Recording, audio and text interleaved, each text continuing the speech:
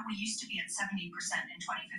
You think about what a big chunk housing actually is in something like the CPI, and the CPI is important, right? Like Social Security payments are based on CPI, so the idea that maybe we're not measuring it correctly seems like a pretty big deal. One of the disturbing things he said, part of the retail element for CPI is having people just go into select stores and write down prices of things that they see, and stores are becoming more hostile to that. I do that in Greece. Is there a vintage instruments on the terminal? Have you ever looked at that? No, I haven't seen all the vintage used and new electric guitars. Is a complete aside.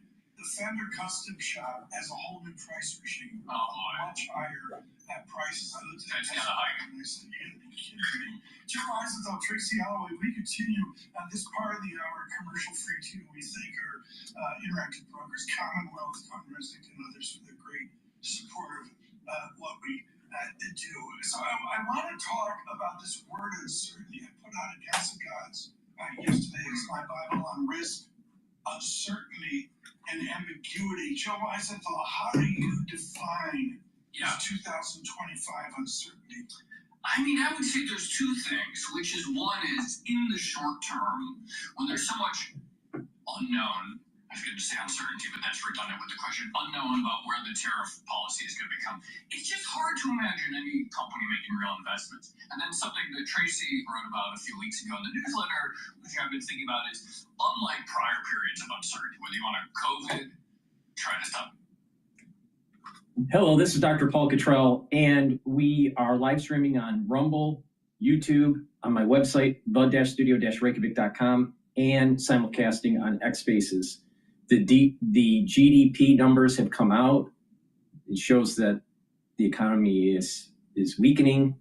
We'll continue with this coverage, but please help support my work by making sure that you subscribe to all the channels. I have 4 channels on YouTube, Brighteon, Bitchute, and Rumble. It's very important that you subscribe to all the channels, especially when I get strikes on YouTube. So you get the live streams and you get the updates. Also share the links and ask your social media to follow me so I can accrete more viewers, so I can help them navigate through finances, through geopolitics, and also health and wellness. So please help me so I can reach a larger audience. I greatly appreciate it. If you'd like to help support my work by donating, you can. You can donate on my website, the-studio-reykjavik.com. All the links are in the description of this video and all my videos. You can donate through Stripe, PayPal, or Buy Me a Coffee on my homepage, the-studio-reykjavik.com. You can also be a paid member to my Patreon channel, and that way you're helping support all these videos that I do for free. I don't put anything behind a paywall. It's people that are donating and being paid members to allow me to do this content for free.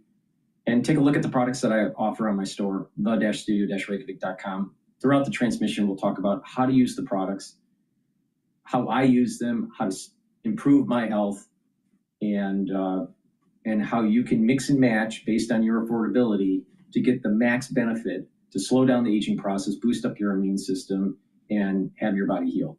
So thank you for joining. Greatly appreciate it. Let's continue on with the coverage for the GDP numbers that just came out.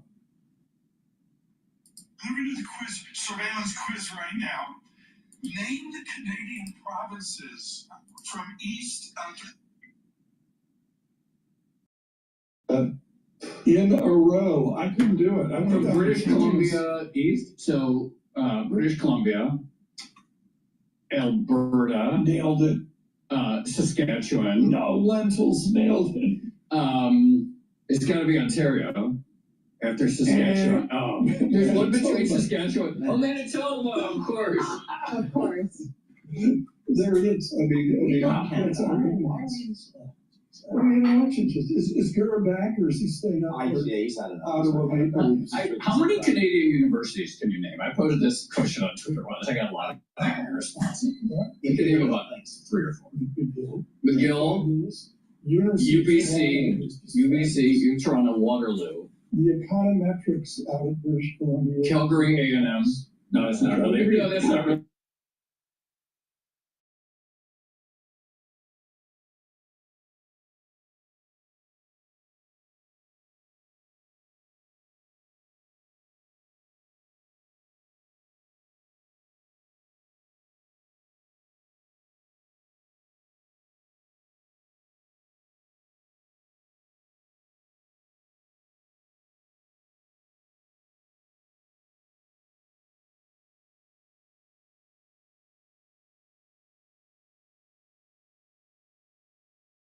This is Bloomberg's surveillance.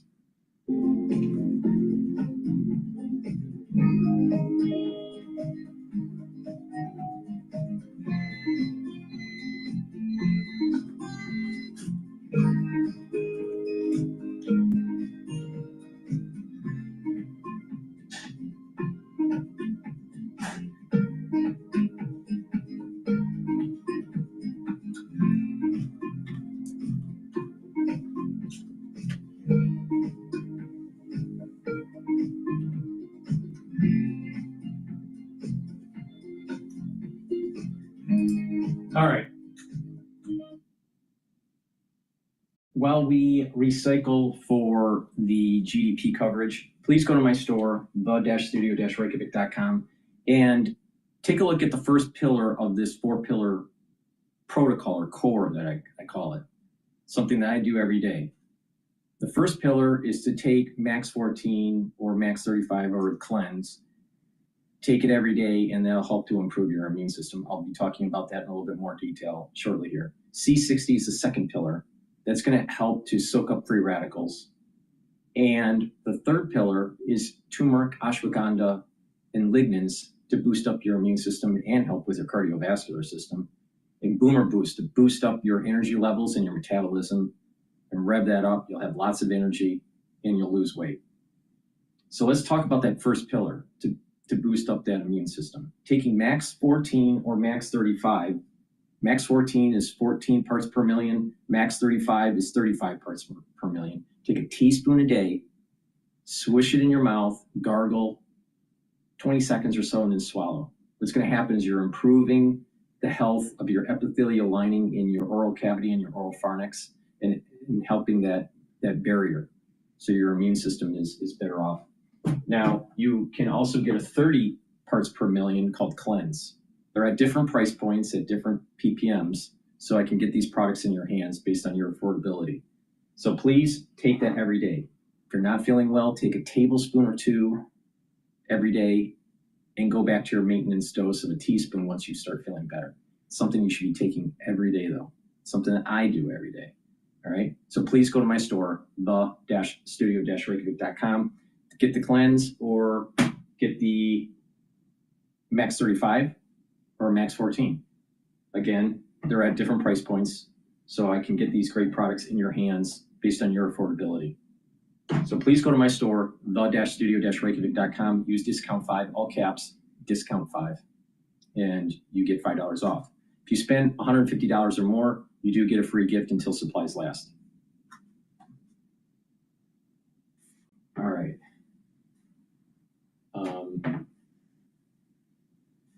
What?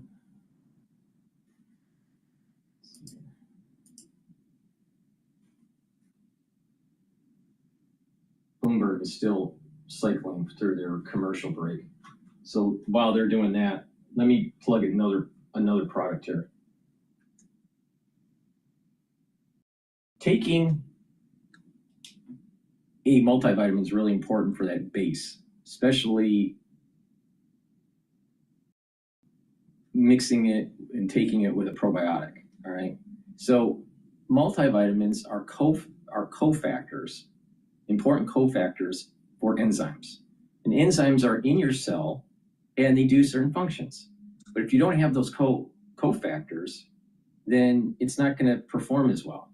So multivitamins are cofactors and attached to these enzymes, and it changes the conformation of the enzyme. So it performs better. So to help with your metabolism, to help with your cellular processes, it's very important to take a high quality, easy to digest multivitamin. That's what this is. It's an easy to digest multivitamin that provides you with the essentials that you need for enzymatic activity. So here's the label, what's in it. It's a great way to start as a foundation, and you build off of that based on these different products that I have on my store. So get the multivitamin.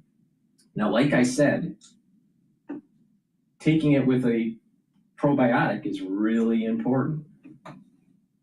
And I have 2 different probiotics. I have a powder version, which is the one that I prefer to take because I take lots of powders during my lunch. I take collagen and gladiator barley and boomer boost, the lignans and the probiotic. So it's just easier for me to mix it all together and just mix it in soft foods. So you can mix it with soft foods, just drink it with filtered water, or mix it in a smoothie. But taking a probiotic is really important. You can also get it in a veggie cap form if you prefer not to take a powder. All right. But get my probiotics from my store, the-studio-reykjavik.com. When improving your gut biome, what's going to happen is you're going to improve your immune system. You're going to reduce gut inflammation. You're going to improve your food absorption and breakdown. You're going to improve the communication between your gut and your liver and your gut and your brain. You're going to be able to think more clearly. You're going to be less irritable. And over time, you're going to notice that your whole body is healing and getting healthy. You'll also notice improvements in your skin, your hair, and your nails. So please go to my store, the-studio-reykjavik.com. Get the probiotics, either the powdered version, which is the one I prefer to take, or the veggie cap version. Both are very high quality. Again, use discount 5 and you get $5 off. And like I said, a great way to start a foundation is to get the multivitamins. So you get the enzymatic cofactors and get either version of the probiotic and stack it together. You know, stack it like this or stack it like this. And that's a great foundation to build off of. Please go to my store, the-studio-reykjavik.com.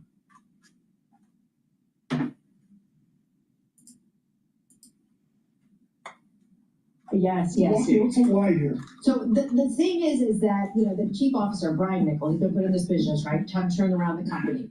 Earnings per share missed. Same store sales declined. But he says they're showing a lot of behind the scenes progress. You know, if you walked into a Starbucks lately, you see they've kind of changed the cafes. They're trying to make them more welcoming.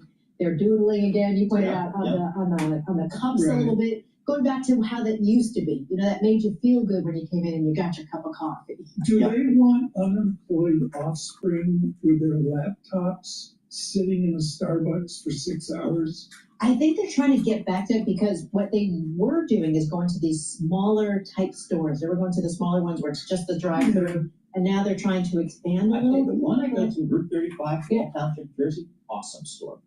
Let's say it's full. Yeah. No, everybody's in the drive-thru. There's 20 cars in the drive-thru. I go in at park, I walk in, I talk to a nice young person, I order my drink, a minute later it's there. Yeah, but Great you're having a experience. black coffee. What's that? You're having a black No, I'm coffee. having a double short mocha. And that's how I roll. And I'll spend 10 minutes Is that there. with or without the Baileys? Yeah, exactly. Do you have one more to squeeze in? But I do. Okay, so for all the cruisers out there who go in there, Rich, thank you very much. Their Norwegian Cruise Line down as much as 20% in pre-market. Wow. Now, you remember yesterday, right? You had Royal Caribbean. They said the cruise industry is booming. It's great. Carnival last month said they're giving an upbeat outlook. Norwegian says demand is falling off. So they see a softening their 12-month forward booking that says ticket sales are kind of within that optimal range. It did maintain its full-year targets, but it's pulling shares of Carnival lower this morning, too. And if you think about it, the airline industry, you know, you've seen the whole travel kind of spectrum. He's Between the airline. going to always cruise no matter what. Yeah. He cruises, like, he doesn't cruise the Caribbean, he cruises places that no one wants to go to. Like the North Atlantic in the winter. That'll be Thank you so much for the emails and YouTube live chat from the middle of the North Atlantic as well. Lisa, thank you so much. Stack. Let me go to Fox News talking about Iran and North Korea's playbook. Oh, no. That's way too long. That's way too long. Hold on.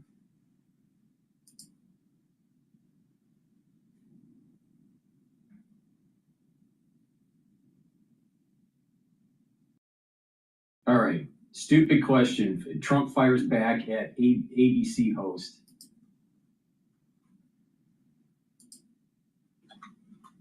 At a rally with supporters in Michigan, watch. And with a common sense, we like strong borders, we like good education, we like low interest rates, we like being able to buy a beautiful car, and now deduct the interest on the loan. That's never happened before. In 100 days, we have delivered the most profound change in Washington in nearly 100 years. So if you're taking a listen on that, so far the president has signed at least 142 executive orders, confirmed 21 cabinet members, saved $160 billion with Doge, and decreased border encounters by 94%. Mark Thiessen is a Fox News contributor, former speechwriter for George W. Bush. Mark, thanks so much for joining the program this morning. Good to be with you. I guess you could say the border numbers are his best numbers so far. Yeah.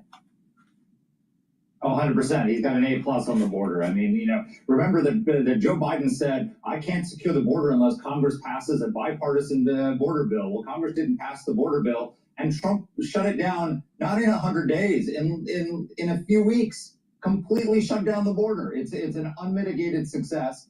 And now he's doing what the American people asked him to do. New York Times poll, 86% want to round up and deport all the illegal migrants with criminal records, and he's doing exactly what 86% of the American people want, and the Democrats are opposing him. So, that's probably not the smartest strategy. So one of the things that the Trump administration now is talking about is the economy. I know people are standing by for the tariffs and the big, beautiful bill, but when you look in the first 100 days, they've created 345,000 jobs. Veteran unemployment rate is down from 4.2% in January to 3.8% in March. Prescription drug prices have gone down 2%. Gas prices are down 7%. Energy prices are down 2%. And foreign and private investment of $5 trillion.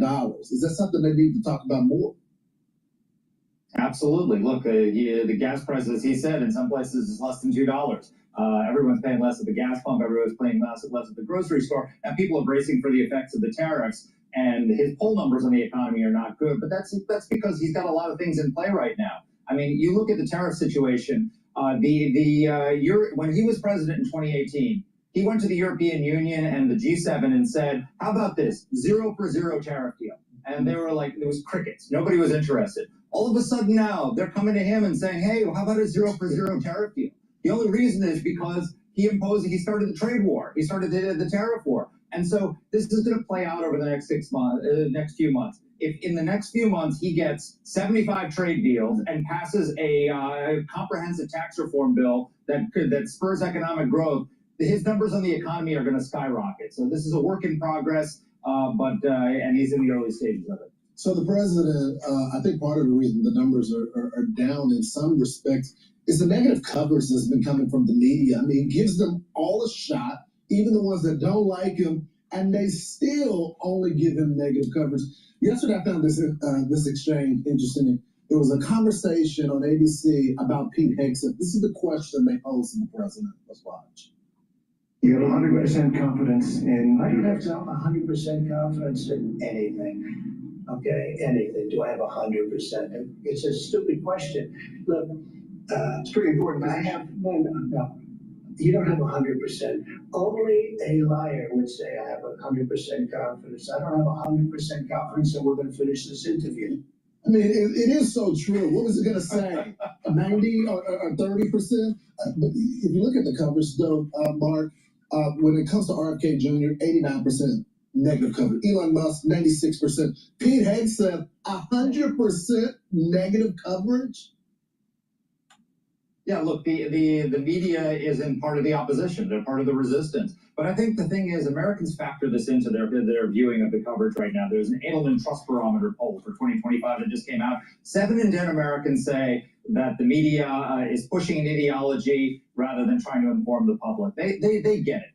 So it's not that the media is not going to impact people's views of Donald Trump. What's going to impact people's views on Donald Trump is if the tariffs produce trade deals, if he passes the big beautiful bill, if he cuts their taxes and eliminates taxes on tips, taxes on overtime, taxes on caring for elderly. If he delivers on all those promises, nobody's going to care what ABC News asks him when he's in the interview. It's so true. They bypassed the last election as well, because he went straight to the American people. Mark, thanks so much for getting up this morning. Exactly. Take care. You too. I'm Steve. In collateral that backstops us as lenders, and it comes with some form of protections. And so it's something in this environment with a lot of volatility that we like a lot in terms of having in our portfolios and performing well. In addition to all of the sort of underlying fundamentals that support it in terms of the corporate issuer base. So what are you finding in your market here? What's the there's a lot of uncertainty in the marketplace. We see that reflected in across financial markets. Where are you seeing it in the high yield market and the leveraged loan market? What's happening today? Sure. Well, these markets are really solving for two things, really. The first is the first order impact of tariff exposure. And so you've seen those types of credits that have direct import exposure and predominantly to China sell off the most in terms of price. The second thing the market's solving for is what is the economic uncertainty that we are already experiencing. We have some distortion today in terms of GDP data, but how long will that last? And how will these corporate issuers fare and navigate this environment? And so you're seeing much higher dispersion in the market. This is not dissimilar from other asset classes where you're seeing certain sectors trade off more so than others, certain credits. To us, we think this is the beginning of a really nice opportunity. When I was at the Chase Manhattan Bank, I was doing leverage lending to TMT companies. I'd do a $500 million loan. I'd syndicate $480 million off my books. The guys like you, I don't remember ever being at Santa Monica marketing a loan. But so in the senior secured, highly leveraged loans, is that something you guys look at? Absolutely, yeah. We look at senior secured, levered loans, as well as high yield bonds. I mean, those primarily comprise the leveraged credit universe, and they can come in both public and private flavors. Are there certain industries you guys like today? Is anything screaming? All right, let's do a market update with what's going on in the equity futures. Equity futures for the S&P 500 are trading at 5,504, above that psychological barrier of 5,500, like I was saying, but it probably will break today. It's trading at 80 points down, roughly. VIX is up a little bit. It's trading at 26.50. Euro's trading at 1.13. Oil is trading down. It's at below $60 a barrel. It's 59.70. BITO is trading at 20.72.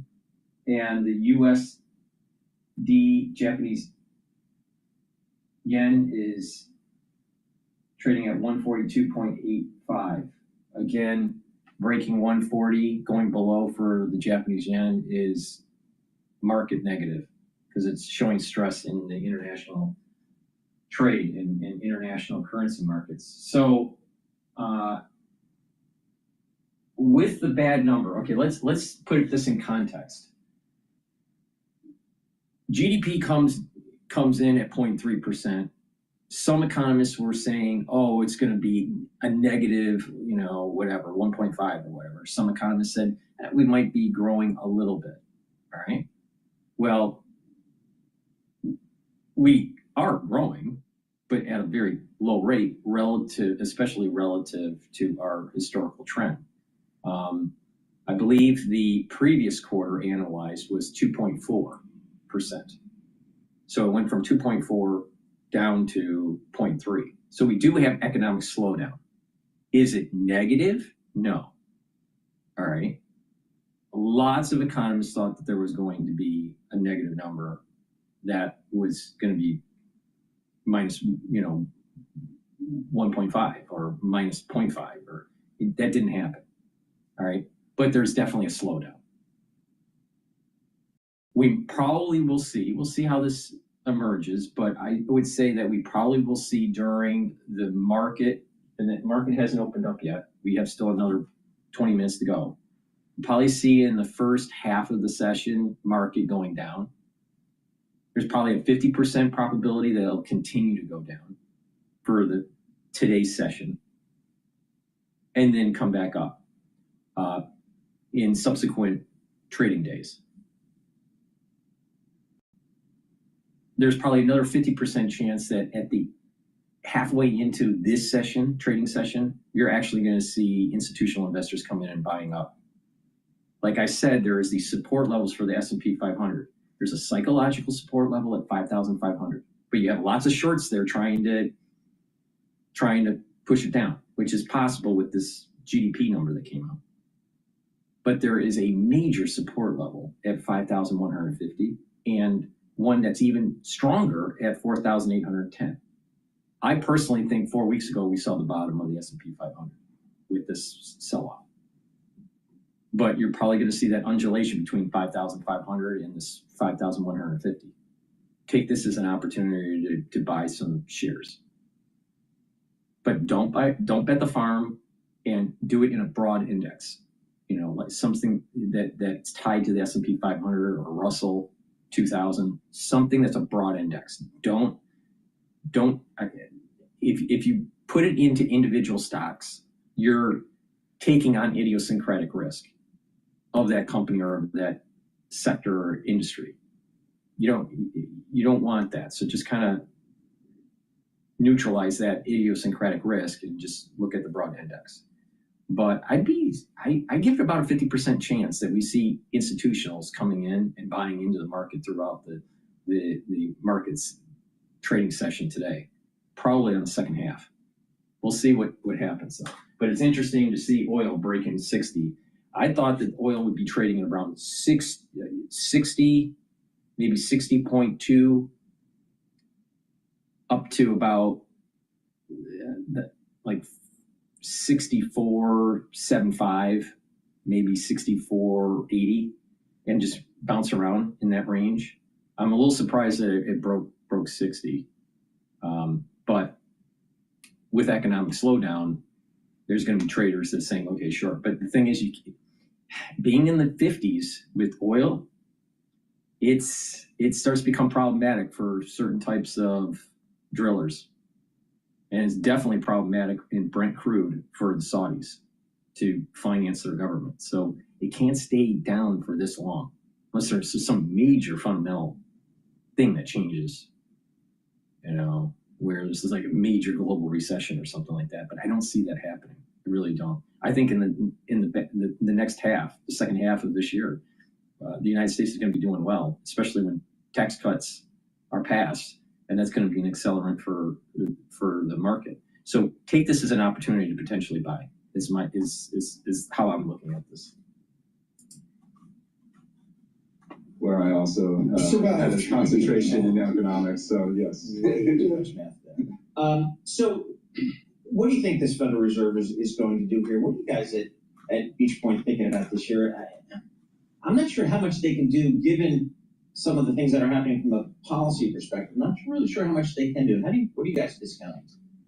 Well, we would agree with that. We think that, similar to the last, during the rate hiking cycle in 2022 and 23, the Fed was effectively given permission to raise rates because it was doing so into a strong economy and a very strong consumer base.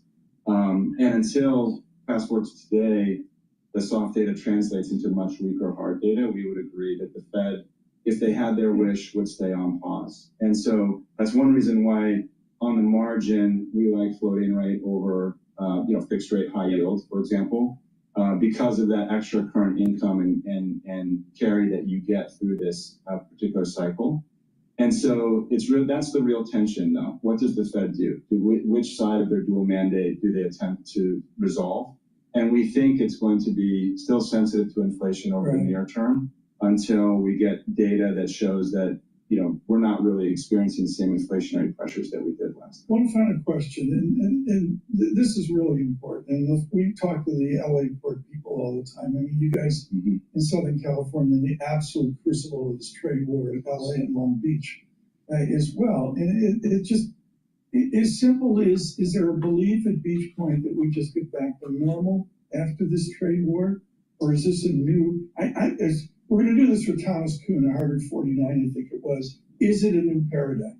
Yeah, that's a great question. We would say that it kind of depends on the cohort of the market you're discussing. So it is a new paradigm for smaller companies. They don't have the bargaining power. They can't easily diversify their supply lines. And so if this really is even a 90-day pause on tariffs, but then it recommences, some of those smaller types of companies are just going to have a lot of difficulty in this new economic structure that we've established. One final question. When the Harvard Club of Southern California gets together at Cheva's Ravine for the Dodgers, are you guys sitting by the dugout?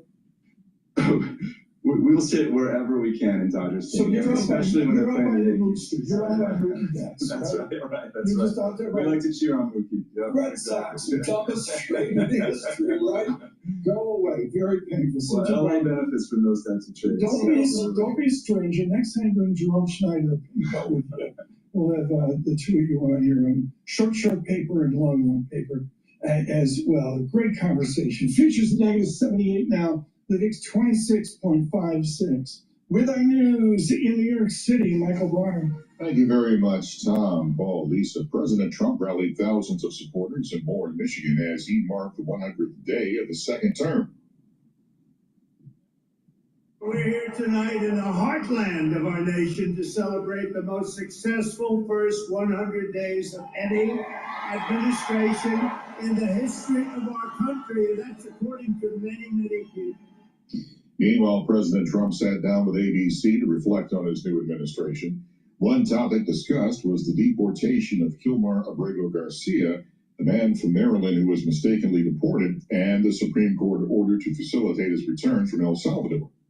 You could call up the president of El Salvador and say, send him back right now. And if he were the gentleman that you say he is, I would do that. But the court has ordered you to facilitate that.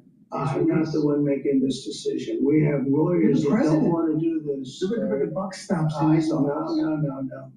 The day after President Trump's 100th day rally speech, his 2024 opponent, former Vice President Kamala Harris, is planning a speech of her own tonight. Bloomberg government's Jack Fitzpatrick has more. This seems to be in the context of consideration of a possible run for governor in California. Whether she has a prominent national role may be up in question, but we'll see what she has to say, at least about the state of California. Bloomberg government's Jack Fitzpatrick reports Harris is expected to criticize President Trump's handling of the economy, U.S. institutions, and foreign policy. She's speaking at a gala in Los Angeles for Emerging America, a group that recruits and trains Democratic women to run for office. Pakistan said today that it had credible intelligence that India is planning to attack it within days. It comes as Pakistani nationals headed for the border to comply with New Delhi's orders to almost all Pakistani citizens to leave the country following last week's deadly attack in Indian-controlled Kashmir. Global news 24 hours a day and whenever you want it with Bloomberg News Now. I'm Michael Barr. This is Bloomberg. Tom, Paul, Lisa. Michael Barr, thanks so much. Tweet out, thank you, Tyler Kendall, for this. From the President of the United States. It's a long enough tweet. I'm not going to go through it verbatim. It's just too long. Let's pick it up halfway through. He begins, this is Biden's stock market, moves on, and then we'll pick it up at our country will boom, comma, but we have to get rid of the Biden, quote, overhang, unquote. This will take a while, has all caps, nothing to do with tariffs, back to lowercase, only that he left us with bad numbers, comma, but when the boom begins, it will be like no other, all caps, be patient, and a hat trick of exclamation. Okay. Did I do that okay? Yeah, I think you did that, right? Yeah. I don't know what to do with a long tweet, given it, I don't people driving off I-80, No, we'll see. Right now, the S&P 500 futures is down 77. But I'll tell you, this is a time to buy. You're going to look back 6 months from now, 12 months from now, and you're going to go, damn, you should, don't be fearful and don't get analysis paralysis. All right. In financial trading, there's this common thing that happens with people, and they have all these indicators and they listen to all the data and they get analysis paralysis and they don't move. The thing is, you just don't have too much data and don't get to a point where you're fearful. And that way you lower the chances of getting analysis paralysis.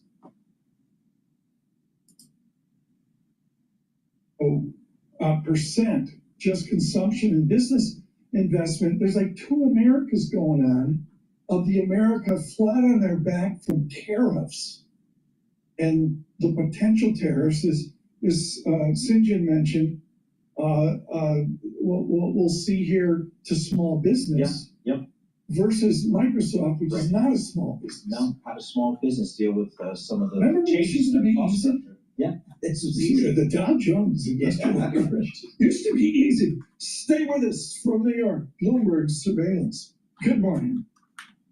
All right, while they're in break, VIX is still trading at 26.47, so not a big move in VIX right now. So that's a good sign. I still think that there's going to be institutional investors that come in and buy in. Let's go to massive threat. Expert warns U.S. is not doing enough to stop China on this front. Joining me now is American Enterprise Institute non-resident senior fellow and author of Danger Zone, the Coming Conflict with China and Unrivaled, Why America Will Remain the World's Sole Superpower. Michael Beckley is with us. Michael, good to have you. Thanks so much for being here. Assess the situation between the U.S. and China. I've been saying that this is the time to hit China. President Trump says it's in a weakened state, and now is the time to put these tariffs in place. Do you agree?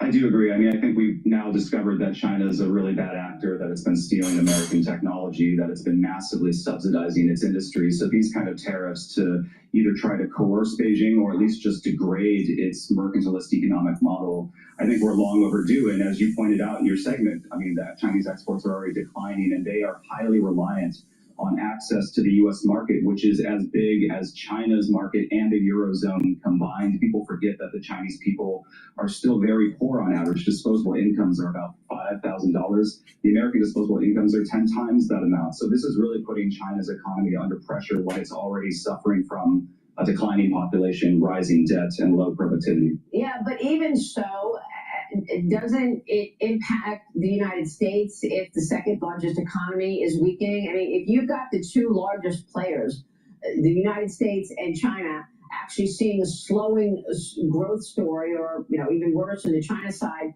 doesn't that impact the whole world? Yeah, I mean, if there was a possibility of a one world, one dream, open, free trade, globalization model, that would obviously be better for everyone involved. But unfortunately, China's been spending more than twice as much as any other country on its subsidies, 10 times the OECD average. And so when China is distorting international markets to that degree, I see these as defensive measures that the United States, and hopefully in conjunction with many of its allies, will take to isolate China so that it can't keep milking the international system for its own mercantilist benefit. So the Senate confirming former Georgia Senator David Perdue as the new U.S. ambassador to China. The confirmation happened yesterday. Perdue said that China poses a threat to the current world order. He's pledging to curb exports of precursor chemicals to Mexico, which the cartels use to make fentanyl. And of course, China is behind that as well. Michael, your thoughts on what David Perdue can do here? Well, I think, first of all, his selection signals that the Trump administration is serious about confronting Beijing. I know some people worry that Trump may try to cut some kind of deal with Xi Jinping, but Perdue has been a long-time China hawk, and his appointment aligns with other figures in the administration like Marco Rubio or Tim Walz or Elbridge Colby, all of whom view China as the central challenge to U.S. power. Obviously, Perdue has made a big deal about the fentanyl precursors, and I think you'll probably see some progress on that because the United States is already driving a hard bargain with Mexico, but that is just going to be one small piece of, I think, a much broader strategy directed against Beijing. So what do you think that strategy looks like? Well, we'll see how it works out. I mean, a lot of people feel like Trump's tariff strategy is chaotic, but I think we're starting to see it potentially evolve into a more solid strategy. So he started by slapping tariffs on everyone, but then has paused them on basically everyone except for China, which seems to have triggered a global negotiation sprint.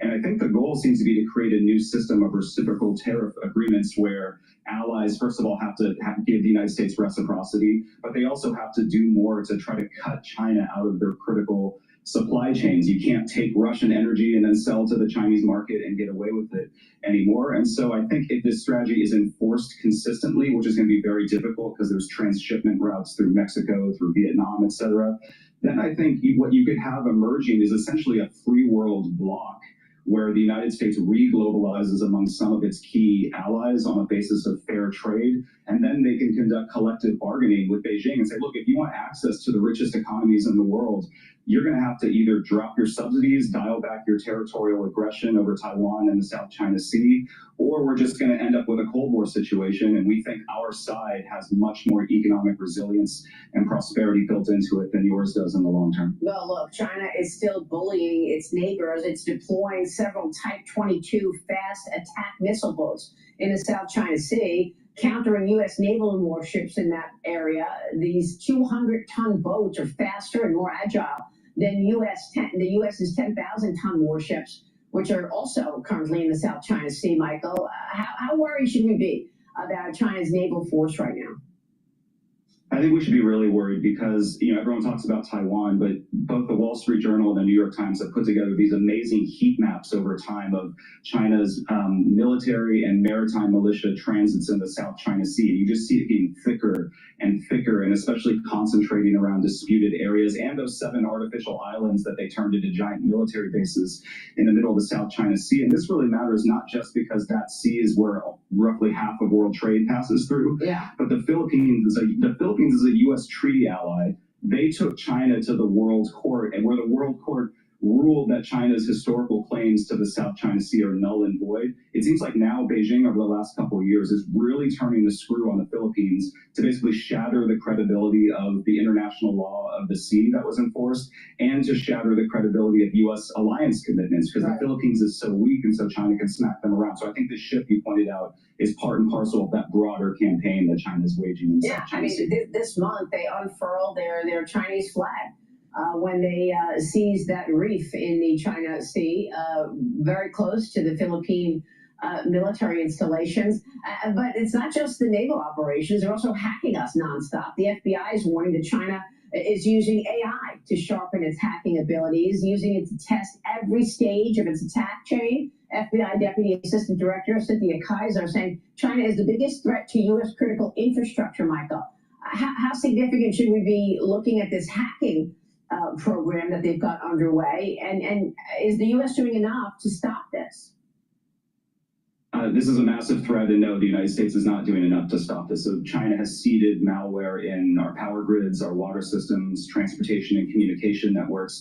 And this is all part of a strategy. The Chinese have looked at past American wars, and they say these Americans, one advantage they always have is a secure homeland. They take no civilian casualties. Their home base stays flourishing, and then they bury their competitors by out-manufacturing them in a long war. We, China, need to deny America the ability to do that by crippling all of their critical infrastructure if there's a crisis over Taiwan or in the South China Sea. And AI supercharges that potential threat because it just makes it much, in cyber warfare, you have to move extremely fast to stay ahead of the patches that the defender is trying to set up. So if they can use this vulnerability discovery, do AI at scale in cyber attacks, then even small teams of Chinese hackers can wreak havoc on American infrastructure. So we really need to take this seriously. That's why the FBI is selectively trying to leak some basics to the American people so that we're all much more aware of these threats. Yeah, and the hacking has been consistent. Michael, it's great to get your take on all of this. Thanks so much. Okay, the market's going to open up pretty soon here. I look through earnings calls, but I'm not parsing through and making calls on individual stocks. That's just not the way we invest at Results. But of course, we're watching earnings. Of course, you have to watch Microsoft earnings. Microsoft is one of the biggest stocks on the market, and I think it's an interesting bellwether right now, as is Apple, as is Nvidia. A lot of those Mag 7 stocks that we talk about, because they are a part of this tech sector that is incredibly exposed to to tariffs and international catalysts. Kelly Cox driving the market higher. We're negative 75 on futures now, negative 68 here. The VIX on 2 big figures off the GDP. I report good reporting on that on Twitter, and of course with Scott Landman and the team at Bloomberg. They have a delay. Domestic GDP. Speaking of buoyancy, a market report. You got it, and as we get to the open right now, it's not looking so good after that latest GDP data. We'll start with the S&P 500, down more than 1%, 72 points, 5,489. We have the Dow down 0.7%, 281 points at 40,900. 30, and finally the NASDAQ just kicking in, down 2%, 358.17,101. We go to the 2-year yield, 3.63%. All right, so what I want to do is give you my take on this. Okay, so the S&P 500 is trading at 5,478, below the 5,500 psychological barrier. Okay, so the shorts are winning on this right now. But we have to wait and go into the session for about an hour before we see the actual velocity of the sell-off.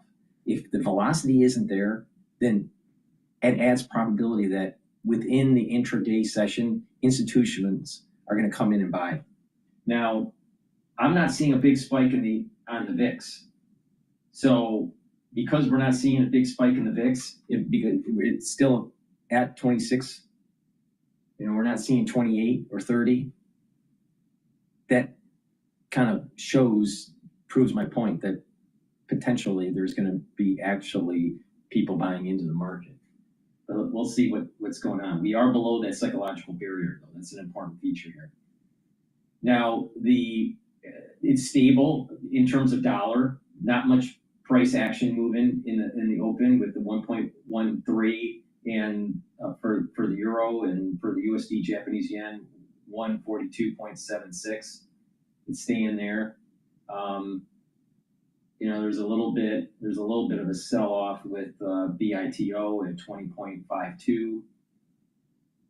So I'm not seeing it doesn't, but it's just started the session. We need to look into this, 30 minutes, 1 hour in. If it accelerates, then we have a problem. Right now it's down by 1.5, but it could be in an hour or so, it could be only down a half a point. So we'll see. We'll see what happens here.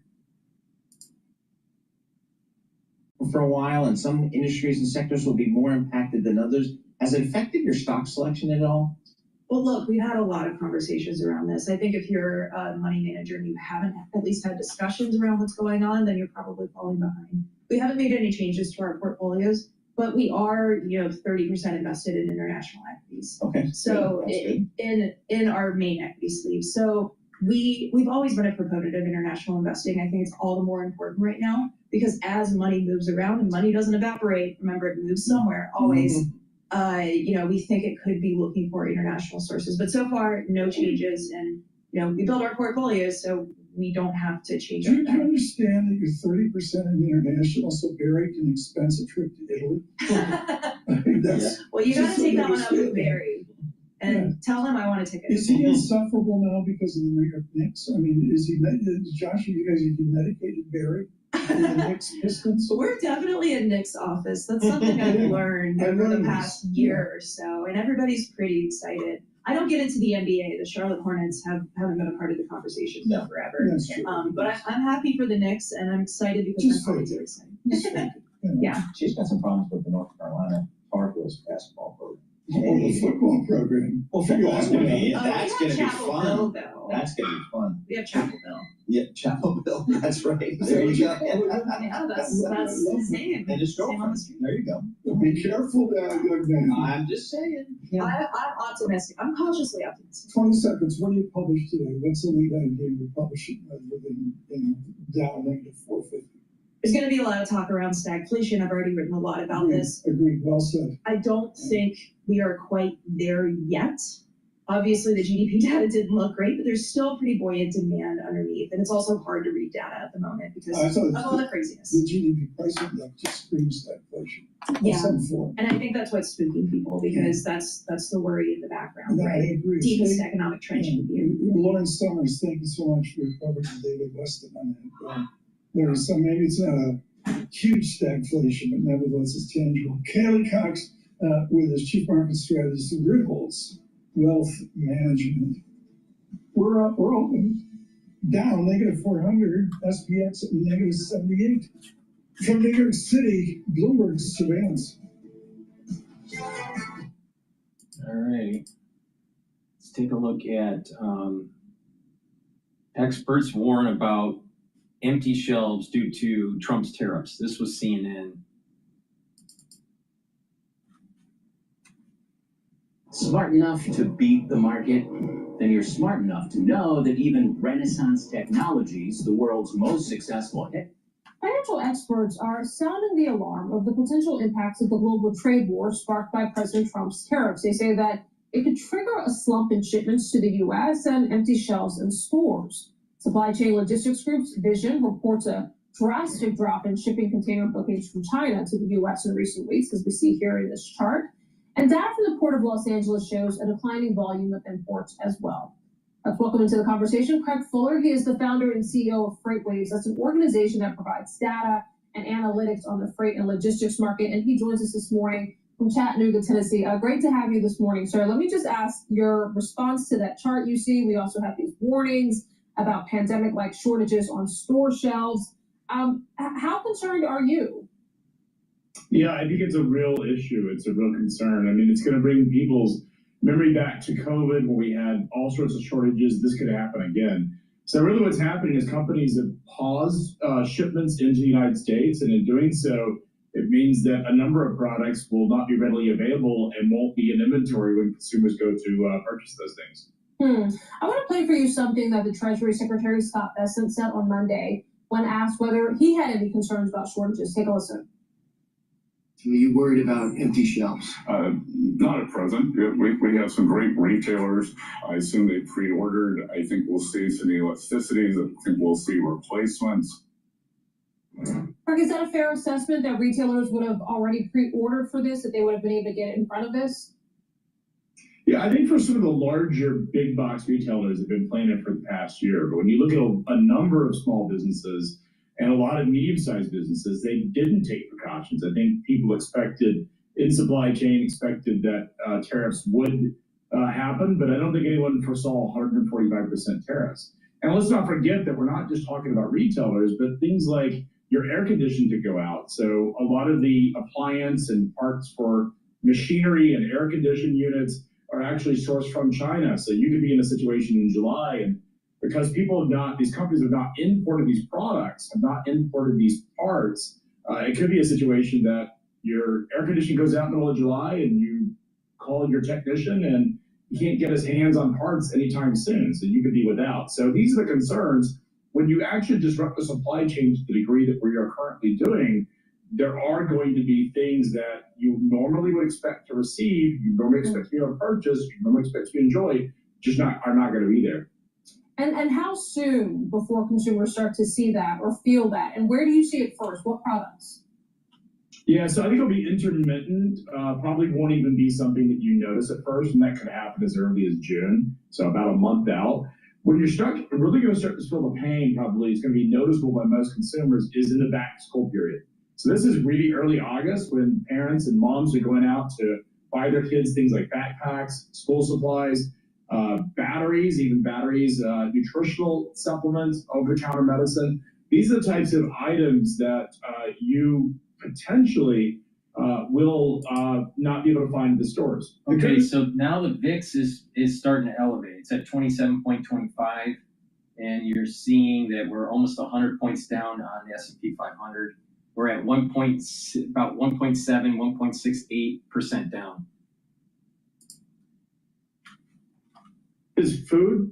Shouldn't worry about food. We source most of our food here domestically, so not a concern. But it's those low-end manufactured items, that stuff that we consume a lot of, that's manufactured, are the ones that are of the biggest concern. Yeah, I mean, I've even seen like on platforms for women who are expecting, warnings about getting car seats in advance, warnings about getting strollers in advance, because so many of those products come from China. Craig, what about the impact to jobs and potential layoffs? You have 9 million people who work in trucking. You have 19 million people who work in retail. What would you say, as someone who follows the space really closely, as someone who works in one of these industries, is hearing this interview and wondering, should I be concerned about my job? Yeah, it's a real concern. There are 9 million people who work in logistics nationwide across the United States that move products throughout our supply chain.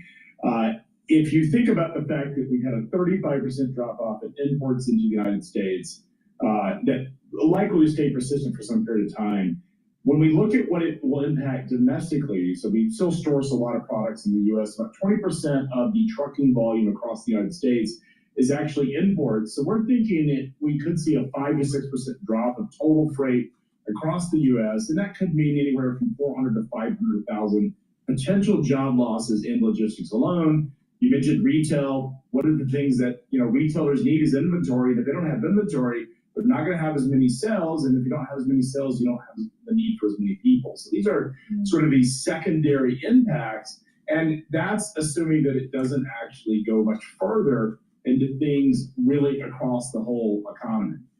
And then what about, one thing that we've obviously seen is an announcement on a tariff and then maybe a deal or an announcement about a deal coming, and so a little bit of a sort of a walk back of that.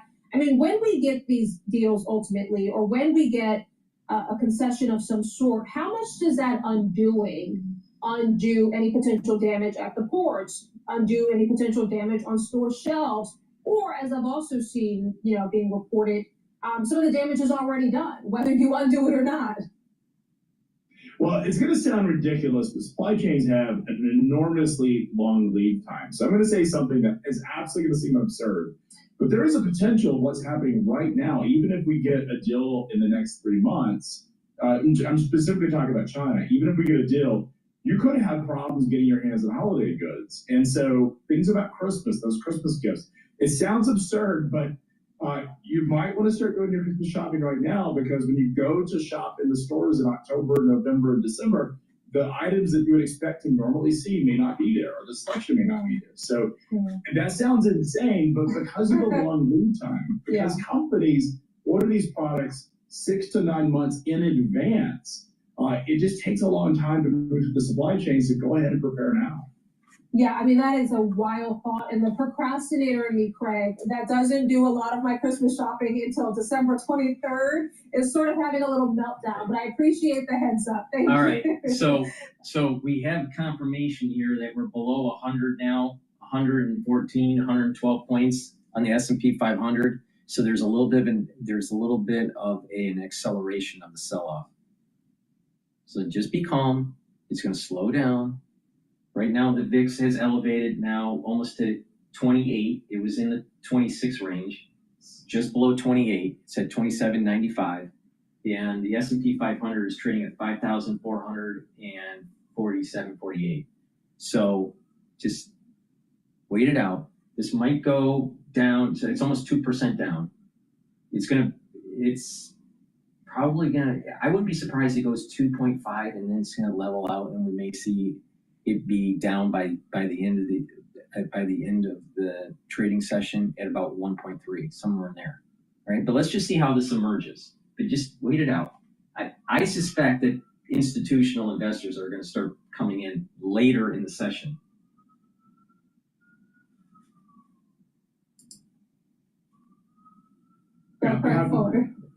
All right, let's bring in Paul Donovan, the chief economist for UBS Global Wealth Management. He is with us from London this morning. Paul, great to have you. Let's start with that labor data. Yesterday, we learned that the number of open jobs in March fell to the lowest level in 6 months. What's interesting, though, in that same report is that layoffs seem muted. So how would you describe the state of the labor market right now in the U.S.? Well, the first thing is we've got to be very, very careful in the precision of this data. It's a really unreliable report. And that's because essentially companies have stopped telling the government what they're doing with employment. The response rate's very low. But what we are getting a sense of from a wide range of indicators is that companies are just sitting on their hands. They're not firing workers, because the economy was doing very well at the start of this year. But given the erratic policy environment, the uncertainties that creates, companies are not choosing to invest in the future. And that in particular means that they are not hiring new workers. They are just keeping things steady for now. So when does that lack of investment, in your words, start to show up in potential layoffs or not hiring and laying off people who are currently on the payroll? Well, obviously, Feel like you're already playing catch up on your business finances for this year? Xero can help you take control. Starting my business and getting my products out. Well, obviously for certain sectors, that's going to be quite rapid if you are very much engaged in trade. So we know, for example, that volumes in US ports are collapsing. Now that means that people who are employed in US ports face the risk of at least temporary unemployment. But then beyond that, people in the trucking sector face the risk of temporary unemployment. Fewer goods coming in, fewer goods to move around the United States. So if you're engaged very actively in the traded goods sector, you're very vulnerable. If you're in the service sector, perhaps less so. Yeah, we know that there are 9 million people employed in the trucking sector, so that's a lot of people. Paul, let me ask, we're going to get some other key indicators on the health of the economy in just a few hours at 8:30 Eastern. We're going to get the first estimate for first quarter GDP. The caveat obviously being this is the first quarter before that April tariff announcement, but we're also going to get another measure on spending, inflation. What are you watching here? What are you expecting here? Well, as you said, this is very much the before times. You know, this is not going to capture the uncertainty and so on. And consumers, let's remember, are not really going to start to feel the effects of the trade taxes until the end of May at the very earliest, and more likely late June. So the full effect of that is later. However, what we are going to be looking for is whether consumers were pulling forward their purchases of goods, that they were hearing US President Trump talking about taxing them, taxing trade, and they're thinking, well, yeah, we were planning to redo the kitchen in the summer. Maybe we better do it now. Maybe we better bring forward those purchases. So we'll be looking for that pulling forward action in things like the durable good purchases that are detailed in today's data. And what about any impacts to trade? I mean, I've seen some predictions that the GDP figure can in fact be negative because of that surge in imports that you were just talking about. What do you see there in terms of the trade impact? It could well be, but I mean, that doesn't actually tell us a great deal about what is going on, because what we did see very clearly in the March data was this surge in imports. And again, that's because companies were frantically scrambling to get as much into the United States as they could before President Trump imposed the trade taxes. And so with that, you get sort of a front loading of demand, which is very much what we've been seeing in numbers. And because imports are a drag on US GDP, a negative US GDP, that is something that could create some downside risk. But that's not really telling us anything about the underlying momentum of the economy. That's just telling us about the distorted behavior as a result of erratic policy decision making.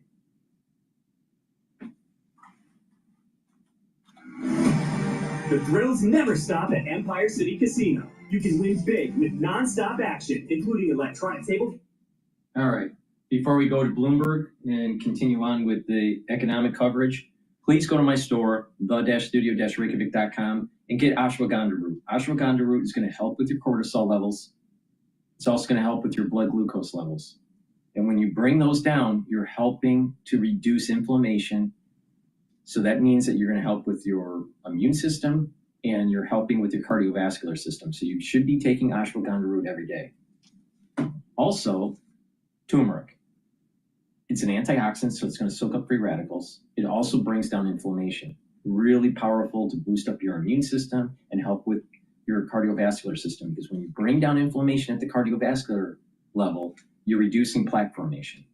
In addition, if you work out, taking turmeric at higher doses is going to help you recover from that workout, and you'll be able to do your next day workout with less soreness. So turmeric is a great way to bring down that inflammatory response. Stack them together, and it's a powerful stack. It helps with your immune system, and it helps with your cardiovascular system. So please take this stack and help your body heal and reduce that chance of plaque formation. Please go to my store, the-studio-reykjavik.com. Use discount 5. You get $5 off any order.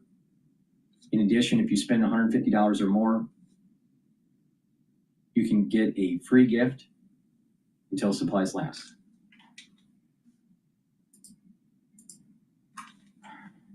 On YouTube, subscribe to Bloomberg Podcast, Bloomberg Surveillance.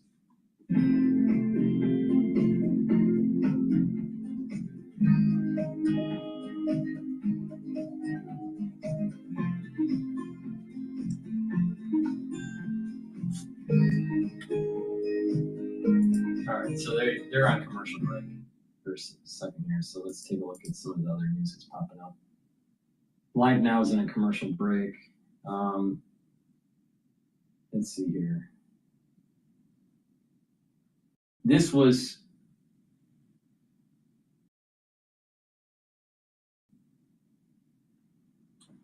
from CNBC yesterday.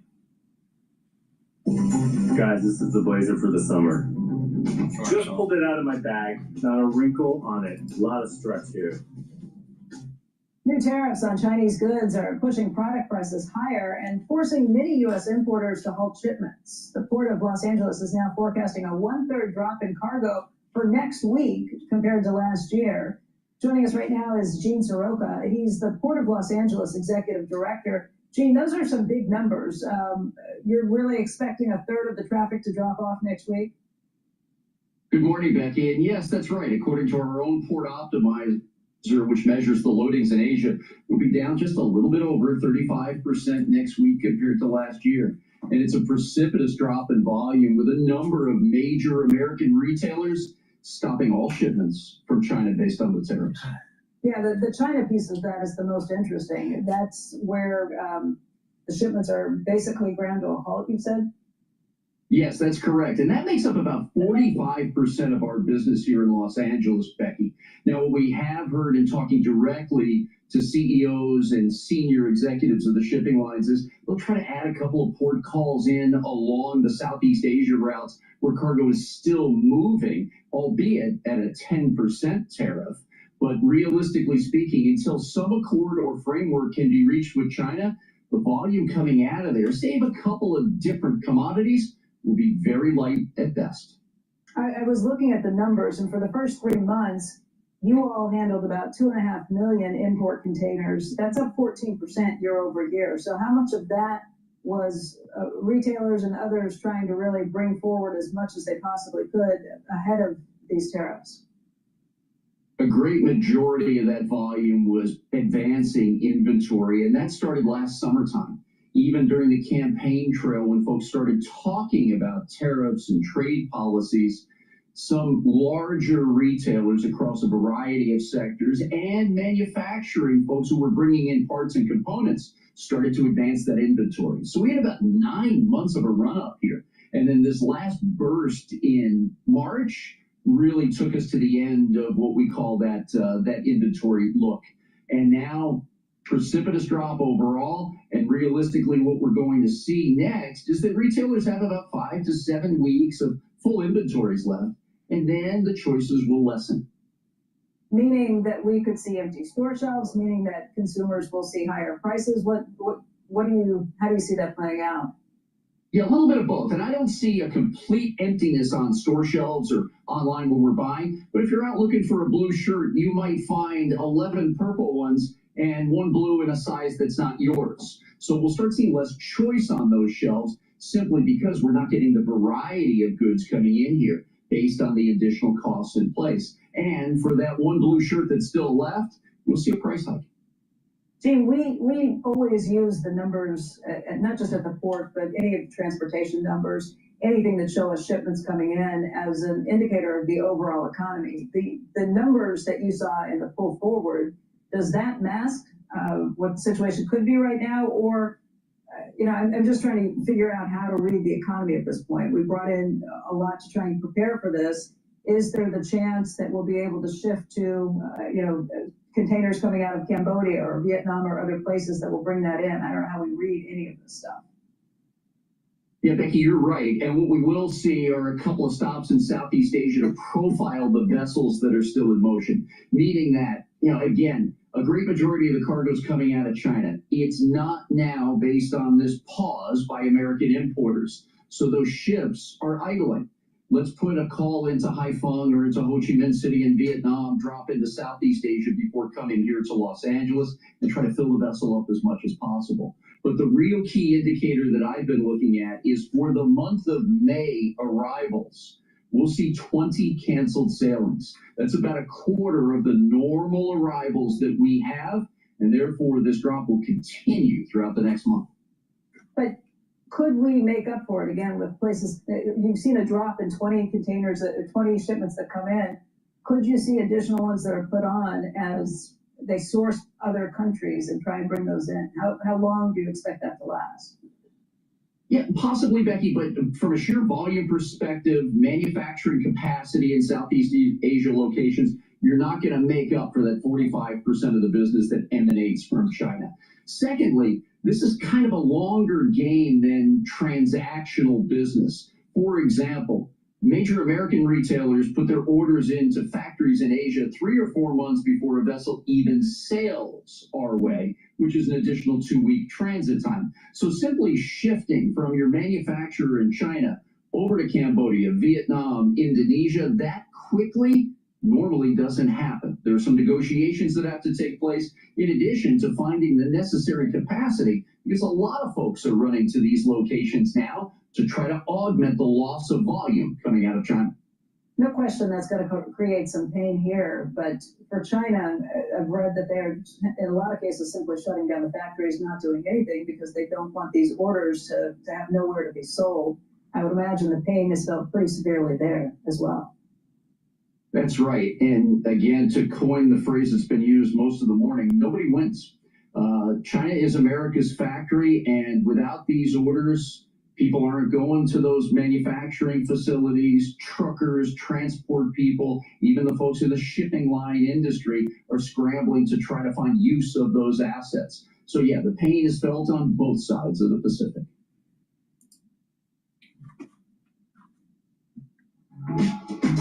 Well, we're definitely going to probably see shortage of certain goods.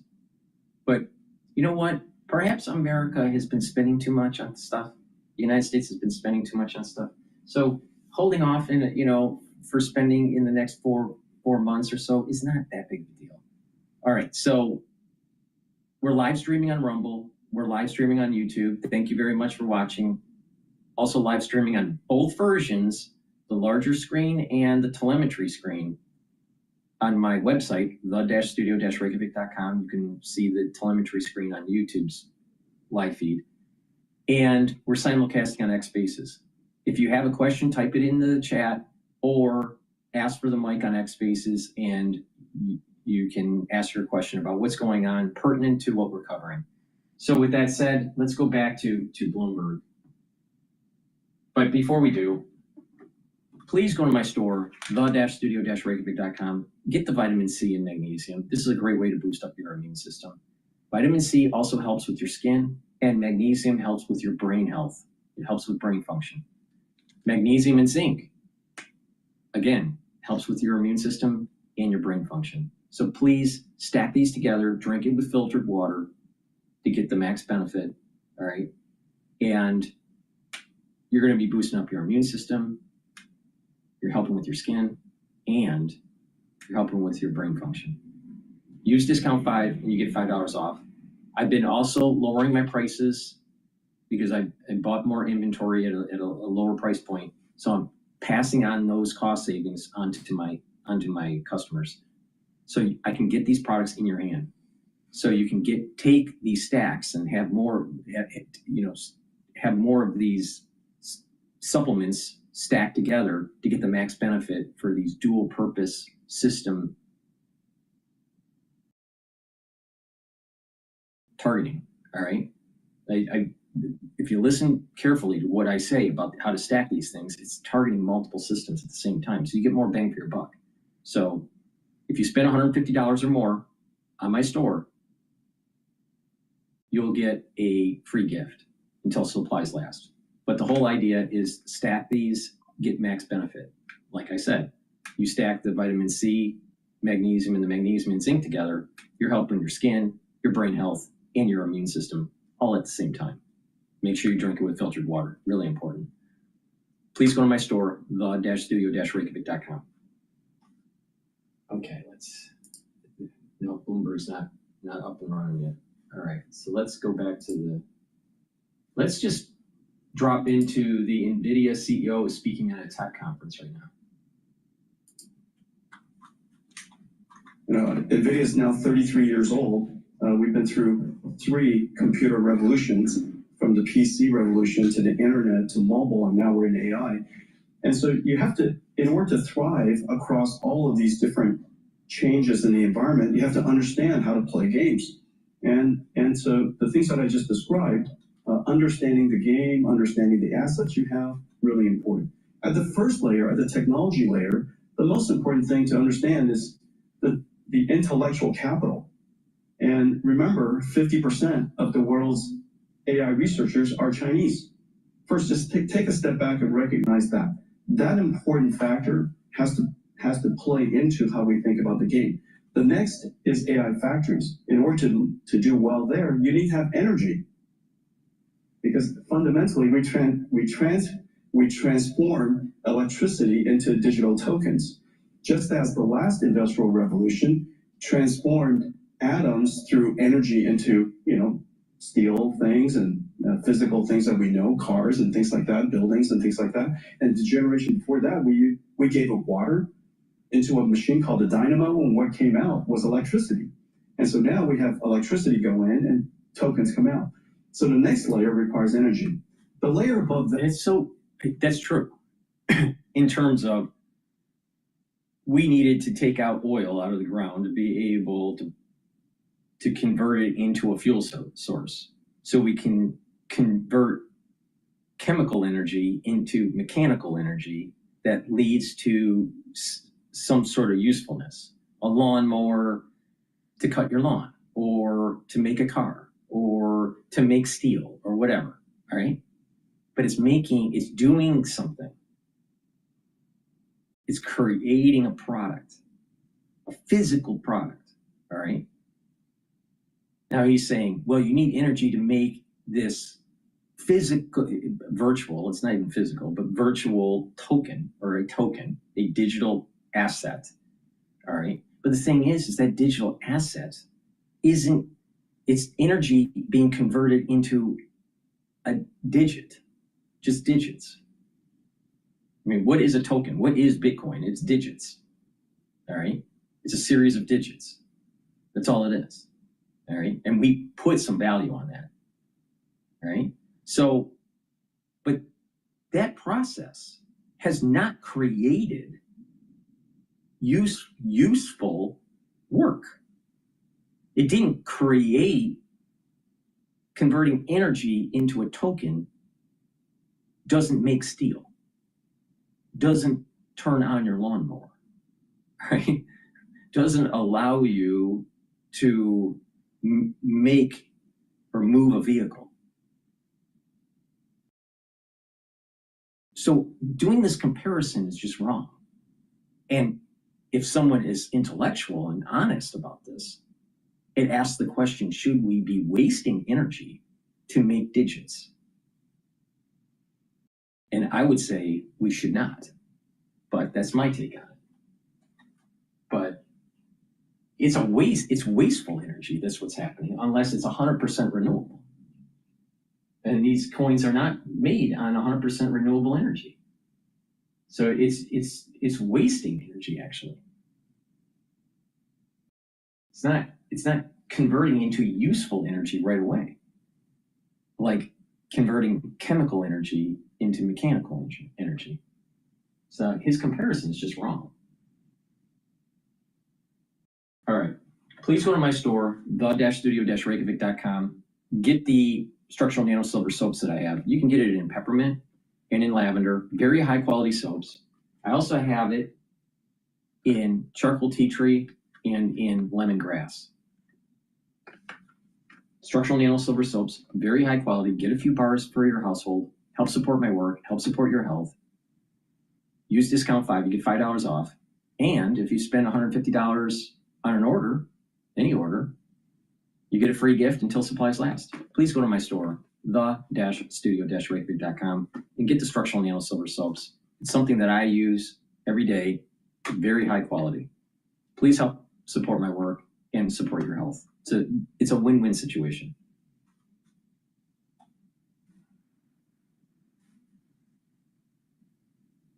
All right, let's go back to Bloomberg.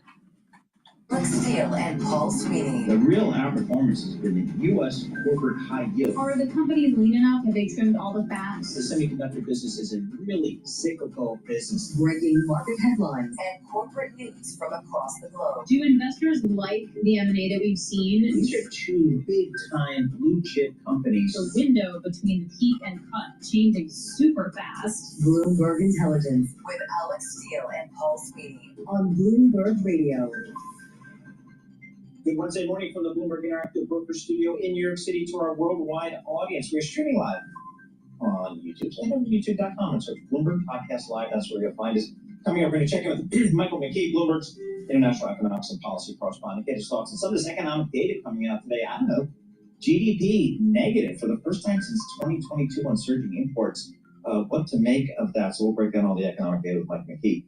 Daniel Flatley, a Bloomberg U.S. Treasury reporter, will talk to us about some of the comments we're hearing from President Trump about the economy here. Who actually owns this economy these days? Ann Maletti, head of equity investments at Allspring Global Investments, one of my all-time faves. She's going to be in studio here, so that'll be cool. So we'll get her thoughts on these markets. So a lot coming up. Markets selling off today, big time. The S&P off just about 2% here. Let's go to Lisa Mateo, and she'll give us a Bloomberg Business Flash, Lisa. And this Bloomberg Business Flash brought to you by IBKR. Financial advisors switch to interactive brokers for lowest cost global trading and turnkey custody solutions. No ticket charges, no conflicts of your interest. Learn more at ibkr.com/RIA.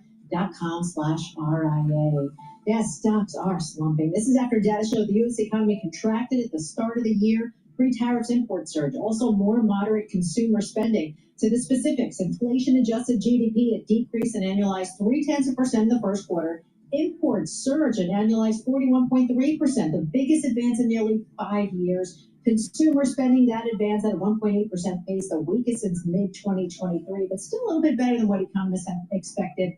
We also received data from ADP on employment change for April. That came in lower than expected.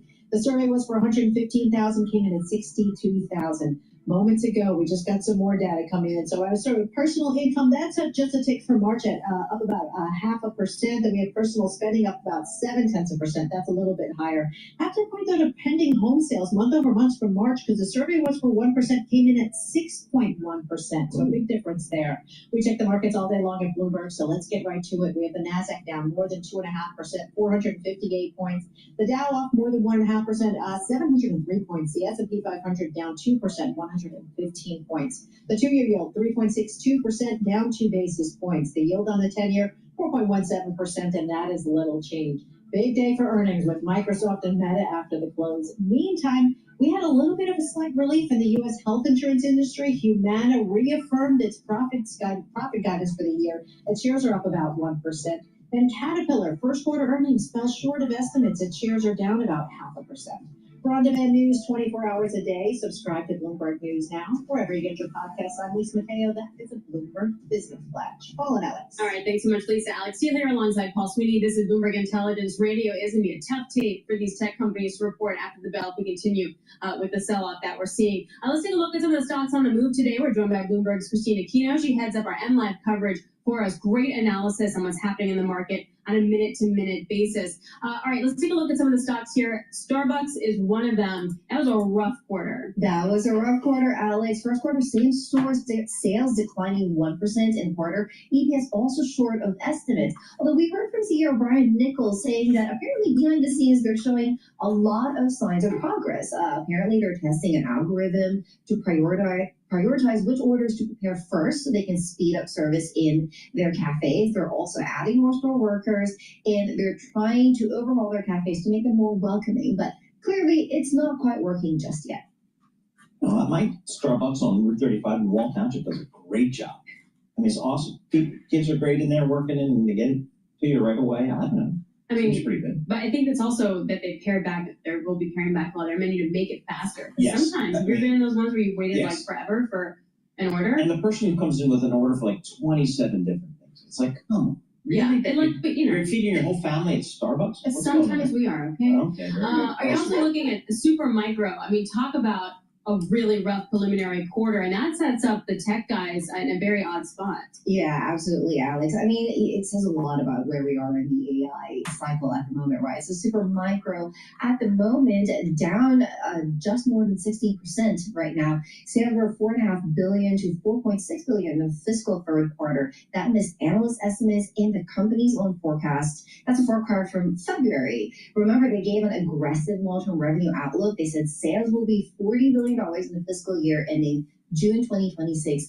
Quite a different picture now because AI is not quite the headline grabber as it was previously. Well, also it just shows sort of what the demand cycle is going to look like, and I think we're going to learn a lot about that. Are we just delaying some kind of orders?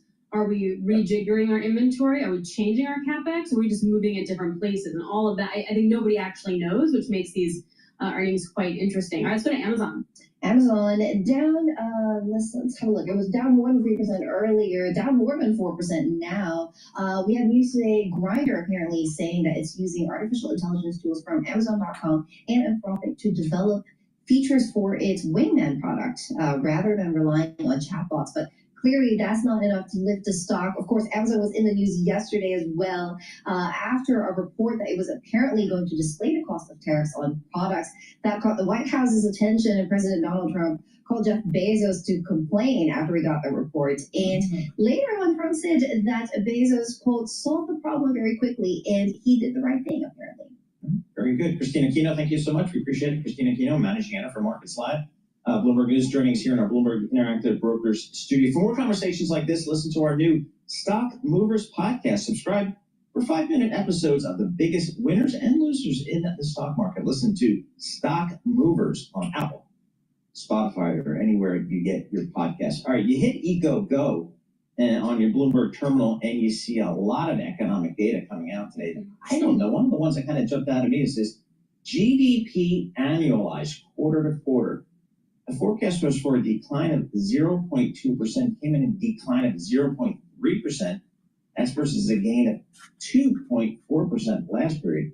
That kind of gets my attention. So we said, hey, let's ask Michael McKee. He does this stuff for a living, international economics and policy correspondent for Bloomberg News. He joins us here in our studio. Mike, is that a big deal, that number, that print? Yes, it's a big deal, but not for the reasons you might think. Okay. I'm going to say something you've never heard me say. What? That Matt Miller just accused me of. He said I sound like Peter Navarro today.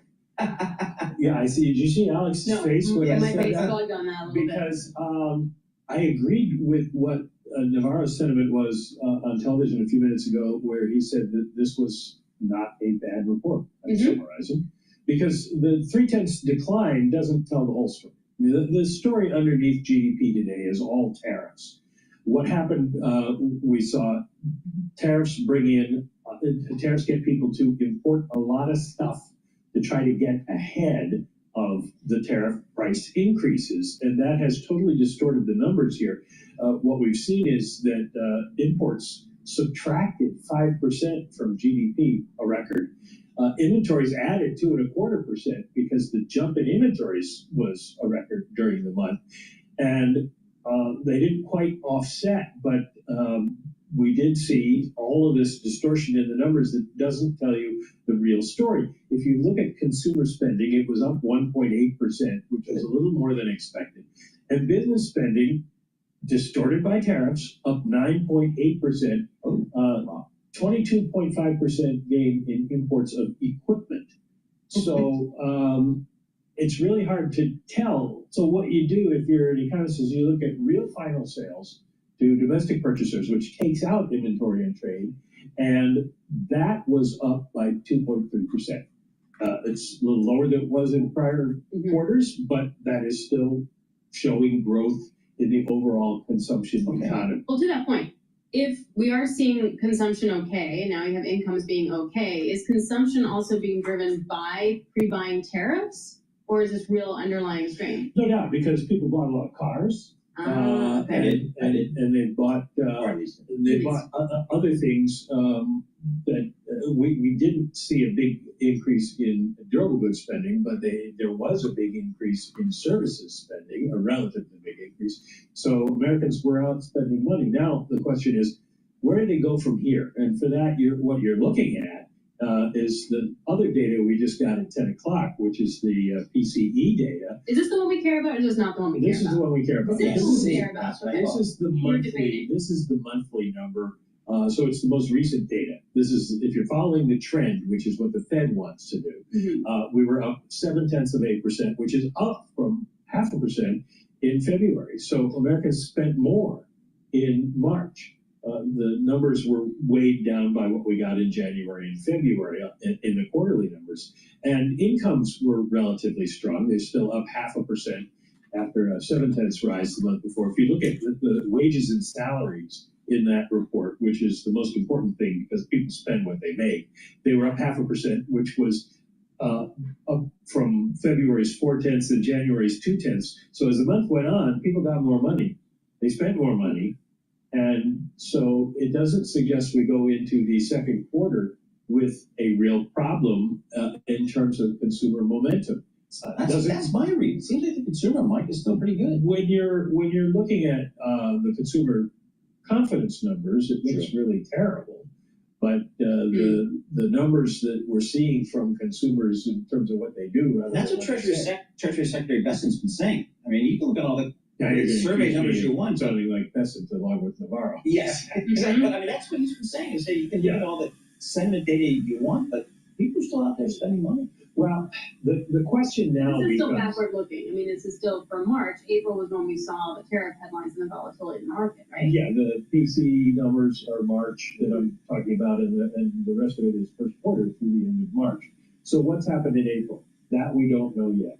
We're going to have to see. We have the sentiment indicators, and March was really the first month when there were any tariffs. So they weren't really tariffs on you and me. They were tariffs on the steel companies and things like that. So if people are paying more for what they're getting, if they can get anything from China now, maybe that does affect what they're going to be spending on. So somebody said to me this morning, this makes the Fed's job harder because you had higher inflation and lower growth for doing nothing, because this report is so distorted by the tariff stuff that it's impossible to say what it's going to be going forward. Such a good point. He's so smart. That's why we get him on. Talk about all this stuff. Sounds just like Peter Navarro. Yeah, same. It's totally the same. Michael McKee, Bloomberg International Economics and Policy Correspondent, joining us in the studio. Thank you so very much. All right, coming up, we're going to speak to Daniel Flatley, a Bloomberg U.S. Treasury reporter, on tariffs and potentially Trump's speech coming on later today. And Maletti, also head of equity investments at All Springs Global Investments. Oh, apparently. All right. So there's definitely going to be some event risk with Trump speaking today. If he's positive, if he talks positively, I'm not sure what time he speaks, but if he talks positively, then the market's going to go up, all right, or at least go off of the session lows. Now, right now, we are off the session lows. The session low was 5,433. Right now, we're trading at 5,464. VIX is going down now. It's at 26.9, but I don't think the institutional investors have come in yet.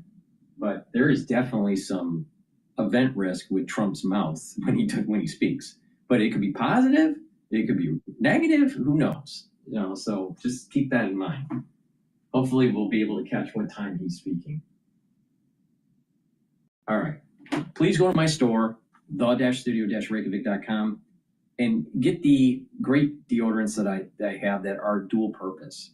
I partnered up with Rainbow Herbals, and we've created these deodorants that are made from essential oils from the Himalayas. You can get it in peppermint, lavender, and tea tree, or in citrus. It's a dual-purpose product. You use it as a deodorant, and it helps to detoxify your body. So it has no aluminum, it has no baking soda, all natural ingredients, very high quality. Get a couple bars for your household. It's for males and females. Please go to my store, the-studio-reykjavik.com, and get the deodorants that will help to detoxify your body. It's made from essential oils from the Himalayas. Extremely high quality. Please go to my store, the-studio-reykjavik.com. Use discount 5, and if you purchase $150 or more, you get a free gift until supplies last. with that said, I don't know. Attorneys for man killed in FSU shooting speak out. And it just seems like the world is really devolving. Let's just go in and listen to it just for a vice while. president. He was a father. He was a husband. There's a lot there that was taken from the Chapa family. And so I don't really have that answer for you either, but we'll explore any and all remedies possible. The last thing I'll say is thank you again to Florida State University. Thank you to the president of this institution. We saw you last Friday. You didn't have to come to the funeral. You could have sent a big delegation or made a big hoopla outside, but you just wanted to come and be a part of that celebration in this particular community at this particular time. And so there's a great deal of thanks that the president deserves. Thank you to the governor. Thank you to law enforcement. We just want a transparent, open investigation. A little sunshine never hurt anybody. Thank you, and God bless the great state of Florida, the state of South Carolina, and God bless all of you all. Thank you. I wish we could walk inside, but now we have to do it. That news conference wrapping up just moments ago as you're taking a live look at Tallahassee, Florida right now, where we just heard from the attorneys for the family of Tiru Chaba. He was that 45-year-old father of two. You know, my observation is that society is just devolving. Again, it's about God, country, and family. If you have God, country, and family as your ethos, you have a more moral life. You have a better society, more functioning society, more law-abiding society, and a growing economy because you're actually increasing the population. And when you have a good home life, you're also creating an environment, in most cases, where the children will be productive citizens, right? You may have some outliers, but the thing is that a healthy society is God, country, and family. I feel as though the last 10 years, we have seen a lot of erosion of those three pillars. Lack of faith, lack of consideration of country and the importance of country, and the whole family unit is starting to decline. Very bad, very, very bad for society, right? Now, also, the bread and circus. Everyone's so focused on looking at their social media and wasting their brain power, wasting their life on stupid stuff, bread and circus type stuff. And then society is starting to become more scared of everything, scared of the market, scared of the economy, scared of your neighbors, scared of this, scared of that. Everything's scared. Everyone's in scared mode. So that elevates your cortisol levels, that weakens your immune system, right? If you're always in an elevated, heightened state, that's not good for your brain. It's not good for your heart. So, and then when you have elevated cortisol levels chronically, it does damage to the organ systems. It's bad for your body. But also, court TV and all these little news things about this court case and that, saying you have the lawyers talking, it's just, the whole society is just not functioning right. There's something fundamentally wrong with it. There's something fundamentally wrong. And everyone is knee-jerking with innuendos and opinions and coming to conclusions without really analyzing the data, all right? So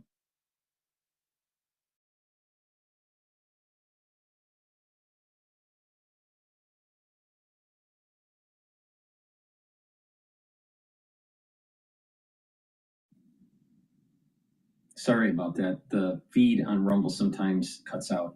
So society is devolving because of this heightened state of fear. And when you're in a heightened state of fear, you're not really analyzing the situation, all right? Society just needs to calm down, deal with the facts, not innuendo, and move forward in a productive way, all right? Okay, let's go back to Trump's Powell's is not really doing a good job stating. So if Trump keeps on talking negative about the Fed today, the market probably is going to sell off. GDP. So, Trump is trying to say, and he said on Truth Social this morning, that this is still Biden's economy, but, even some of his Republican colleagues in the Senate are saying, this is Trump's economy. This is these tariffs and what he's implemented. It's a vision that he has. It's a singular vision, and he reinforced that last night. And, he is going to own it over the coming months. And as you mentioned, though, there are some nuances. There are some adjustments that he's trying to make. And so we'll just have to kind of see how things play out over the next 24 to 48 hours. But yeah, I think we're kind of back to where we started earlier in April.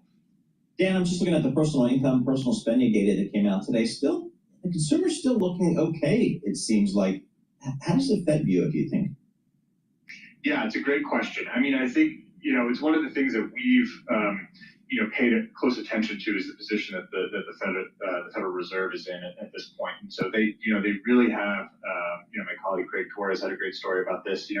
Jerome Powell, has this reputation among some, including the president, as being quote unquote too late. But the flip side of that is being too early or trying to lower rates at a time when inflation could continue to pick up. So there is this kind of confusing mix of things in the economy where you have a slowdown in growth, but you still continue to see consumer spending hold up. And that's one of the things that, for instance, Treasury Secretary Scott Bessent has pointed to is the underlying economy and the consumer behavior and all of that sort of thing to say that we just need to get kind of beyond this chaotic sort of tariff rollout and get to the tax cuts and get to some of the other stuff in the third and fourth quarter that's really going to help kind of goose growth a bit.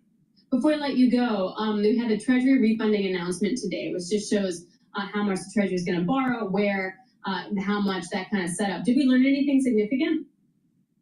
Yeah, it's interesting. I mean, there are a couple of interesting things in there. One thing that I would highlight is this question about when the debt ceiling is going to when we're really going to have that.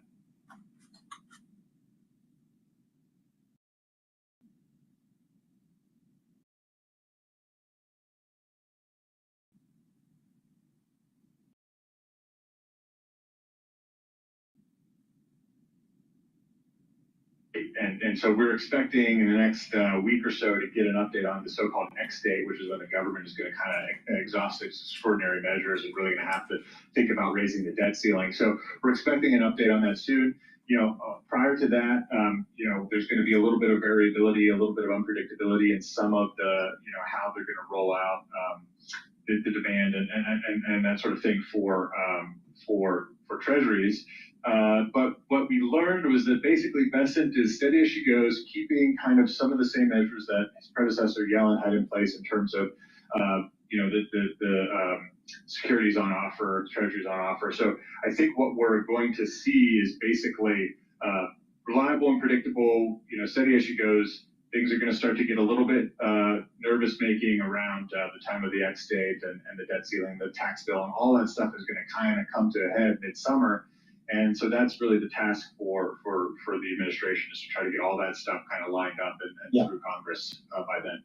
All right, Dan, thank you so much for joining us. Really appreciate you getting a couple minutes of your time. Dan Flatley, U.S. Treasury reporter, Bloomberg News, joining us via that Zoom thing from Washington, D.C. Let's get back to these markets. We have a sell-off. We are off the lows of the morning. The S&P is off 82 points. That's 1.5%. Ann Mileti joins us here. Old buddy of mine. We've been in the business a long time. She's head of equity investments at Allspring Global Investments. Dude, you're grinding. It's still working hard. Ann Mileti joins us here in studio. And you and your colleagues at Allspring, I mean, a lot of folks that have been in the market for a while, you've seen, lots of different markets, whether it's the dot-com bust or the financial crisis or the pandemic.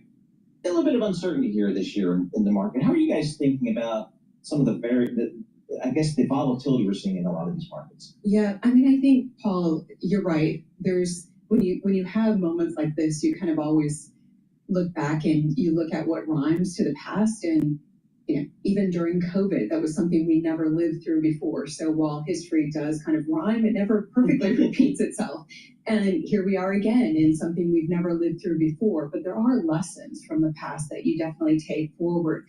And some of those lessons really are, like, look, in the moment, it feels awful and uncomfortable, but history does suggest that equity market returns for those who stay invested and really think about bottom-up fundamentals and companies that really can control their own destiny, those investors do well over a cycle. And so that's what our investment teams are focused on, looking at trying to take advantage of emotion and take advantage of uncertainty and volatility. So is that on a sector level, an index level, or a stock specific level? It's more on, from a bottom-up stock selection basis. And, there certainly are, depending on the environment, different industries that might fare better than others.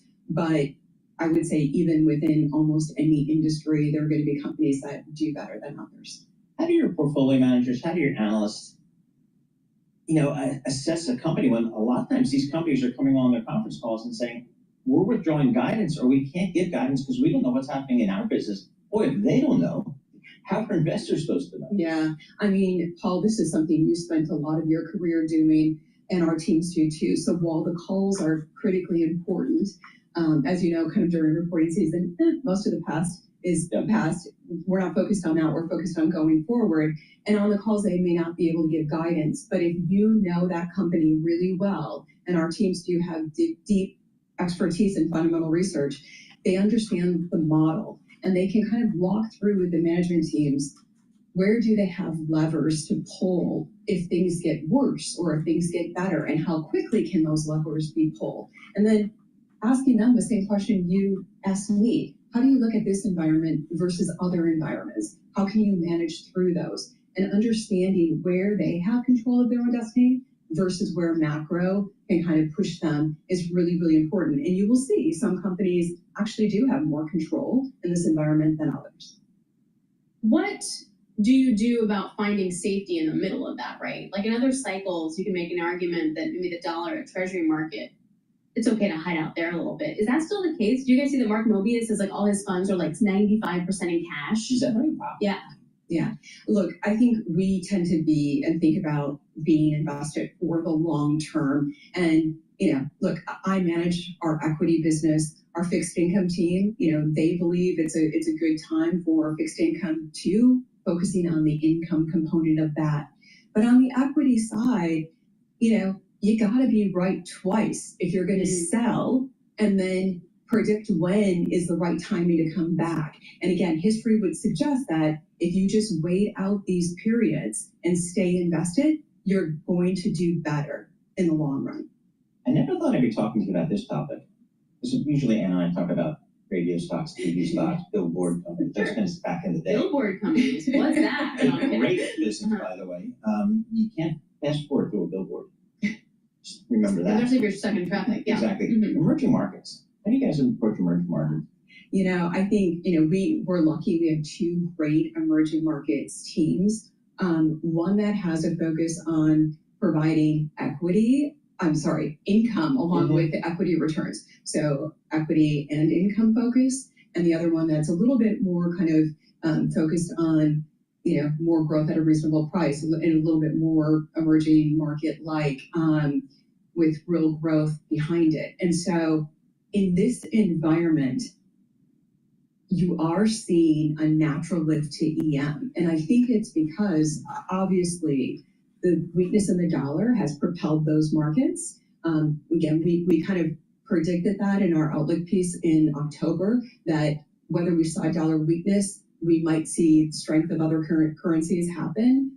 And investors have been long under-allocated in emerging markets. So you're seeing kind of a natural lift in some of those areas with real opportunity. The other thing I would say, Paul, is it's pretty apparent that we're kind of tapped out on the fiscal spend here in the US. There's a lot of other countries that have the ability to really spend. So do you guys hang out all the time and talk about stocks? Or back in the day, when you go to conferences, the cool kids would go to. Oh, okay. And if they're not cool, you're like, no thanks. Yeah. Take your non-billboard stocks I have and go a away. chat group of former media analysts on Wall Street. Oh, fun. And all these, Drew Marcus says hi, Rich Rosenstein says hi, Yes. Christopher Miller says hi. There we go. Name dropping. Yeah, dropping. I mean, they all know Emily. So that's, I said she's in my studio on my show. How cool is that? That's really cool. They were the all-stars back in the day. I was the little kid on the block. No, don't say that. Please. All right, and thanks a lot. Well, you can tag her out. Yeah, and Valetti had an equity investment. Is this a new role for you? About 5 years. Oh, okay. All right. Yeah.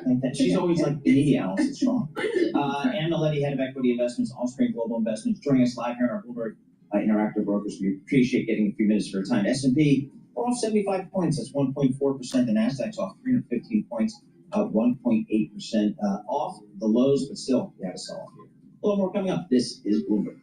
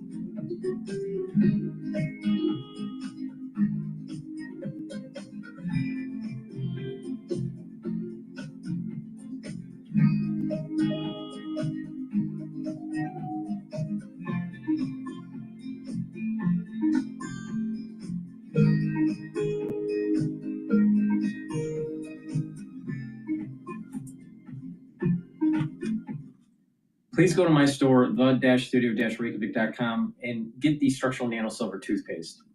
This structural nano silver toothpaste will whiten your teeth, freshen your breath, help with your gum line, reduce inflammation at the gum line, and good oral hygiene is going to help with better cardiovascular health and valvular health.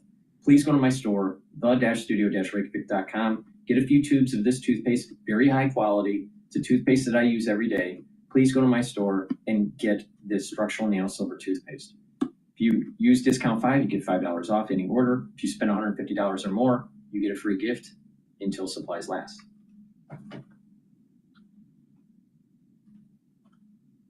All right. This is CNN. Let me take you through the math. Ford CEO on how tariffs could impact vehicles. We've got the CEO of Ford with us right now, right on the back of this, John, Sarah, and Kate joining us, Jim Farley. And Jim, I really appreciate your time. So here, we just got these numbers as you're hearing John and I talk about them. You're, of course, at your Ford Expedition plant in Louisville, Kentucky. U.S. economy shrinking 0.3% in the first quarter, significantly weaker than expected, a dramatic turnaround from the fourth quarter of last year, and all of that ahead of the tariff announcement. So, you know, we're in a world right now, consumer confidence expectations of the future are their lowest in 13 years. Where you're standing right now, is that fear showing up in the dealer lots? Well, not for us in auto. Thank you very much for having me on the show. I'm in our most profitable auto company, and Ford is the most American auto company. We make 80+% of our vehicles here. And to your point, you know, it's tough to tell right now. The reason is because we're seeing double-digit sales increases since March and April, but we ran this employee pricing. I don't know if that's unique to us, there may be a lot of customers going out and buying cars, before what they fear is the imports increasing prices. That may be a dynamic we're certainly seeing. Our inventories are shrinking at the dealership. All right, and so you're saying what some of this might be is people rushing to buy ahead. So you can't, I guess is what you're saying, you can't tell if there's going to be weakness because you're taking from the future right now. That's the unknown. Smart enough to beat the market, then you're smart enough to know that even Renaissance Technologies, the world's most successful hedge fund, well, we're just seeing a lot of people respond to our employee pricing, and Ford is an American company. I think for many years, half of the vehicles sold in the U.S. were imported. Maybe not everyone knew that, so it's hard for me to tell. I think we're in the first or second inning here of a 9-inning game, but so far for us in the auto, the revenue's been pretty strong. We'll report earnings next week, and you'll see that as a trend. But as you said, there are a lot of ins and outs when it comes to tariffs.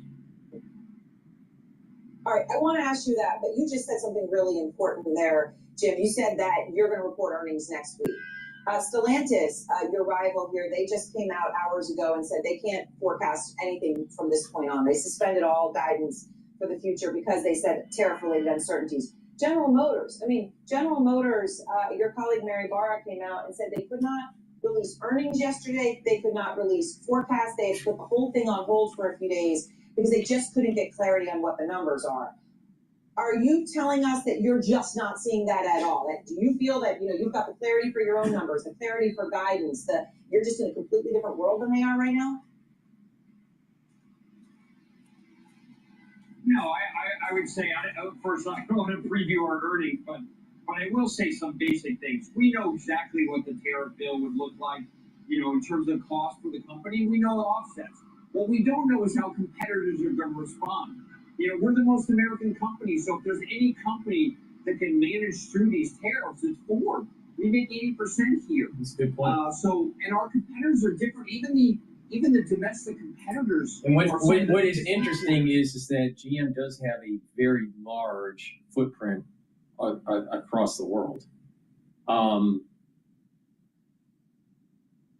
But if you go back to when Lehman happened, when the economic crisis in 2008, Ford didn't have to take a bailout. The reason being is that they ended up borrowing money in the bond market before Lehman even took place, and they shored up their balance sheet and was able to weather the storm. So,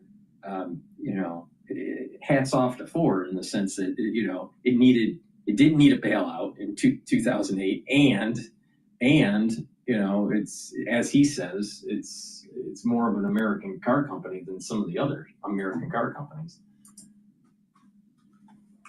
Our industry, so they will have a totally different tariff bill.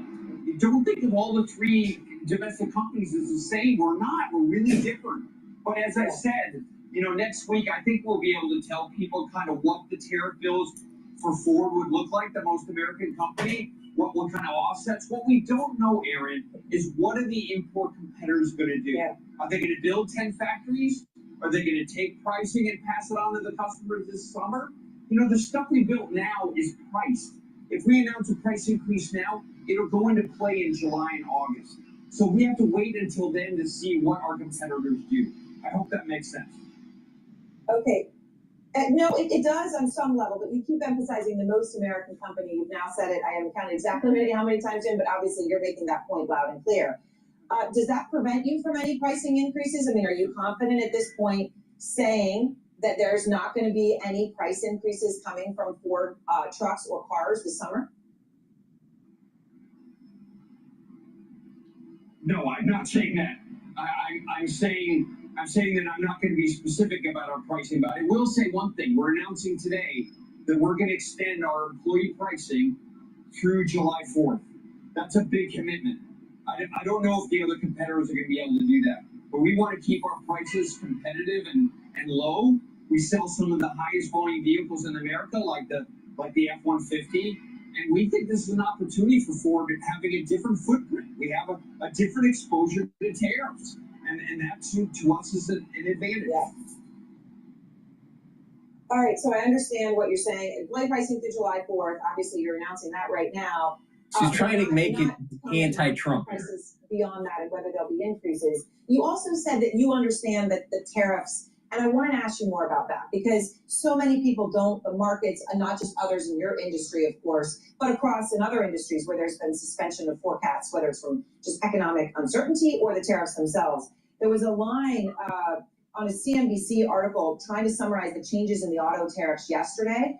I just wanted to read it to you, really also for everyone to understand out there what we're dealing with, see if anyone can follow along. It says, parts-related reimbursements include potential offsets of amount equal to 3.75% of the value of a U.S.-made car assembled before May 1st. After that, the reimbursement cap is lowered to 2.5% of cars' value until April 2027. The administration calculated those rates by applying a 25% duty to 15% of the value of a U.S. assembled vehicle in the first year, 25% duty to 10% of that value in the second year. Now you can just go ahead and speed up my voice like a drug disclaimer. Does that all make sense? And do you actually think that will last more than 24 or 48 hours when all the rules could change again? We'll see, but here, let me take you through the math. You know, a $40,000 to $50,000 F-150, 75–80% of the parts are made in America. But to keep it competitive and affordable compared to companies that import from overseas, like Mexico or South Korea or Japan, we have to import certain parts. And a lot of parts like fasteners, washers, carpet, wiring looms are just not available. We can't even buy those parts here. So for affordability and available the supply chain, what the president did is say, okay, for 15% of your parts, if you make a vehicle in the U.S. and you make 75% of the parts in the vehicle from the U.S., there's 15% exemption from the tariffs. And also the second thing he said is compounding. We have a lot of parts that come from overseas that have multiple tariffs. We have the fentanyl tariffs, we have the China tariffs, we have the reciprocal tariffs. Some of our parts went from 0 tariff to 140% tariff. So they decided to say you get 1 tariff, it's 25%. That clarifies things. But boy, do we have a lot of work to do with the administration on exports, and these parts, affordability of parts is a really important thing for America because we got to keep the vehicles affordable. Yes, we want to make them like Ford does in the U.S., but we also want to make the vehicles affordable that are built in the U.S. And the parts are critical for that. So, crucial. You say, boy, a lot of work we need to do. You stand there in an expedition plant. You were saying 75 to 80% of the parts come from the U.S. And I know that's a general number. I'm not saying that plant you're standing at necessarily specifically. So that means 20 to 25% aren't. Are you willing to actually put real billions of dollars of capital expenditure on the line to change that number, to make a long-term decision that Ford is going to bring more plant activity, parts and beyond to the U.S.? Are you at that point or not yet? Managing your business doesn't have to take up your mornings. With Zero, you can handle it all before your morning coffee. When I first started my real estate business, I found myself buried in admin, tricky. We are. We're building a new plant in Ohio and Tennessee. We're number 2 to Tesla on electric. We're number 3 to hybrid to both the Japanese competitors. We're investing across these different kinds of powertrains. We're kind of the only one who offers all of it. You can get an electric F-150, a hybrid F-150, a V8 F-150, EcoBoost F-150, and we don't really care. We just want people to be able to have the choice. So we're building 2 brand new factories in the U.S., and we're the most American already. As far as parts are concerned, that's a good question. Now, we have a lot more work to do that's, can we even do this, that 15 or 20%? And that's what we have to work through. Look, we're expecting our competitors to do what Ford's already done, which is to localize more production like this plant here in Kentucky. So let me just, before you go, and I know you have to go, but have your conversations with the president been productive? And do you have a direct line to him to talk to him about this? We have worked with his team like every day for the last couple months. And so a very high level of engagement. Look, the administration knows Ford's a bit different. And we've also been working with Mary and and Stellantis too as a group, because we recognize how important this moment is to get this all right and kind of figure it out together. And I have to say that the engagement has been very high. Bill Ford's talked to the president a couple times. I know that's, typical, but look, we're all trying to figure this out to do the right thing for the country, and it's going to take a little time.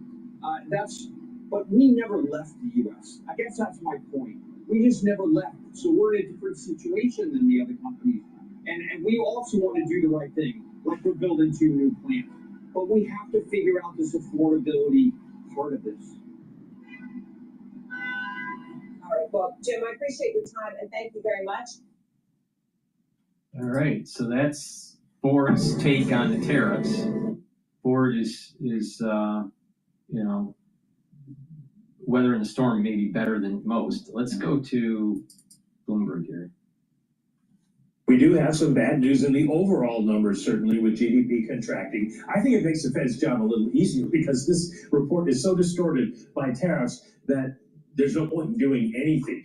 GDP contracting by 0.3, but because of the distortions, what you want to look at is real final sales to see where the country really is, consumers really are, and businesses really are, and they were up 2.3%. Not a lot of help from the consumer side, up only 1.8%. After a 4% gain in the fourth quarter, consumers definitely pulling back. But look at business investment, up 9.8%. And if you go drill into that, 22.5% was equipment purchases, and probably most of that came from imports as people tried to run ahead of the tariffs being put on. Inventories, we were wondering about that because of all these imports. They hadn't shown up. They have shown up now, $140 billion. In the fourth quarter, they were $8.9 billion. So inventories alone added 2.25 percentage points to the overall GDP, whereas the number that we got from exports subtracted 1.25. So even with all that, we get a contraction. Federal government spending, I want to point out, did fall during the month. So it wasn't the government's contribution. And along those lines, we got the employment cost index. Wages and salaries for civilian workers up 0.8, but wages and salaries for government workers down by 0.2.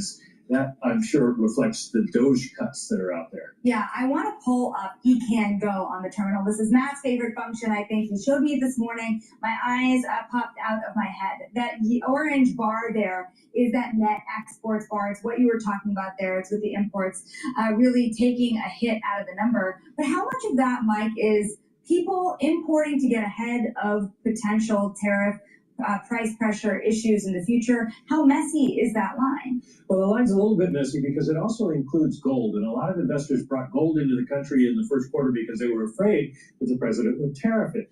But it's not used for anything and it's not consumed. So it doesn't count in GDP. So that had to be subtracted out first from those net exports to give you the headline GDP number, but it's still in that increase in export, the decrease in exports that you're talking about. And then in terms of the overall decrease in net exports, it's a lot of imports. It's that equipment, business equipment coming in, it's toys and games coming in. It's a lot of stuff that people tried to get ahead of the tariffs. Now, this is stuff that has made it to port. The big question is what's out there for the second quarter. There's a feeling among some economists that we're going to see a rebound because people will bring stuff in. But in this case, all we're hearing about is shipping being canceled. All right. Different scenarios out there. If there weren't any tariffs, we'd do this. But with tariffs, if tariffs are going to stay on the way they are for the remaining, for a certain period, then this might be the cost for us. And what I find so interesting is that companies in exactly the same sector have been saying different things. So Royal Caribbean hikes their outlook, right? But then you have Norwegian missing the average analyst estimates and warning that its 12-month forward book position is experiencing softening. So there's lots of reasons maybe why they're saying that, but that I found to be very interesting because you can't get a map or a read-through when you have that.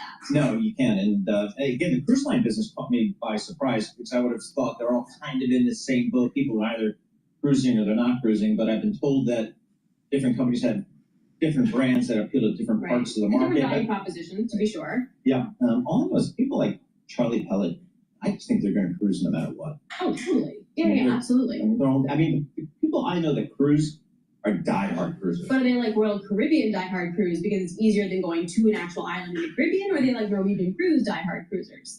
You know, a little bit of both, but I do hear that, like, hey, it's the most efficient way to see lots of different places and things like that. So, but just when I see tens of thousands, or not tens of thousands of people disembark these boats when they come into a port that I just happen to be hanging out, I'm like, ooh, I don't know about that. All right, one of the companies that's taking that is talking about tariffs impacting their business is Caterpillar.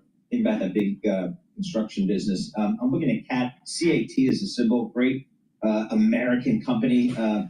You think about Caterpillar, you think about the big construction equipment, and they're based in Irving, Texas. They reported some numbers today. They missed results a little bit, came a little bit below expectations, but they're kind of saying, you know, but our backlog's still pretty good. But they're one of the companies that says, okay, if tariffs continue, they expect an additional cost headwind of $250 million to $350 million in the second quarter alone from tariffs. I mean, so that's a real number, but they're kind of saying, you know, we'll see kind of how things shake out here. The stock's pretty much unchanged on the day.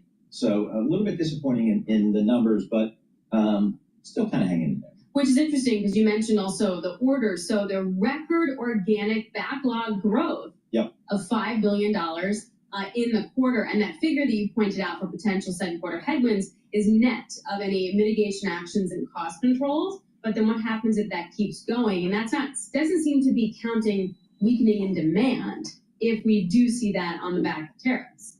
Yeah, interesting.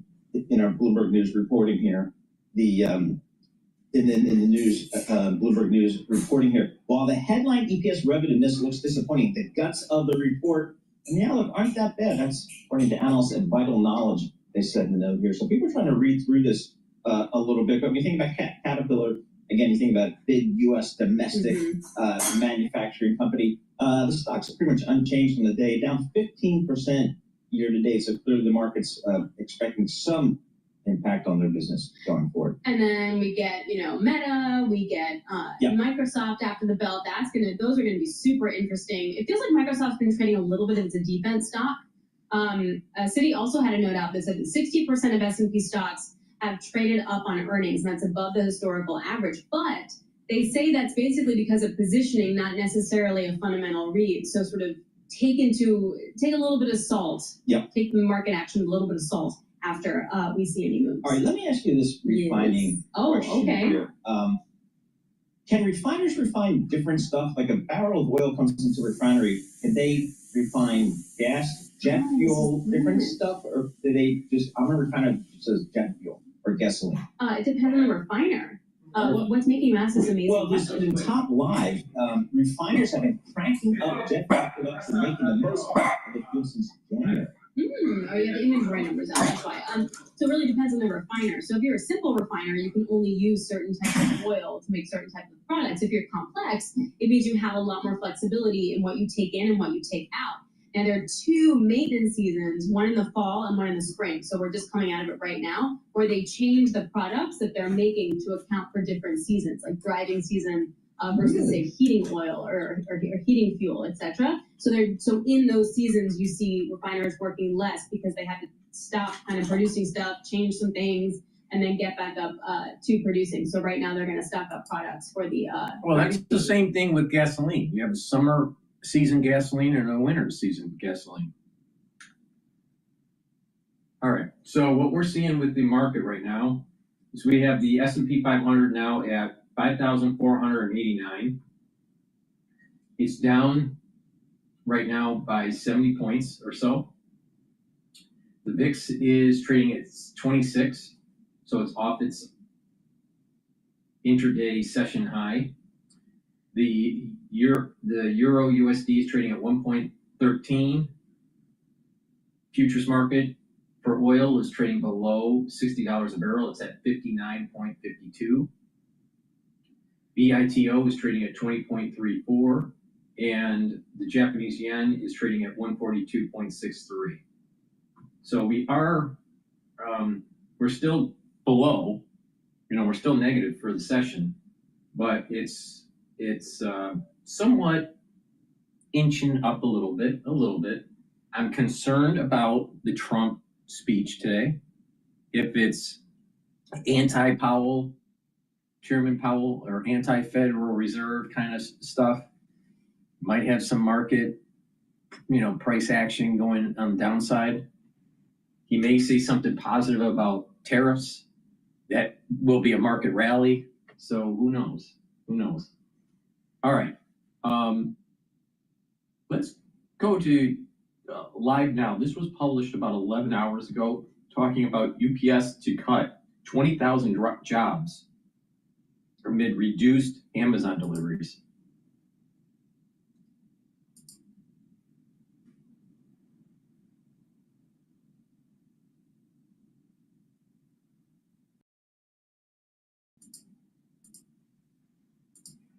Every month I put whatever. Out west. Lots to talk about tonight. The shipping company UPS announcing earlier today that it plans to cut 20,000 jobs this year, in addition to closing 73 of its facilities. The company said the decision is due in part to an agreement with Amazon to reduce the volume of packages by 50%. Amazon is UPS's largest customer, but UPS's CEO says that Amazon's business is not profitable for the company. UPS also says that tariffs and economic insecurity are partially to blame for the downsizing as well. Barron's Al Root is here to break this down. All right, 20,000 jobs, Al, that's massive. How did UPS get in this hole? Why isn't Amazon profitable for them? A couple of things. I mean, Amazon's very difficult. Amazon's very large, so to some extent, it's market power, right? Amazon is pretty much the largest e-commerce company on the globe or in the Western world, and it can demand relatively favorable pricing. FedEx doesn't deal with UPS. FedEx doesn't deal with Amazon now. UPS is choosing to take to leave some of Amazon's business off the table. And Amazon also has its own internal, very sophisticated logistics network, so it's shifting some of the volume over there. So some of this is the natural ebb and flow of business, but it's very big. And you asked, how did UPS get itself into this position? I mean, remember, we got to go all the way back to COVID. Before COVID, before an e-commerce boom, UPS is doing $75 billion in sales. By 2022, that's like $100 billion in sales. Amazon's, 10 to 15% of the total revenue. And then, like Carol, the CEO Carol Tomé said today, it's not as good as the rest of UPS's business. So they're stepping away from some of it. So they're stepping away from, $5 billion in business, maybe $5 to $10 billion in Amazon business. And that necessitates laying off 20,000 workers. Again, for context, that's roughly 5% of the workforce. UPS has almost 500,000 people working for it. So the idea of tariffs, Al, continues to spook businesses and consumers. What kind of role are tariffs playing in this UPS news, if any? How does it feel to you? So I think that today's news, UPS reported earnings today.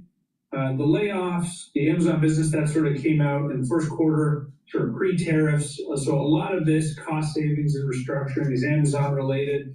But we saw it in FedEx earnings, and we see it in earnings all over the place. People are still uncertain about the business impact of the tariffs. Remember, they just went into effect in April. A lot of comments about customer conversations and how they're planning to mitigate and move logistics around. So there's part of it. So, for instance, the tariff part of UPS's call, like they basically suspended guidance, and they just talked about the second quarter. Companies usually give people a look into the full year. That's what General Motors did. Other companies have done the same. So they're seeing some cost inflation. Their customers are maybe stepping back or trying to redo logistics. But from a tariff perspective, we're still in the very early innings of the impacts and trying to figure out what businesses are going to do. So Al, one other thing that happened today, I know this is probably something that you've had your eye on as well. Amazon was in the news today for another reason. Punchbowl News reporting that Amazon was considering displaying the cost of U.S. tariffs next to certain products online. The Trump administration called that a hostile and political act. Ultimately, Amazon saying themselves that this will not be happening, but Al, sometimes when these things leak out, sometimes there's negotiating in the public going on. Does it feel like something like that's happening here, or is that a bit of a stretch? I think so. I think that's accurate. I think to some extent, Amazon is in some respect at the heart of the tariff. They import a lot of stuff from Asian countries, China, Vietnam, shoes, clothing. A lot of that stuff is made in Asia, and it faces substantial tariffs. Amazon's sort of responsible for paying those tariffs. So instead of raising prices, they came up with this great idea. Oh, we'll just show a tariff line item. And we'll show people that we haven't changed our prices. We're not making any more money.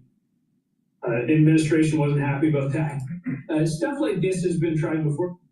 Notice that the VIX is now in the 25 range, 25.88, and the S&P 500 is trading at 5,495, only 5 points away from 5,500 psychological support level, or barrier, depending on how you want to look at it. If you're a short, it's a barrier.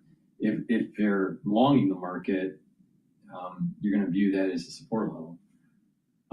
Basically, we're starting to see the market heal here. It's down right now about 65 points. Go back to airlines, when fuel prices go up and down, or sometimes from taxes, ticket taxes and things like this, or landing fees at airports. Airports or airlines have tried to say, well, look at your ticket. We're not making much money. Look, it's all airport fees or it's all fuel expense. The bottom line, again, from Amazon perspective, it's trying to figure out how to mitigate costs, any potential cost increases from tariffs, how much it can pass along to the consumer, what will that do to his business. So, it was like an idea they floated, and let's just say the idea landed like a lead balloon. So you touched on something, and this was exactly what I wanted to ask is, do you foresee if something like this were to be implemented, whether it's Amazon, whether it's another online retailer, putting tariff prices next to items, do you see that changing consumer behavior?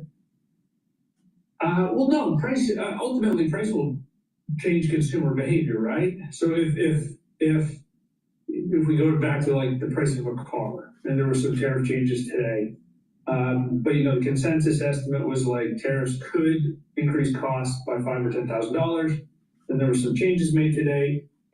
Tariffs could increase the cost of cars maybe $2,000 to $5,000 now. So not as severe, but there's still a cost increase.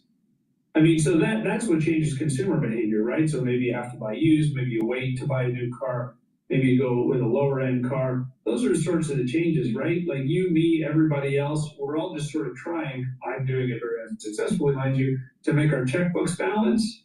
And so that's what really changes consumer behavior. The fact that, there's a tariff, go back to that airline example. I'm either going to Chicago because I can afford the ticket. I don't really care if there's the fuel expense is up.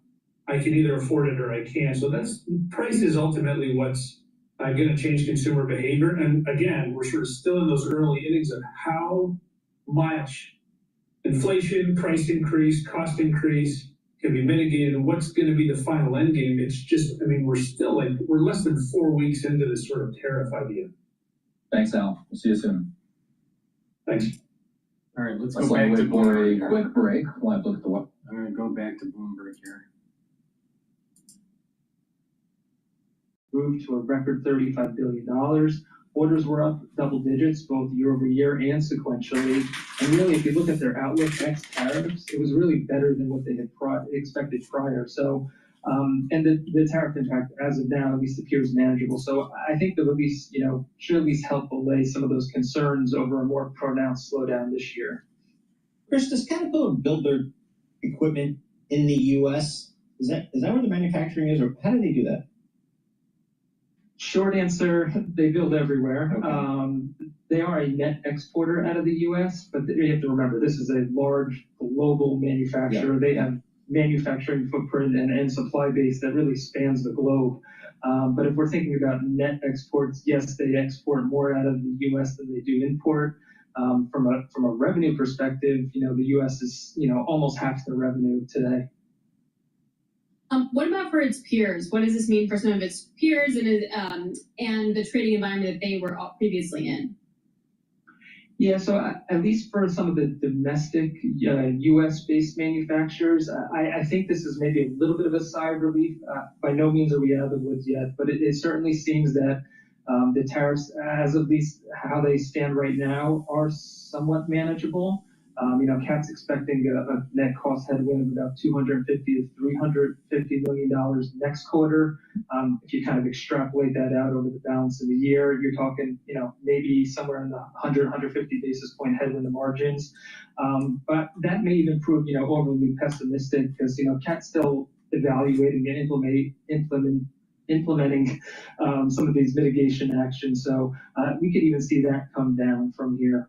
I was kind of surprised, I guess positively, Chris, that their backlog looks pretty darn good. It's not like their customers are canceling orders or anything. No, and it's a record backlog, right? Yeah. So, we have coverage, if you look at consensus revenue, whether we call it flat or down slightly this year, they've got coverage for, nearly 70% of the year already.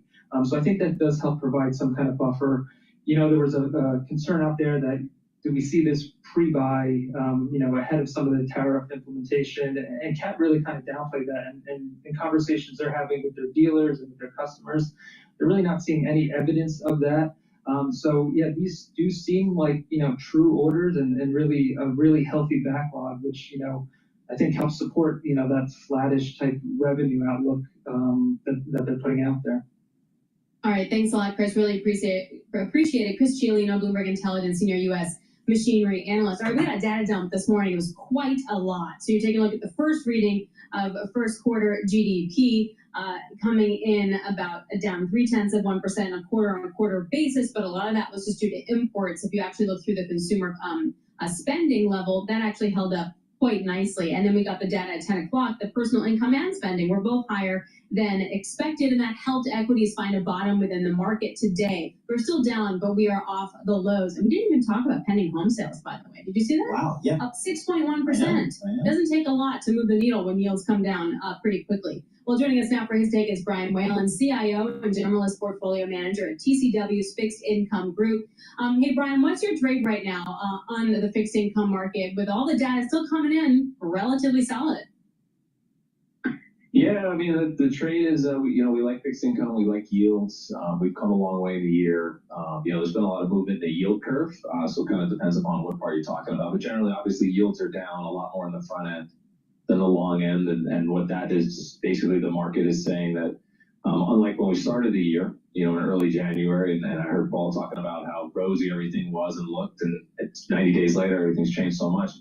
Basically, the market's saying, no, the Fed's going to have to cut, the federal funds rate by about 4 times, by 100 basis points by the end of the year. And even though that seems like we've come a long way, our view is that they're going to have to go even more aggressively. And whether they have to wait a few more meetings and maybe even start in the fall, once they do start to go, they're going to have to be pretty aggressive about it because. So when the market opened at 9:30 and it is now 11:15, almost 11:15, 11:13.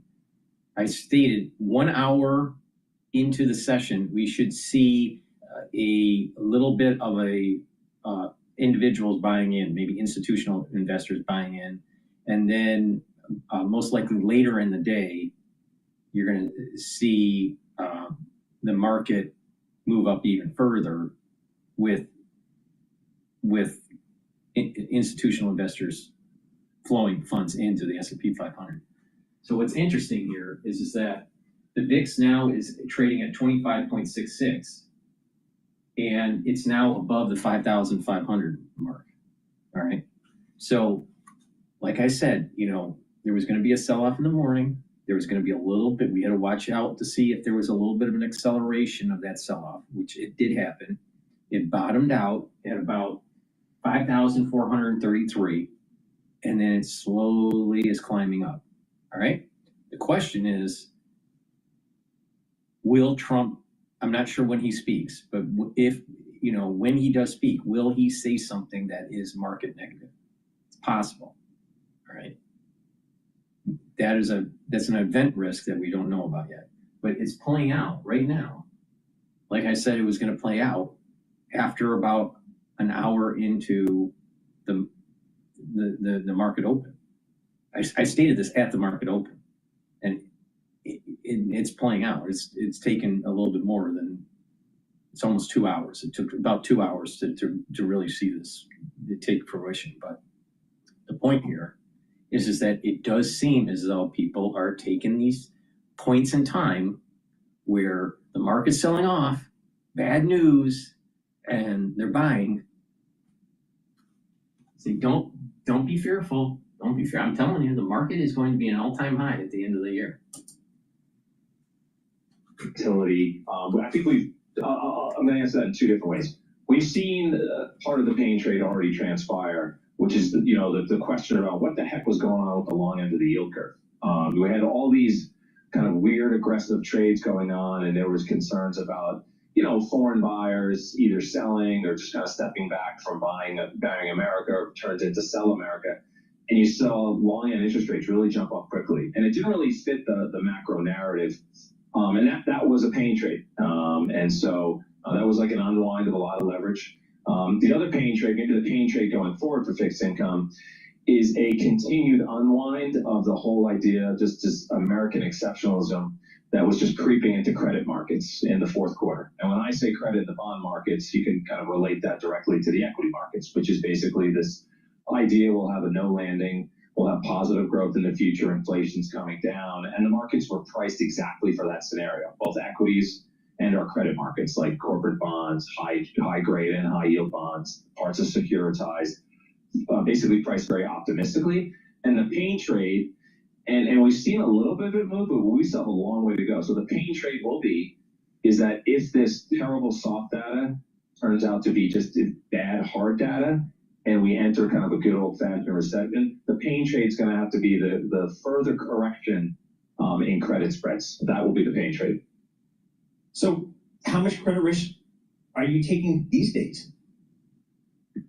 Not much. We were here at TCW. We were having a good time for that week. You were on Liberation Day. We got all that volatility. That was fun. We had the cash and the liquidity ready to go, and so we're going to put a bunch of that to work. However, we're still generally leaning pretty defensively. So when we look at the market, the bond market, just kind of keep it simple. It's like, what? If you can simplify into two categories, you got your kind of riskless, you got your treasury bonds, and then you've got, everything else. You've got corporate bonds and securitized bonds. And generally speaking, right now, you're getting paid a decent yield in a kind of a core plus bond fund of, somewhere around 5%. That's pretty good. This is what I was saying several videos ago, several episodes ago. Don't buy in the idea that people are selling America. All right, that was the narrative when everything was selling off. Right, they were saying dollars weakening, the treasury prices were going down, and the stock market's going down. Oh my God, everyone's bailing out of America. And I said, this is a dislocation, which happens once in a while when you have a very high VIX index in the 50s or higher, which happened. But I also said that the dislocation ends after 2 or 3 days, and it goes back to normal levels with that negative correlation between bond prices and equity prices. So bonds go up in price, normally equities go down, all right? In simple terms, all right? If equities go up, bond prices go down. So if bond prices go up, then yields go down. If bond prices go down, yields go up. That's how it works, all right? So when someone's selling off treasuries, then the price goes down and the yields go up, all right? But there is a feedback loop. And what happens is that once the yields get to a certain level, it's actually advantageous to actually buy in and lock in at a higher rate. And that's what people have been doing. While you were listening to all these podcasters saying the sky's falling, get out of America, wrong. And then they go, well, the dollar's selling off. Well, if you look at the DXY, which is the dollar index with a basket of currencies, the dollar needs to weaken because it's been elevated above 100 for 4 years. An average price should be around 98, 97, somewhere in there for the DXY. Now, right now, DXY is trading at 99.35, so it's a little bit elevated. But the dollar needs to weaken. It's been at historical highs in the last 10 years for the last, a 10-year series. The last 4 years of those 10 have been too elevated. So don't buy into this idea that people are bailing out of America. No. What the smart money was doing is that the bad news is moving investors out of the market where the smart money was coming in to buy. And that's exactly what I told you to do. Why? Because you want to be the smart money, not the dumb money. It's playing exactly how I said it was going to play out. Don't bet against America. If you do, you're going to lose out. Trust me. Please go to my store, the-studio-reykjavik.com, and get the great supplements that I offer, like the lozenges and the drops. And it's through purchasing the products on my store that allows me to do these free videos for you. I have thousands of free videos out there. And if you listen to what I have to say, you're going to make money and get healthy. It's a win-win situation. Please go to my store, the-studio-reykjavik.com. Get the blueberry drops, the cherry drops, and the lemon drops.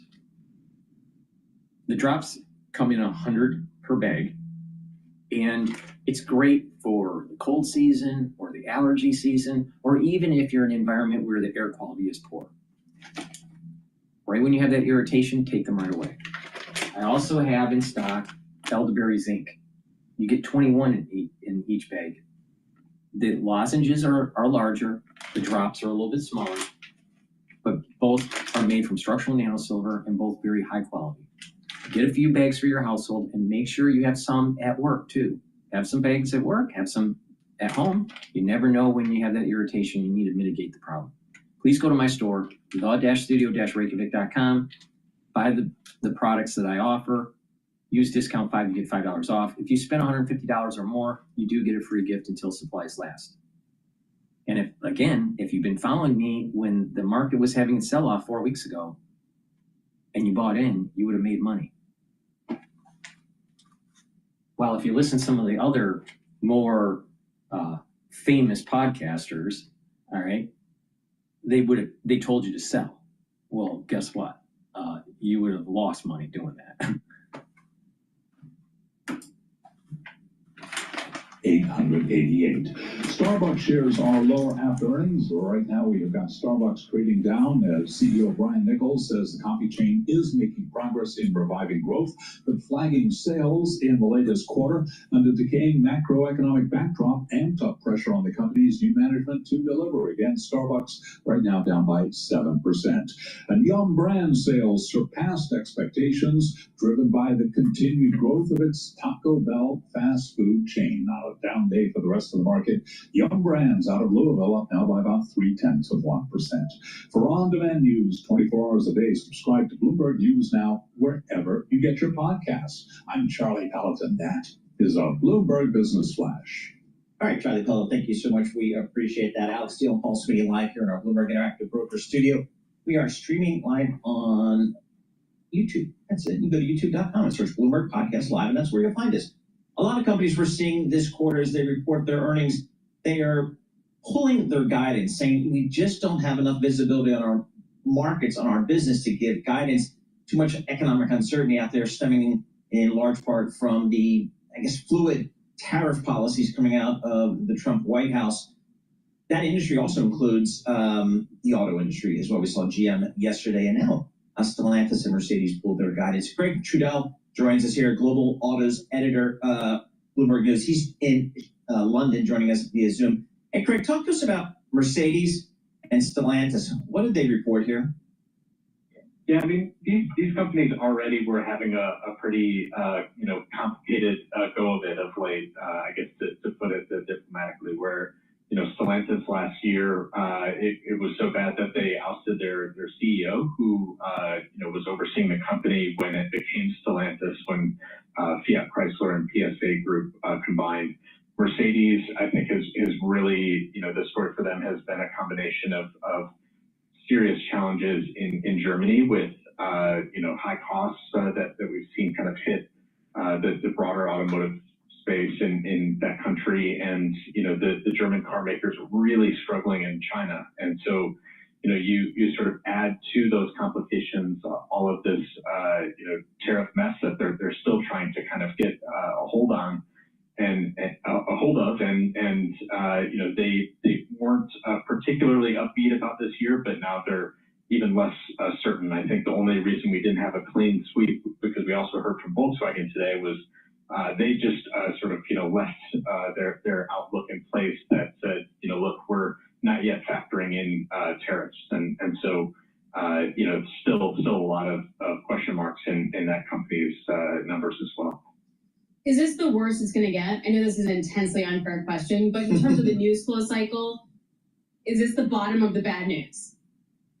I think that, this week we did get, some relief, of course, from the administration, right, where they did sort of trumpet this idea. Well, oh, look, we could have maybe stacked tariffs. There was, a story that our own Gabby Coppola did a few weeks back that got a lot of attention because Audi was telling her that, look, we're operating under the assumption that one of our, best-selling vehicles, in fact, our best-selling model in the U.S., we're operating under the assumption that these tariffs stack on one another, and if that's the case, this vehicle isn't sellable.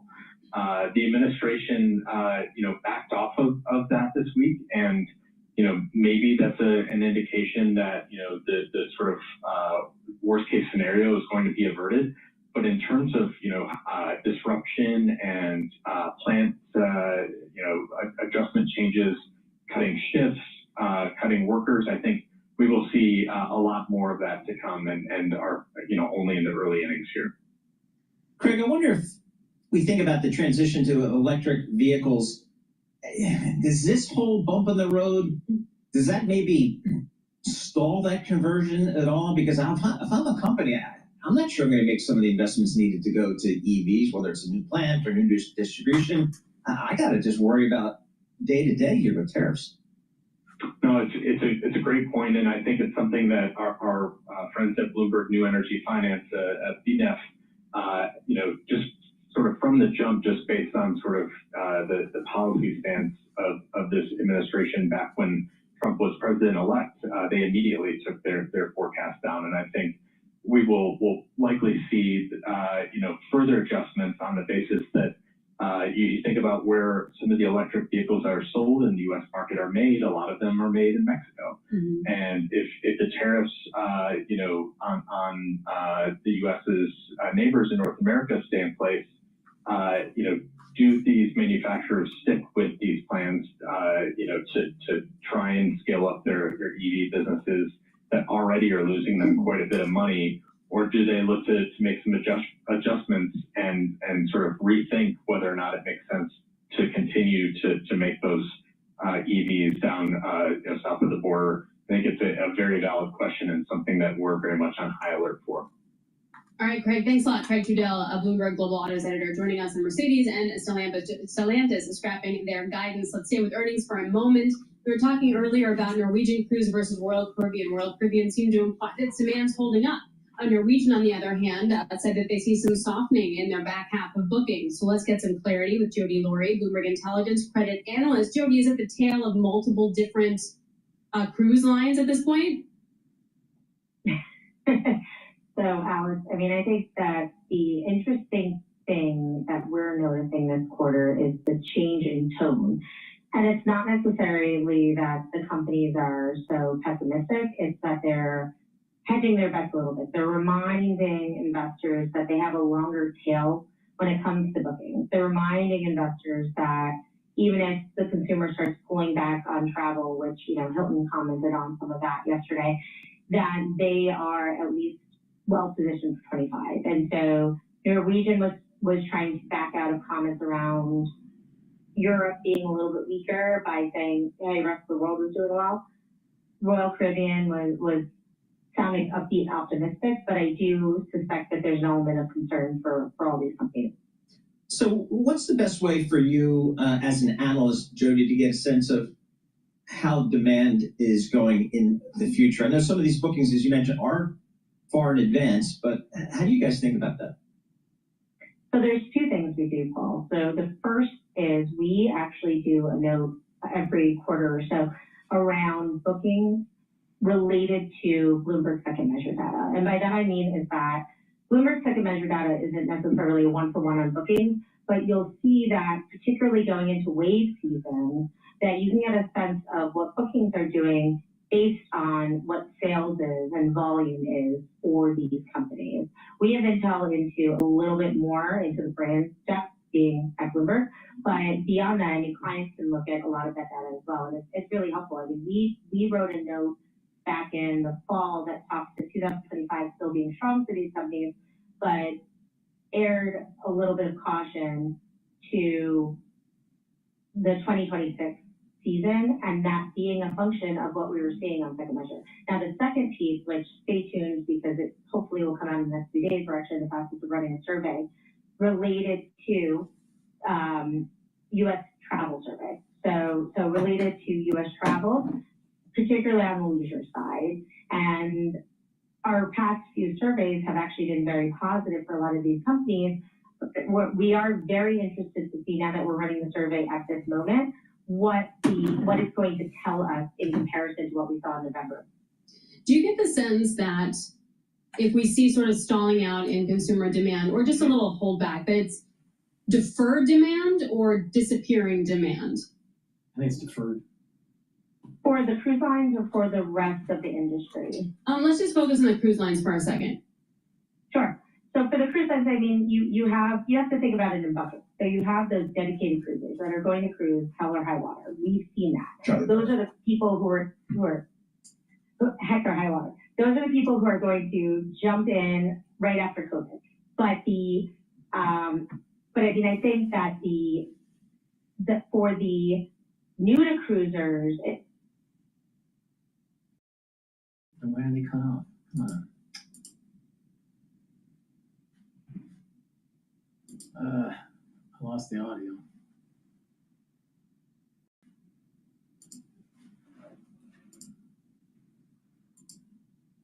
We're going. Now, the bigger question, and this is what we're seeing with the hotels, is for the people who haven't necessarily booked, they might be rethinking when they're going to book, what their vacation's going to look like, when are they going to book their airline, right? And I think that's key is the fact that you have this long tail booking versus a shorter tail booking. So, Jody, if I'm a cruise ship operator and I sense that my bookings are going to weaken going forward, what do I do? The boat's like a floating piece of, fixed cost. What do I do? You can just get the ship filled as much as possible, right? So something we learned from COVID for a lot of these companies is that really in order to be break even EBITDA, they need somewhere between 30 to 50% capacity for the cruising, right? And that's what a lot of the companies said when they were getting back up to speed. They said, we need 30 to 50% of capacity and then near break even EBITDA. And I think that the key also is that these companies have really pushed the onboard spending, right? The ticket covers a certain amount of the cost of sailing. But if they're going to be sailing either way, they want to fill the ship, because if you fill the ship, then you have more potential for additional spending on board. Even just from the basics of, I've got toothbrush, I got to go use the corner store on the ship because it's a captive market. But even beyond that, people, once they're there, they say, well, I'm already here. I might as well partake in the drink package. I might as well do an excursion, right? I don't know the next time I'm going to be out. So I think the key will be, getting them on the ship, something that Norwegian talked about, which is different than the other cruise lines and speaks to some of the strategies that they did post-COVID, is not necessarily negotiating on price. All right, Jody, thank you so much. So Yeah, appreciate that. As always, Jody Laurie, Senior Credit Analyst, Bloomberg Intelligence. Airlines tickets are still elevated, so I don't see prices going down. Until you see that, then most likely people are still traveling. So, until you see prices going down, it's going to be I don't think there's a big drop in demand. Now, cruise line ships, maybe because of the cost associated with it is a little bit larger. Please go to my store, the-studio-reykjavik.com, and get this stack, all right? It's the-studio-reykjavik.com. Link is in the description of this video and all my videos. All right, and that stack is the omega-3 and the digestive enzyme. Let's talk about omega-3 first. Omega-3 will help your cardiovascular health. It brings down systemic inflammation and helps to bring down LDL levels and increase your HDL levels. That means that you're improving your lipid profile. When you improve your lipid profile, you're reducing the chances of LDL oxidizing. And by less LDL that's oxidized, less plaque. So take omega-3 every day to help support your cardiovascular health. You should be taking it every day. It's very important. Cardiovascular disease is rampant in the United States. Take charge of your life, do proper exercise, proper diet, proper supplementation, such as taking omega-3. Now, another great supplement that I have that you can take separately or stack this is digestive enzyme complex. All right, digestive enzyme complex helps you break down your carbohydrates, your lipids, and your proteins. When you get older, your pancreas doesn't function as properly, no matter how fit you are, all right? And your pancreas does lots of things. But one of the things it does is produce enzymes so you can digest your foods. Digestive enzyme complex reduces the load on your pancreas to help you digest foods, such as proteins, lipids, and carbohydrates. So when you are reducing that load, then you're extending the life of your pancreas, right? That's a really important concept. In addition, if you work out, taking digestive enzyme complex will help you refuel that post-workout or pre-workout fueling that you do, break that up and have you absorb it. So you're going to get better absorption of your nutrients and reduce the load on your pancreas. Really important. This digestive enzyme complex also breaks up glycoproteins. That was pretty important in 2020. That was the reason why I was telling you take digestive enzyme complex 5 years ago. And taking digestive enzyme complex, it has bromelain in it, which is fibrinolytic. So it breaks up clots. So take the digestive enzyme complex, you get a lot of benefit from this. And by stacking it with omega-3, you're helping your cardiovascular health and you're helping your pancreatic health. So please go to my store, the-studio-reykjavik.com. Use discount 5, get $5 off. I've reduced the prices on my store on a lot of my items. Why? Because I've built up some inventory at a lower price point, and I've been passing on those cost savings to the customer. All right? Why? Because I know that if you stack more of these together on a regular basis, you are going to get healthy.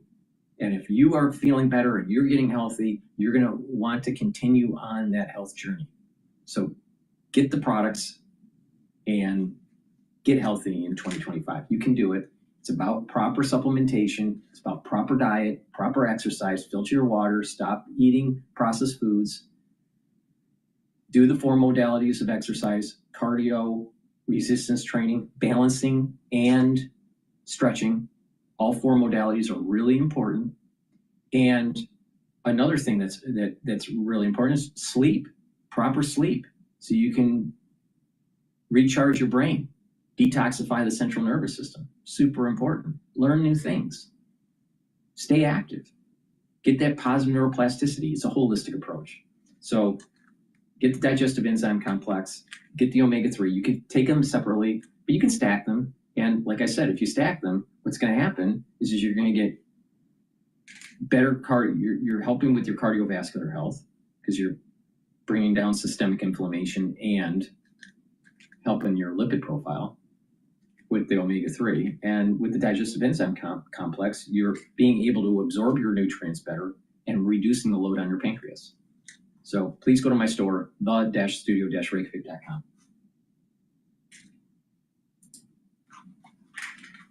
All right, Alex Steele, Paul Sweeney, live from the Bloomberg Interactive Broker Studio. Right now, let's head down to Washington, D.C. to the White House. President Trump is holding a cabinet meeting. Let's listen. Arizona to see what was happening with the biggest chip company in the world. And he said, Howard, he said, you've never seen anything like it. You want to just describe what you saw? So they're investing $165 billion in 1,100 acres. Oh, come on. They're building the highest tech chip manufacturing, semiconductors, and 4,000 employees. You know, American tradecraft, right? Technicians doing every kind of work. The classic foundation of America is building it. They have 14,000 people. They're expecting 40,000 people to build the rest of their plants and to employ 20,000 people for the rest of the time. And this is all driven. You never saw a site like that. And this is all driven by your tariff policies. No chance this be happening without you. It's going to be about 40% of the chip market from that one section. And this is the biggest chip maker. They have 99% of the market. They come from Taiwan. And unlike the CHIP Act, which was done by Biden, where they hand everybody billions of dollars, the thing they don't need is money. They got plenty of money. What they need is an incentive to come in. And the tariffs, they're building because of the tariffs. Without the tariffs, and I like to say they're building because of November 5th, the election and the tariffs. But I'm going to be a little more blunt. They're building because of the tariffs, and November 5th gave them the tariffs. So it's amazing when you look. And these are not companies that go out and say, well, we're going to build, we have to go get our financing. Let's go. Like we would, in New York, everybody would look, you know, they get a building site, then you'd look around for money, you'd look around for financing for 6 months, you'd get your financing. You'd build your building, the market would be good, you'd make money, the market would be bad, it wouldn't be so pretty, you'd have to negotiate, blah, blah, blah. This is different. These people have so much money, they don't know what to do. I asked Howard, did they finance it? No, they do it through cash. And they say that site, and they just started, you know, they just announced it like a month ago, and they've already started. He said, I've never seen a site like it so big. So, you know, you're talking about essentially a $50 billion building. Now, if you build a warehouse for $50 million, that's a big warehouse, Scott. But a $50 billion building, that's a lot. They're building the electric, they've become a utility. And I'm giving them the right to become. They're going to build their own electric. They're going to build their own electricity, which they need tremendous amounts of electricity. They're going to build it themselves. Anything they have left over, they'll hook that into the grid. But the grid is old and they're unreliable and bad things can happen to grids. I said, if you want, you can hook into the grid, but that's a little bit risky. Or you can build your own electricity and become your own utility. And they, I think in all cases, are deciding to do that. So it's very exciting, and we have a lot of things going. We took over on January 20th. These are quarterly reports. We took over on January 20th. The tariffs haven't kicked in yet. I know that, and I don't want this to happen, but I know that China is doing very poorly right now. I just saw some reports coming out, and I don't want that to happen to China. I like the president a lot, President Xi. I don't want it to happen. I was actually saddened to hear it, but they're getting absolutely hammered in China. And, you know, they're sending boats, the biggest boats in the world, carrying cargo like nobody's ever seen before. These are the biggest boats in the world, biggest cargo ships in the world. And they're coming and they're turning around in the Pacific Ocean. They're doing a big U-turn and going back because they don't want the goods, because 145% tariff. But at a certain point, I hope we're going to make a deal with China. We're talking to China, but their factories are closing all over China because we're not taking their product. We don't want their product unless they're going to be fair with us. And that includes intellectual property and other things, and a lot of things far beyond just buy, sell. So we'll see what happens, but, you know, I was not, because somebody said, well, were you happy? I said, I am not happy. I want China to do well. I want every country to do well, but they have to treat us fairly also. So with that, I think we're gonna maybe go around, and we have some letters where the secretaries and people around the table are making statements about how they're doing and what's happening, and I could start with Pete on the left, because he's my least controversial person in the room. They don't know how good he is. So we'll go around the table and you can hear it. And these are cabinet meetings where they're very open and transparent. And I can guarantee you Biden didn't do this, that he didn't do this. Go ahead, Pete. Well, Mr. President, I think we're controversial because we're over the target. And like so many things, Mr. President, you inherited a demoralized military. They couldn't recruit. It was perceived this week after what happened in Afghanistan and elsewhere because of Joe Biden. And what we have seen since your election and the inauguration there's been nothing short of a recruiting renaissance. Decades, it hasn't been decades since we've seen this kind of recruiting in the Army, the Navy, the Marine Corps, the Air Force. The men and women of America want to join the United States military led by President Donald Trump. And the police, by the way. Absolutely. And fire. I always mention the fire, but the police and fire, likewise are, I mean, they have waiting lists now, and 6 months ago was a disaster. Truly historic. You can barely absorb the volume and retention as well. Men and women in the military who don't want to get out now that they have a real commander-in-chief. We're reinforcing standards. We're going to be fit, not fat, in our formations. We welcome back all the folks who were forced out because of the COVID mandate. Rip wokeness out of the military, serve DEI, trans, and it's Fort Benning and Fort Bragg again at the DoD. We're rebuilding the military, sir. Golden Dome is well underway. F-47, reassuring allies and deterring enemies. We found nearly $6 billion in DOGE savings that we're going to reinvest, including $50 billion from the Biden administration focused on things like climate that have nothing to do with lethality and war fighting. And we will have, as you said, sir, the first $1 trillion budget that we plan to spend wisely on behalf of our warfighters. From day one, sir, we've helped get 100% operational control of the border, come alongside DHS and CBP. We've got 11,000 troops on the border who now, because of the new national defense area, sir, can help detain illegals at the border and hand them over to CBP. It used to be if you saw camouflage on the border, they could hold binoculars, and that's it.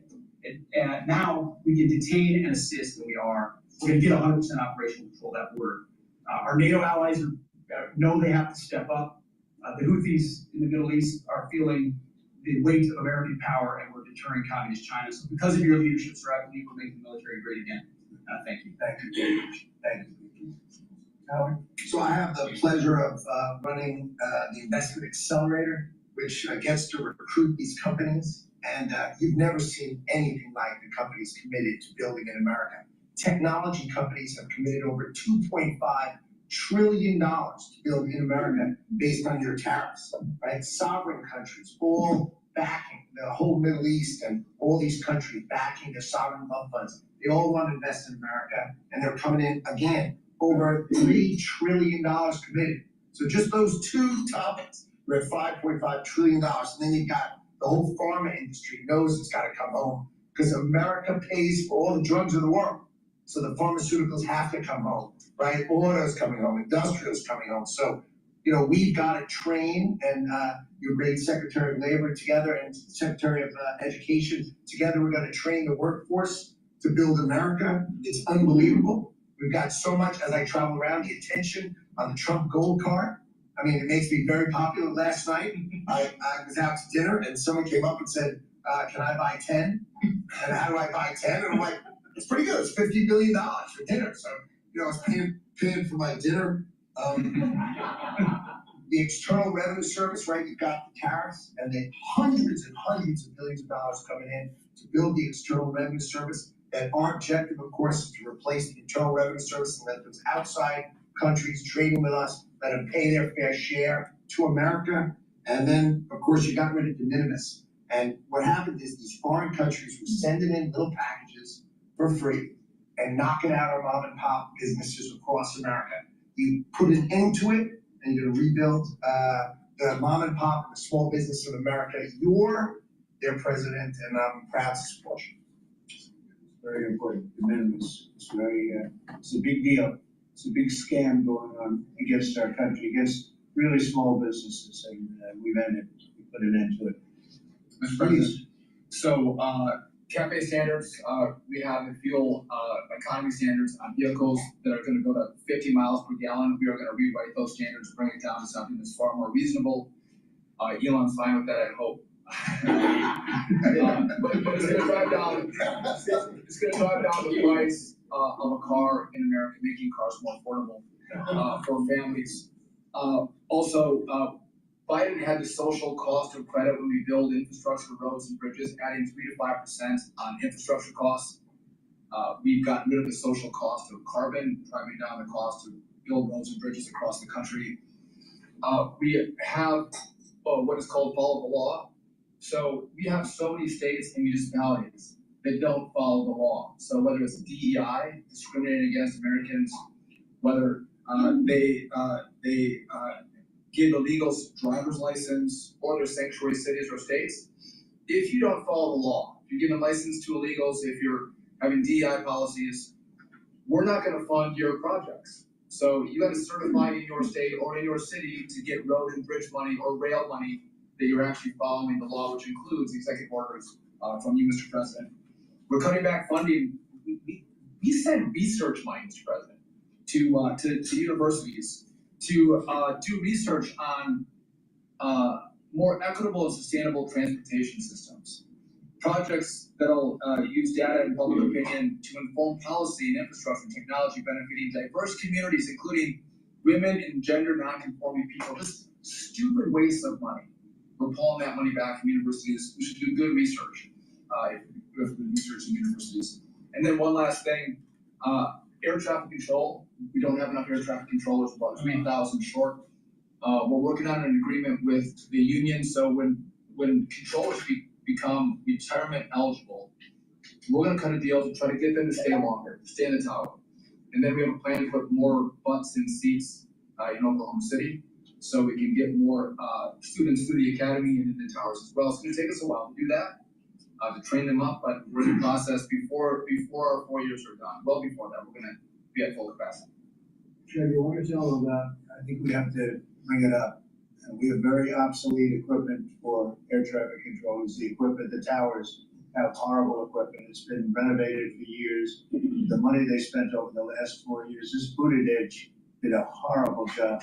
They wasted billions and billions of dollars hooking up wire equipment to non-wire equipment to satellite equipment, and a third grade student would know it doesn't work. You can't work. And they wasted tens of billions of dollars. But we want to put a brand new air traffic control system in, and you might want to describe that. You and I have talked about this. It's a state-of-the-art system, envy of the world.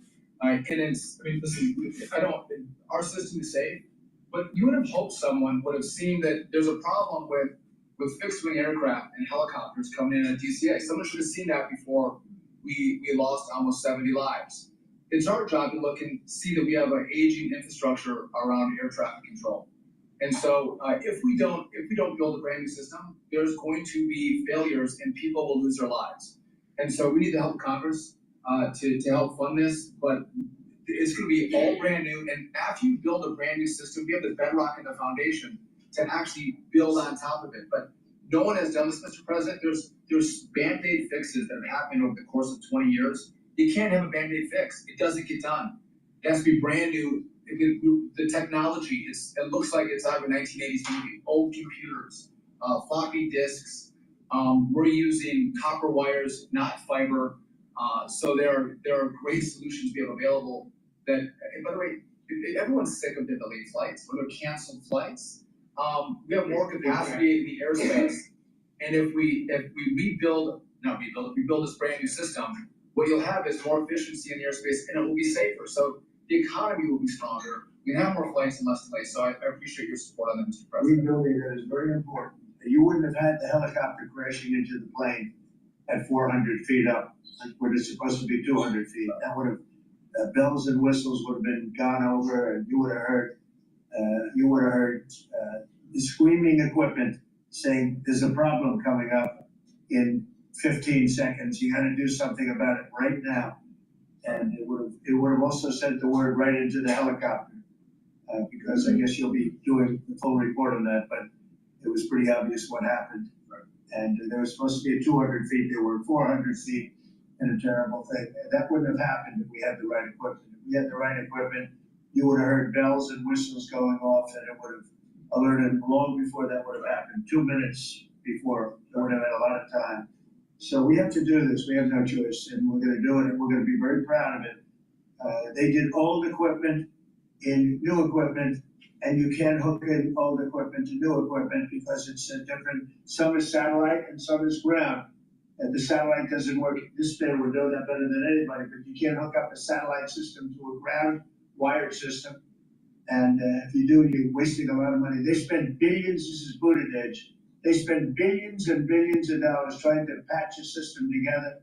They had hundreds of different contractors, and the contractors were all fighting with each other. We're going to have one great big contractor, like the great big beautiful Bill, which is going along very well. I guess I like great big beautiful, but we're going to have one great big beautiful contractor, whether it's maybe Raytheon, maybe IBM, maybe it could be any one of 4 or 5 different groups, but you put one in charge. They're very big, very powerful monetarily, and they give you a guarantee, and they hook up everything. They do every single thing. So they're responsible for the digging of the ditches and the fiber and every single element. And it's one system that's hooked in. It's not all these hodgepodge systems that don't work together. It's just a shame.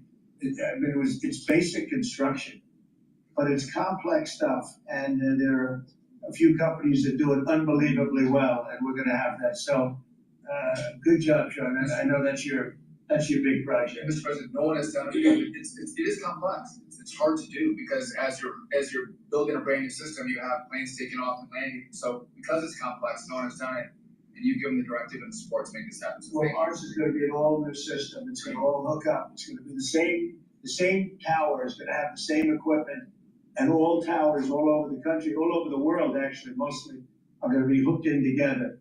And when there's a problem, when planes are too close, you will hear a sound that's very ear-shattering.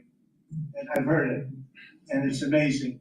I mean, honestly, it's amazing. It's real genius stuff, and we didn't do that. What we did was just waste money. You could have just thrown it right out the window. What they did in this last 4 years was disgraceful. Whether it was the border or this, you name 100 different things. The worst administration ever.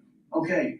Thank you. Mr. President. Secretary? Yeah, Mr. President, thank you. And I think one of the things that I want people to understand about the VA is we're part of the national security interests you have. You've laid the groundwork for that with leadership and making sure that the Secretary of Defense and myself, we take care of veterans on 2 ends. One when they come in and one when they serve and they've earned the benefits that we have. And one of the things is that we're not doing our job on our end, and the recruitment and all goes down the other end because we have a full spectrum. That's what leadership is about. What we found, speaking in the last 4 years, is we found an administration wanted to throw money and people at problems, but they didn't want to put leadership in. They just put money and people at it, and we saw wait time stay the same. We saw issues of suicide, raised death by suicide, not change. We saw homelessness issue barely go down. We saw disability claims skyrocket. When you took place, over 250,000 back dislodgers were already bringing down 40,000 so far just in the last couple of months. We've also put back what you, and I was in Congress when this happened, and I was glad to see the Mission Act is back front and center at the VA. We're actually doing community care. We're actually giving the veteran the choice that they've earned and they deserve, whether they can get their VA care inside our facilities or in the community. It's their choice. It's VA care. We're going to give them the highest quality care wherever they want to go. Also, we're expanding out options for treatments and others for those that are new. We're experimenting and looking at new counseling ideas, all new drug techniques that we can help with PTSD, TBI, the things that are affecting our veterans right now.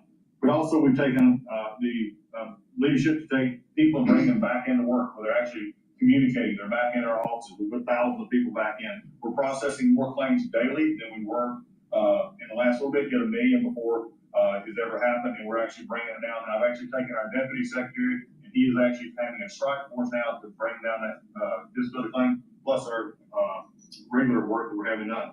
We've also taken almost 3 $300+ million and taking it out of contracts that we've all heard about so far. We were doing contracts for meeting notes and PowerPoints. If our folks didn't know how to do meeting notes and PowerPoints, go online and learn yourself. We're not going to pay for it anymore.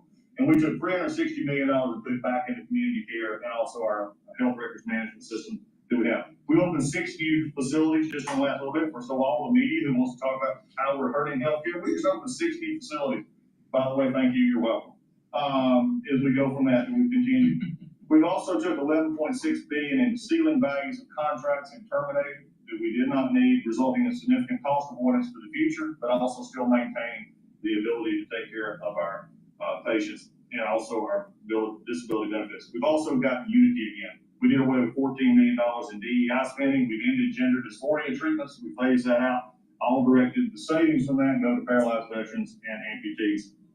We've also continued to work toward, as you, in anti-Semitism and also anti-Christian bias that we saw. The biggest thing, though, Mr. President, I want to state, is you told me when you said for me to take this job, you said, take care of my veterans. Well, we've done something in taking that step forward. The veterans back first at the VA. The VA is not about itself anymore. We're not a self-feeding animal. It's about a service organization that takes care of one of the best we have, and that's our veterans. And that one, Mr. President, we're just getting started. Thank you, Doug. How are you doing with the suicide rates? We're getting, it's tough, Mr. President. That's something that we're looking at.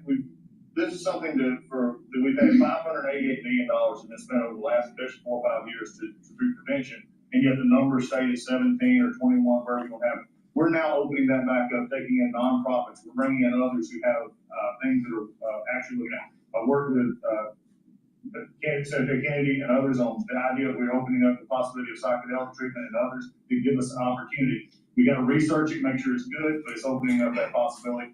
And I think, again, veterans are understanding now that we're putting them first. When I go to these hospitals, they're actually coming up saying thanks. We're back in where we need to be, and we're seeing a workforce going. So suicide is going to come out. It's also going to take some transition stuff that your Secretary of Defense has been very helpful on. We got to transfer them out of the military so they come to us better. But we're working on that.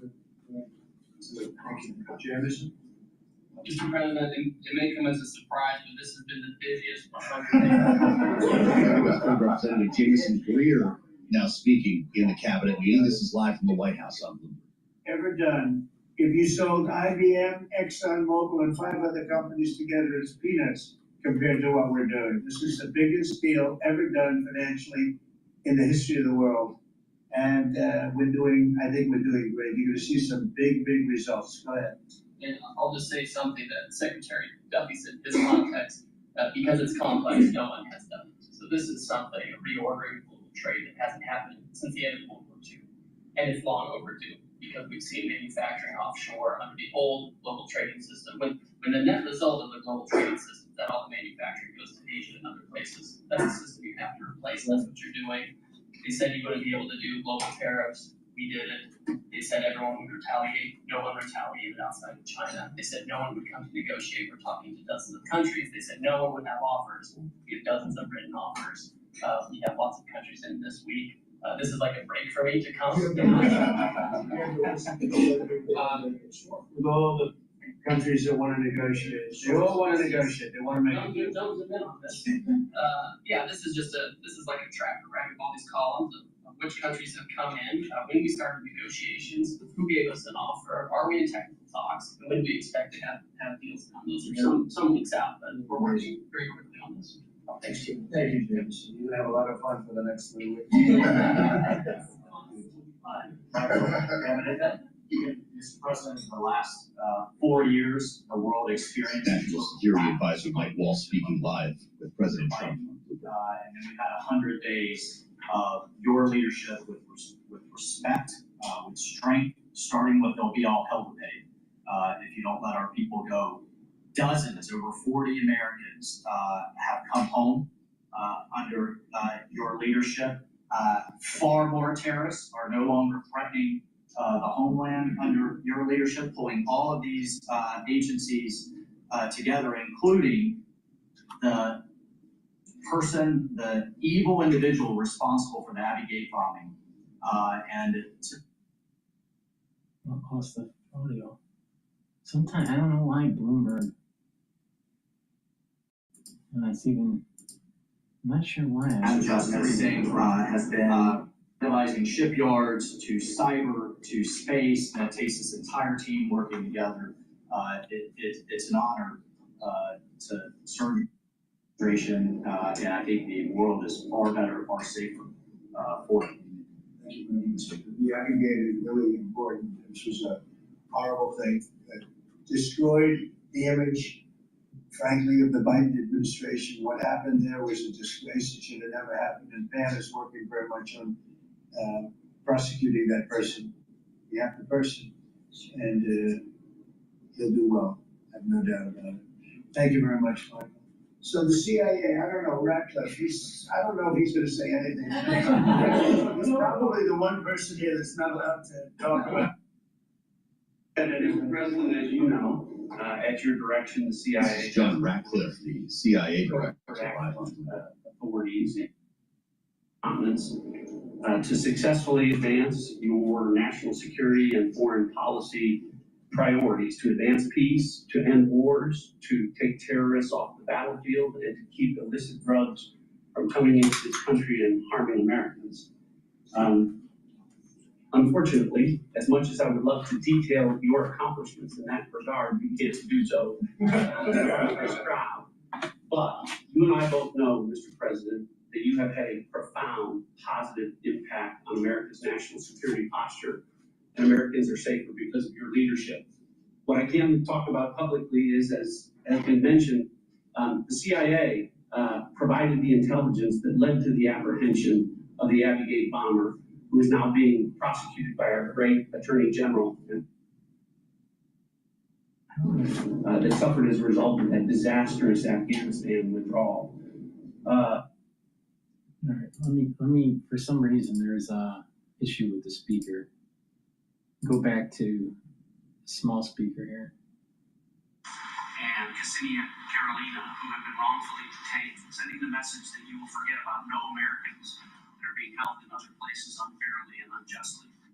On our core mission, and to eliminate the well-documented politicization that has taken place in the intelligence community from bad actors. To focus on our core mission and to make America safe again. Thank you for the opportunity, Mr. President. Good job. You're doing a great job. Thank you very much. Russell? We're obviously involved in a number of budget bills that are moving, trying to make sure all of your priorities are in Russ reconciliation. Director of the Office of Management and Budget, as we go around the table in the cabinet. On that.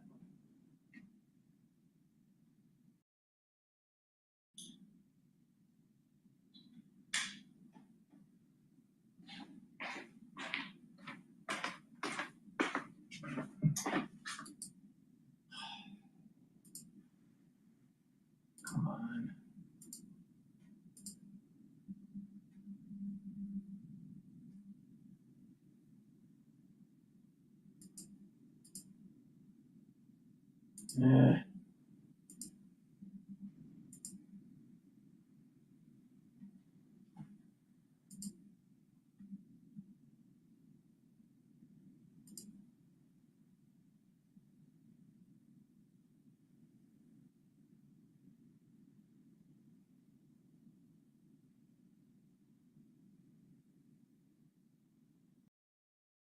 Technical difficulties here, hold on.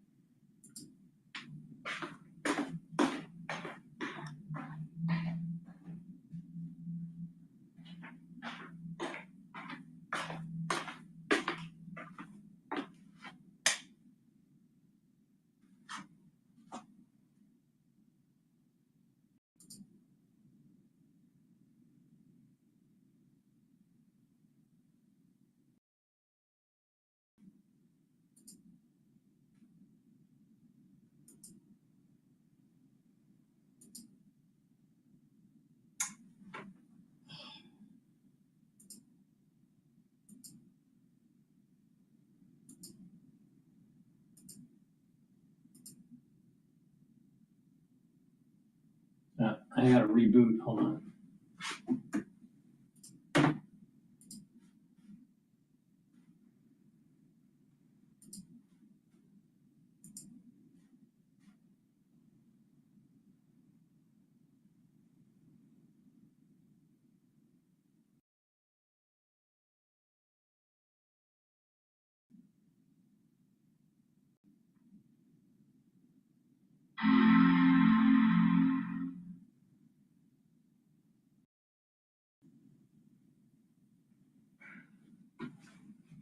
Ever have those days that stuff doesn't work? That's the kind of day I'm having today.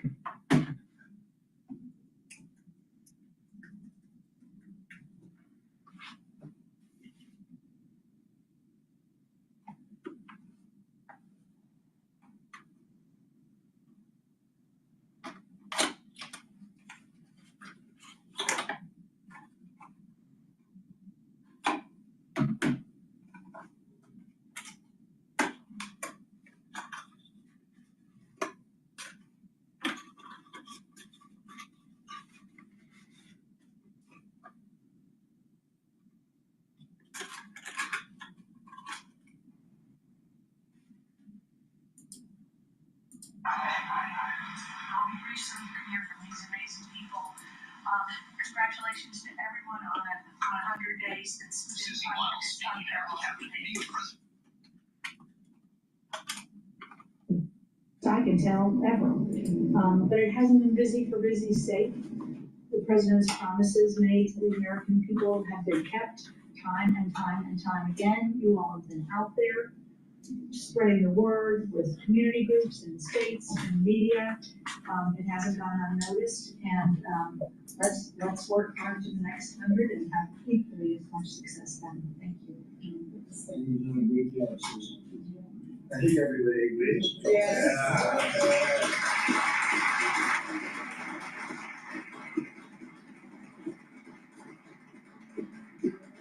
Round of applause for the Chief of Staff.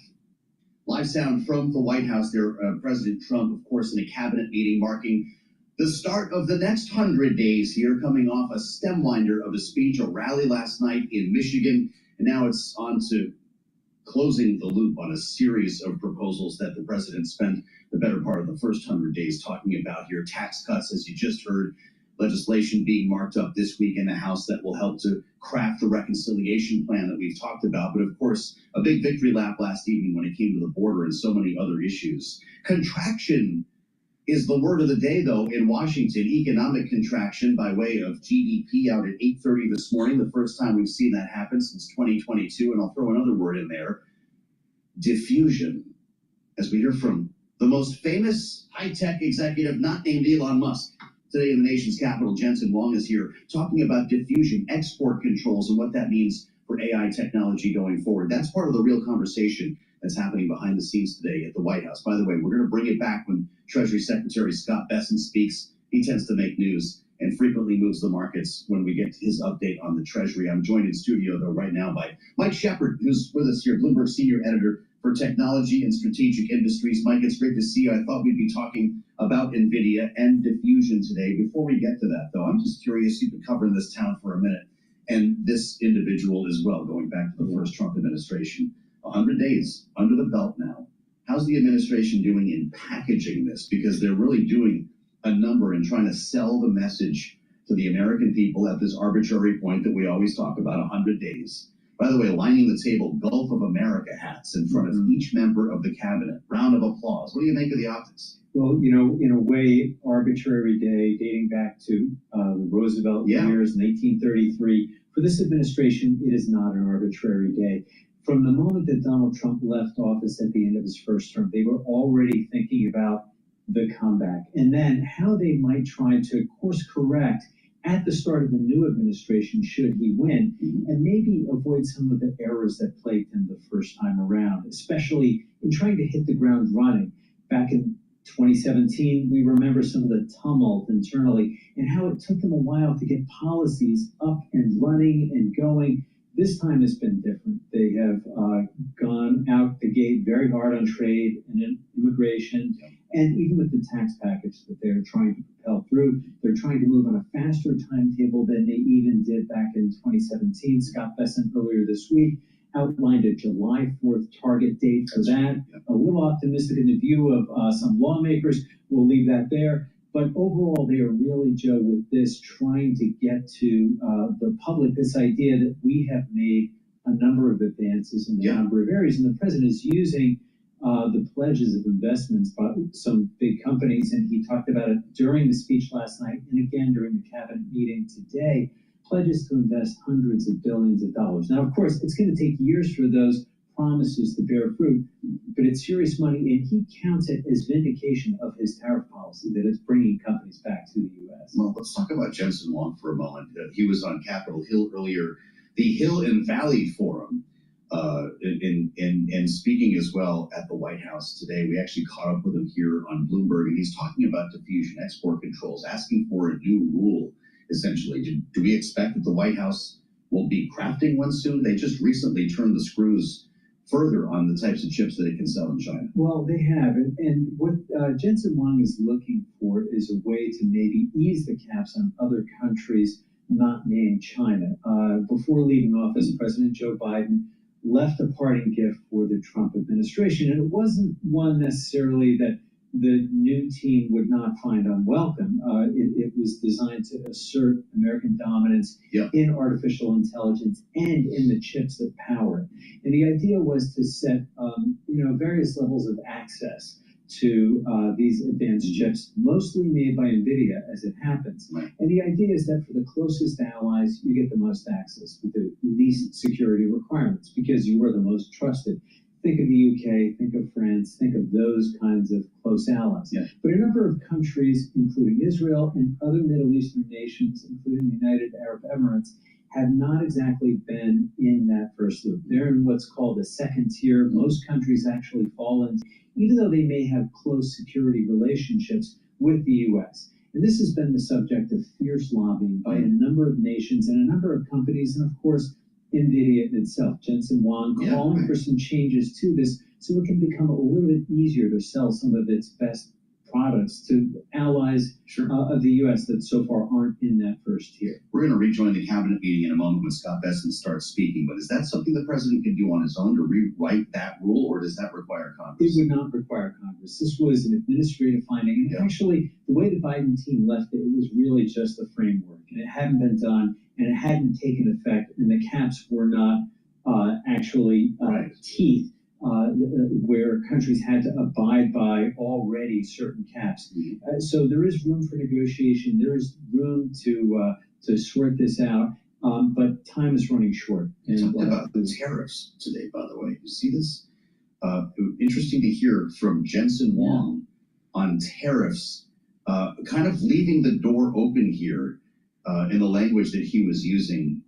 First, it was about diffusion. He talked about China as well. China is right behind us, he said, and talked about tariffs to say there should always be policy that enables, supports, and accelerates our ability to onshore manufacturing. So does he support this?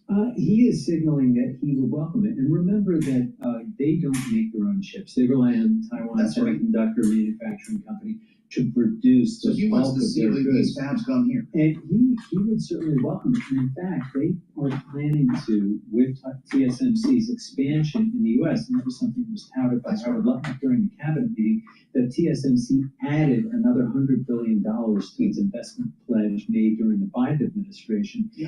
Some of that investment pledge by TSMC is going to be supported by spending. Well, so far what was published, nothing crazy has happened in the press conference, or the cabinet meeting, if you want to call it that. The cabinet meeting with the press in it. We're still trading just slightly above the 5,500 mark. We're trading at 5,508 for the S&P 500, and VIX is at 25.49. What did surprise me is this accelerated decline in oil. We're at 58.43. That doesn't seem too healthy for the oil market, for the wildcatters, for Saudi Arabia's, government funding, all these things. So I also believe that there was a news announcement today talking about actual inventory drawdown on oil. So we should have seen some more price action on the upside, not the downside. So that's a little odd to me. But overall, not market negative from the cabinet meeting. Based, and it sounds like he's leaning into Trump.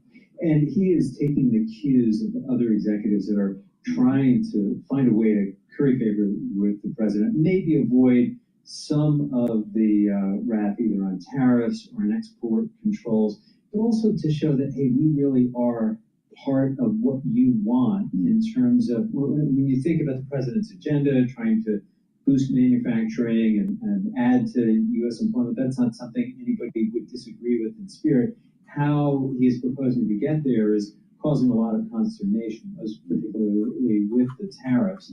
And Jensen Huang is trying to find a way to meet the president in the middle on all of this. We should note NVIDIA shares are trading lower as we have this conversation, down about 2.5%. Supermicro helping with earnings to pull NVIDIA lower in sympathy. Mike Shepard, thank you as always, live from Washington. We love spending time with Shep, and we want to spend some time with the Treasury Secretary right now. Scott Bessent is speaking as President Trump holds his cabinet meeting. This is live on Bloomberg. And American families are finding their financial footing again. I had a group in today. We are America under your leadership is on the verge of becoming an AI superpower. That our economy had become barbell.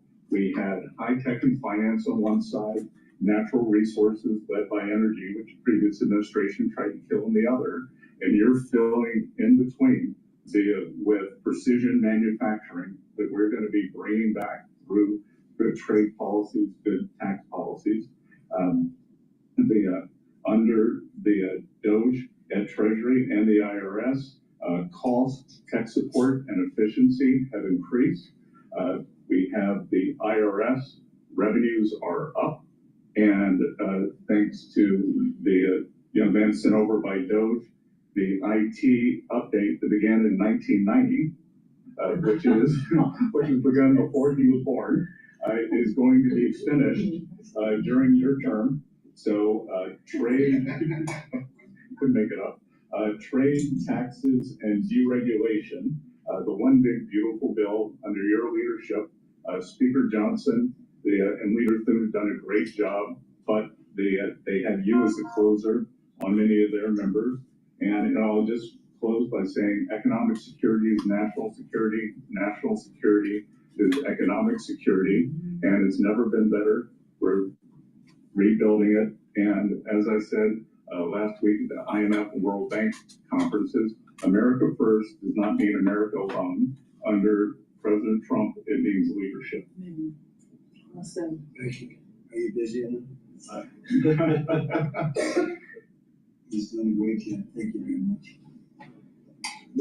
Mr. President, thank you, and thanks to the cabinet. So, at the risk of insulting everybody else at the table, I believe that I'm the youngest member sitting at the table. And, it occurred to me that from the time that I was born to the time that Donald J. Trump was inaugurated just a few months ago, we went Vice President, speaking of J.D. Vance live at the table with the cabinet. Manufacturing superpower to one in which we depend on the People's Republic of China to make the things that we need.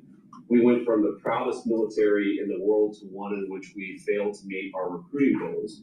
And we went from one in which bipartisan border policy was the consensus of both Democrats and Republicans to one in which we allowed 20 million people to run roughshod illegally over the countryside, causing crime, causing a stress in the welfare system. And again, that happened over the lifetime of the youngest member of the cabinet. And what has happened in 100 days is that we've started to reverse every single one of those negative trends. But I think what it shows to me is that the president, and you sit in the Oval Office and you see these portraits of presidents past. And let's be honest, most of them have been placeholders. They've been people who have allowed their staff to sign executive orders with an auto pen instead of men of action. And the reason the media attacks this administration as chaotic is because the president is solving the problems the American people set about to solve. He's actually doing the things that he promised that he would do. And Mr. President, it's been an honor to be part of it for the past 100 days. And let me just make one other observation, because it's interesting. I've seen the data, I've monitored it, I've looked at it, but the most underreported fact of the first 100 days is that we came in with a massive recruitment shortfall. And in 100 days of Secretary Hegseth and President Trump's leadership, we now have people breaking down the doors to join our military. to the media assembled here, it's a really interesting question. Why has it happened? Completely aside from the fact that I think it's a good thing, or I think that President Trump deserves political credit for it, why did we go from a military where people didn't want to serve to now all of a sudden they do want to serve?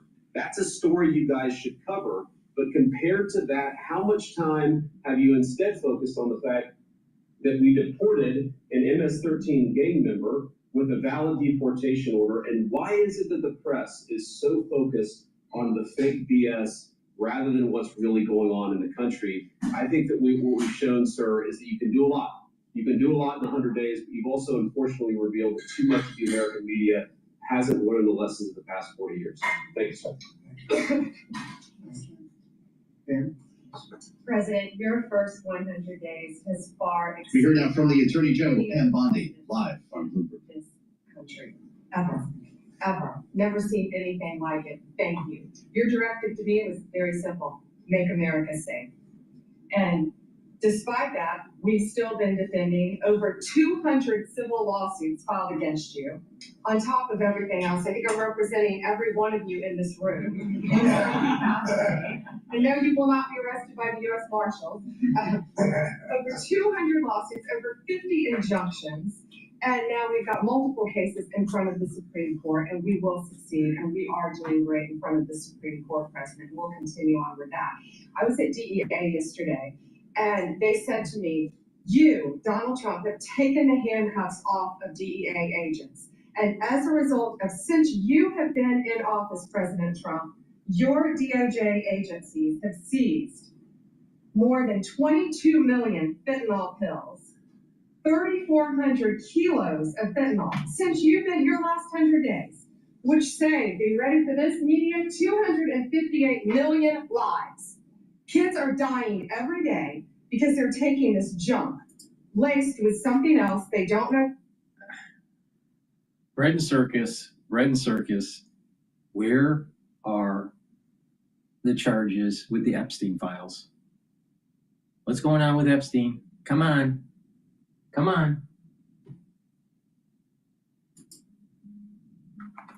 People reporting that 651,000 rounds of ammo. That's up 151% from 2024. That's keeping America safe. We've rescinded death penalty. We are now seeking the death penalty on cases. I'm signing death warrants. We are going after terrorism. We are going after arsonists. Whether you're burning Teslas, we've arrested 9 people so far in 7 jurisdictions, no negotiations, 20 years in prison, or you're burning down the governor's mansion in Pennsylvania. We will be there to protect you. And I've been talking to Governor Shapiro, and he greatly appreciated you reaching out as well. ISIS terrorist, we got one in New York, right around the corner. We got an ISIS terrorist in New York. We have an October 7th task force. We just broke up a huge human trafficking ring by the Sinaloa cartel, 1,000 pounds of methamphetamine on our streets, ton of fentanyl, 20,000 Molly pills. Those are the drug of choice among clubs and bars for young kids. They were fake, but you know what they had in them? Fentanyl. That's 20,000 lives saved because of you, right there. We brought back 29 cartel members from Mexico in your direction, and one killed the Kiki Camareno, a DEA agent, in 1985, and many of us got to talk to his widow and his son, who is now a judge. And they started crying. They have tried to get that guy back forever, and thanks to so many of you in this room working together, they have justice. They were crying on the phone because of what you did to President Trump. Thank you. We're going after anti-Semitism. We're unleashing everything you told us. No more DEI, no more weaponization. We have rescinded, as I said, 200 policies. And I could go on all day long, but we are doing everything in our power to keep America safe at your direction. Thank you, President. Thank you.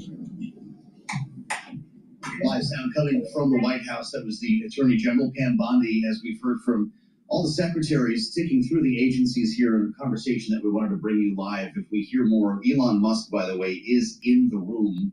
He speaks as he did at the past couple of cabinet meetings. We'll bring it back there for a little bit more of this as we kick off. What is the second, I guess, 100 days here if the White House decides to look at it that way? The fact is we're talking about a lot of the same issues that we were at the beginning of the first 100 days, including reconciliation and extending the Trump tax cuts.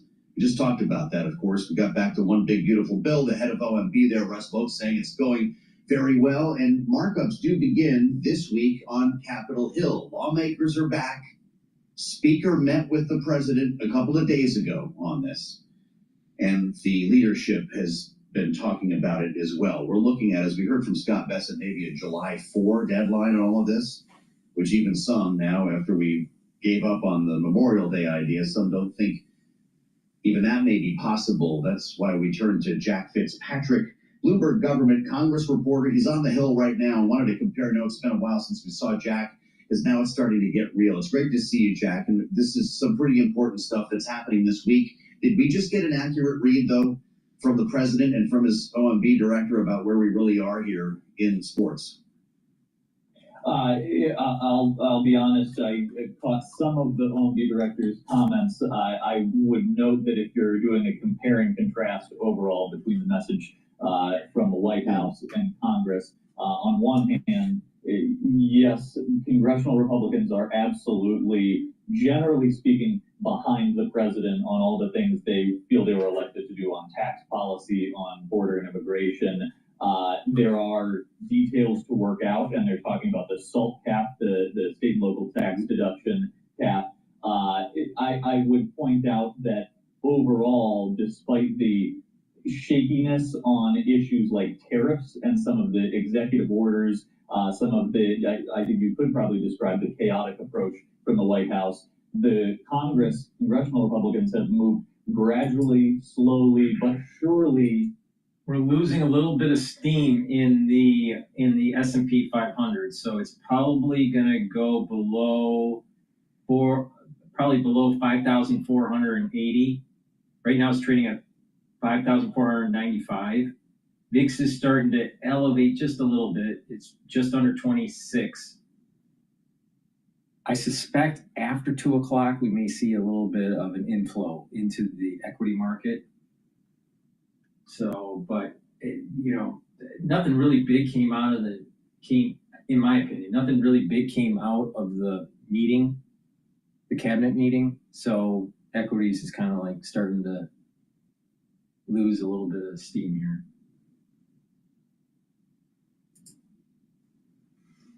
Where we are, especially if you talk to a New York Republican and then compare notes with one from Kansas.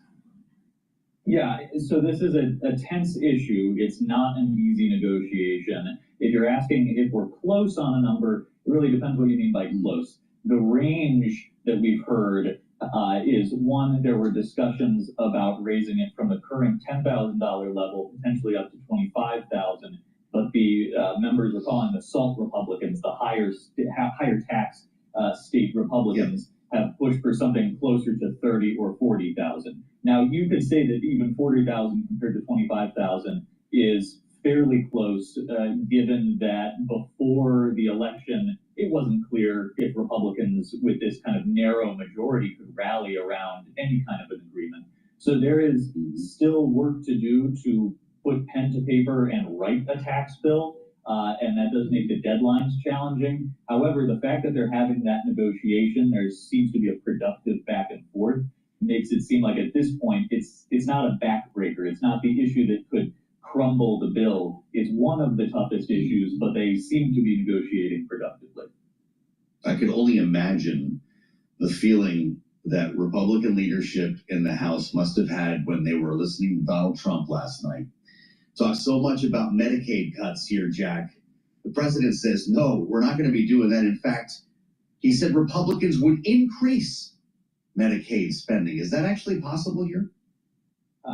I don't see how it would be possible unless you increase a very small portion of Medicaid funding. The reality still exists that if Republicans stick to the numbers they voted on in their outline for this bill, which require $880 billion of savings from the Energy and Commerce Committee, then there would have to be changes to Medicaid that save money. Now, you can go into politics mode and say that not every policy change that saves money, including stricter work requirements, is a benefit cut.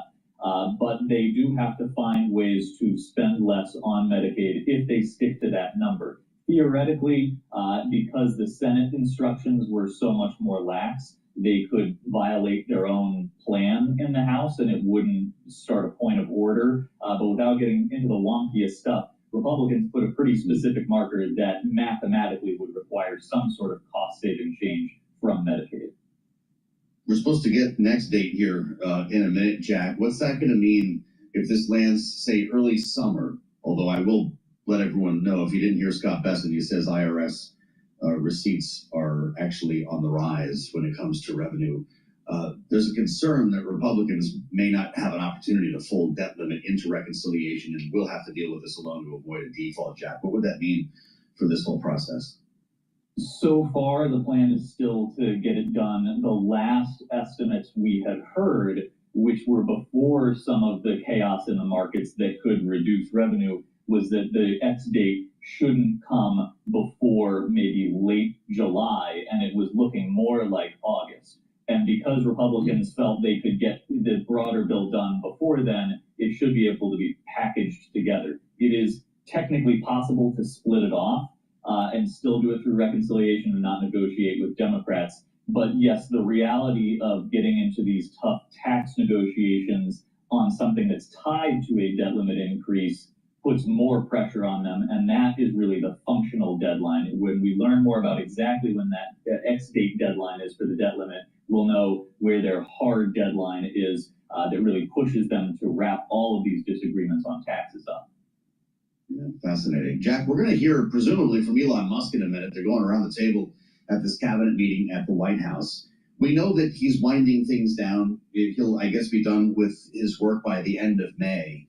But the Doge is kind of still hanging out there. We heard from so many lawmakers about codifying savings from Doge in the form of legislation. Will they close the deal on that as part of this process?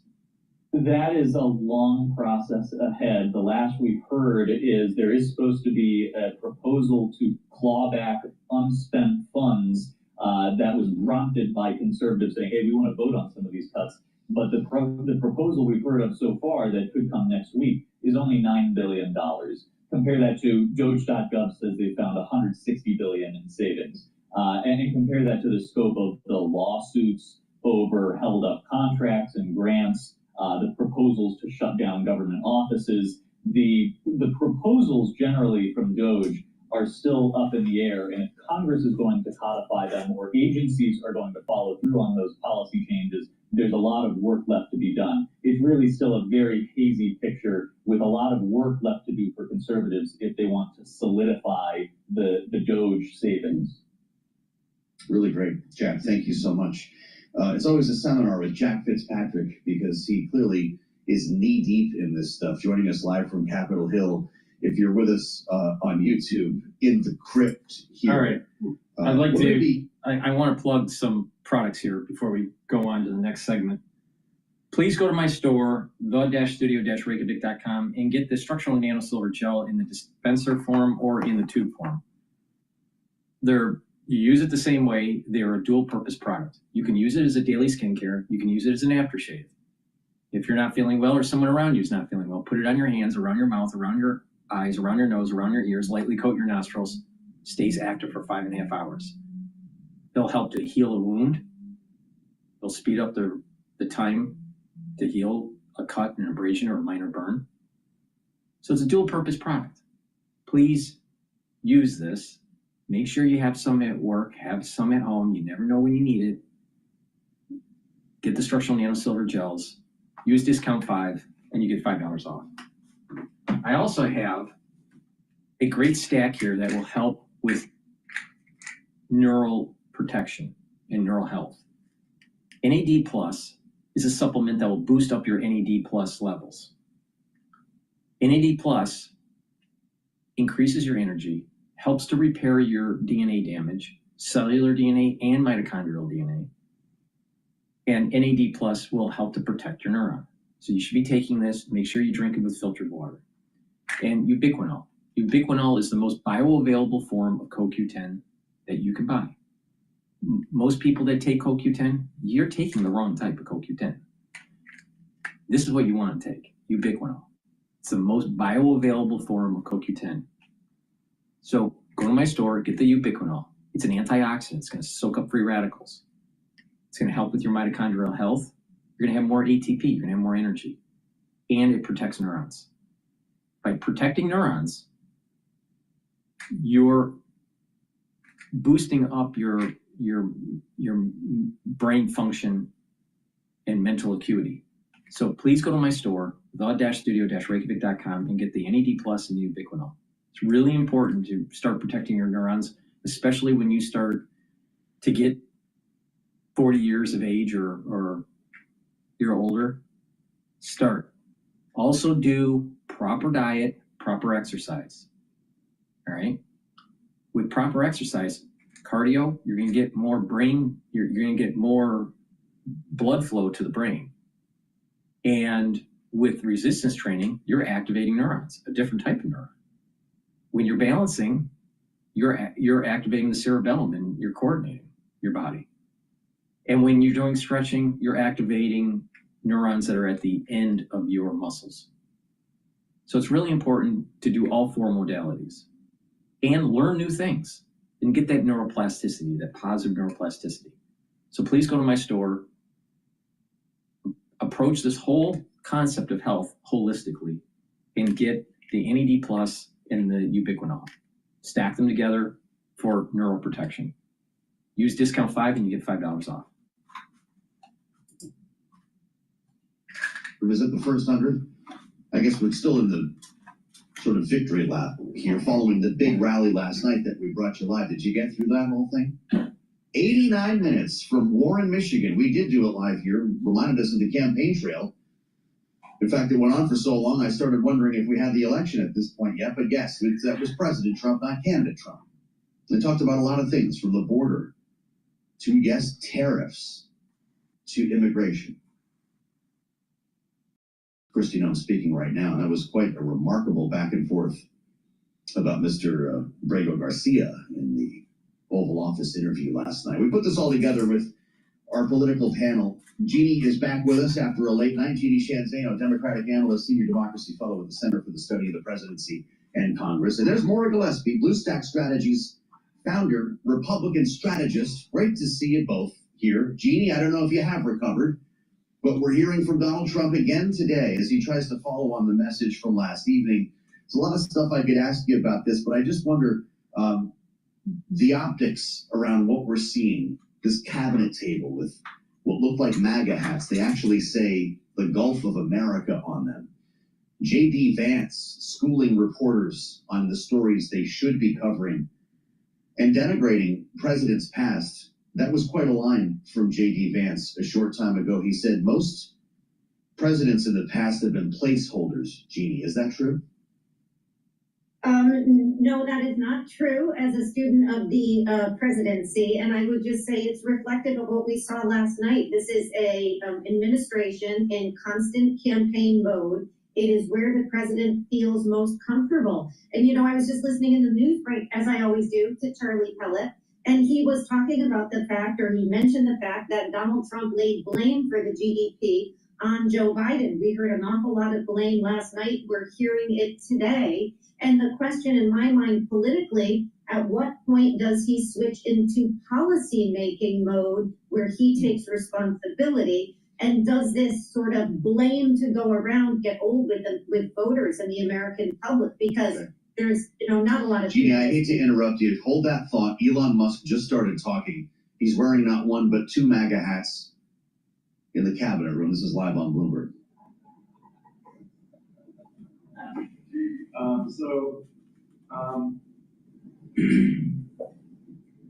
The American people voted for secure borders, safe cities, and sensible spending.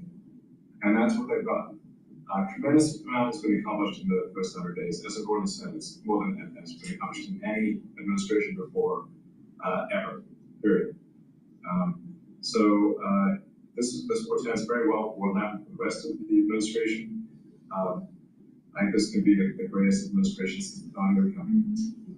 Well, we all want to thank you for your help. You really have sacrificed a lot.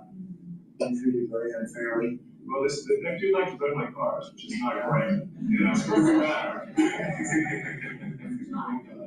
But you have been treated unfairly, but the vast majority of people in this country really respect and appreciate you. And this whole room can say that very strongly. You've really been a tremendous help. You opened up a lot of eyes as to what can be done. And we just want to thank you very much. And, you know, you're invited to stay as long as you want. At some point, I guess he wants to get back home to his car.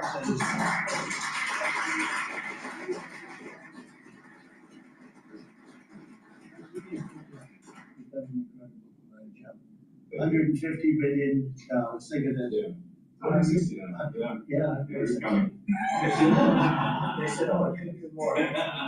And a lot of stuff is being worked on. That number could be doubled, it could be tripled. A lot of things are being worked on that we don't count yet because it's not quite there. But you've done a fantastic job, and we appreciate it very much. You know, It's also an honor to work with your incredible cabinet.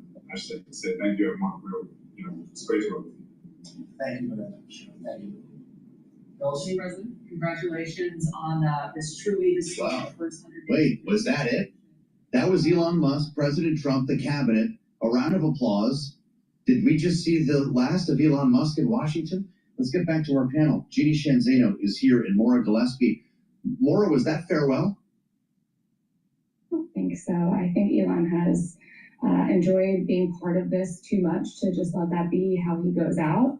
I don't think this is the last we'll see of Elon Musk, but it was interesting that he chose not to elaborate further and take more of the microphone. I also think it's interesting he's saying to the back, and he really is giving kudos to the cabinet members and trying to be, I guess, more diplomatic in this way. And I think that's pretty interesting. I don't think it's the end of it, but very interesting, very appreciative and grateful for the opportunities. It seems to me more humble Elon Musk than I've seen lately. Yeah. What do you think about that, Jeannie? The president speaks in the past tense about what a great job. Elon was great, he said. We got the big round of applause there. We're making nice with the cabinet. He says he wants to go back to his cars. I don't know about his family, but does it sound like somebody who's going to be spending a lot of time in Washington here? $160 billion is a far cry from $2 trillion in savings. Yeah, it became a little more realistic over time. I don't know, Joe, are these two hat thing going to take off now? That seems like a new fashion. Even his hat has a hat. His hat has a hat. I love it. I think to Maura's point, I don't think it's the last we see it in DC. I mean, one thing we can't forget is he put a team in place, and by all accounts from the White House, that team is going to stay in place, whether Elon Musk is there physically or not. And of course, I think most importantly for Republicans in Congress who dare to, step away from the president's agenda, he still has the money as the wealthiest man maybe ever in the world to primary them. And we've seen that not successfully this last time in Wisconsin. So you add all that up and the billions that he is taking from the government to, in terms of the work he is doing for the government, he's very much going to be in our politics, maybe just not in these fascinating cabinet meetings going forward. They are fascinating, I guess. It's an interesting exercise, Maura, and it directs us. We heard a lot about tax cuts here. We just heard about cost savings by the Doge. We know there's an effort to bring forth some rescissions this week, but Republicans have a lot of work to do on this reconciliation plan. You heard Scott Bessent this week say 4th of July is the new deadline. Speaker Johnson seems to still be hanging on to Memorial Day here, but there are some important meetings going on right now. Not only markups on the committee level, financial services, oversight, transportation infrastructure, and judiciary. Those are the first to go. We also have Mike Johnson sitting down with the SALT Republicans.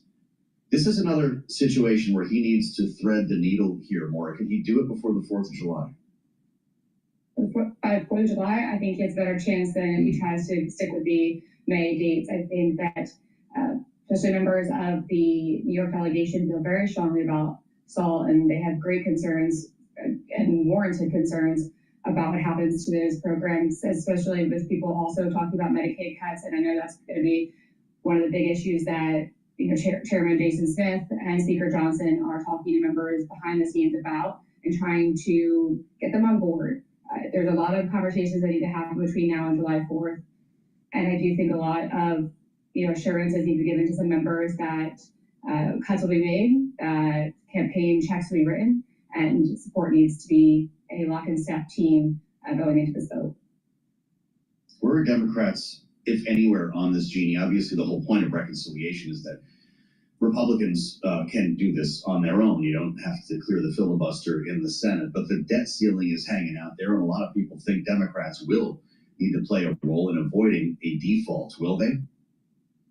I think they certainly could ask for things that they want in exchange for their support, things like protection of Medicare, Medicaid, Social Security entitlements. But how do Republicans now, with good faith, give them that? So I'm not sure what kind of role they could offer here. The reality is Republicans own Washington, they own Congress, this is all on them. And you and Maura were just talking about the SALT caucus, we've got the Medicaid defenders, we've got the deficit, there's a whole 5 or 6 groups of Republicans with asks. And they don't seem this time around to be willing to go along, particularly with Mike Johnson on his request to just support this bill to the next.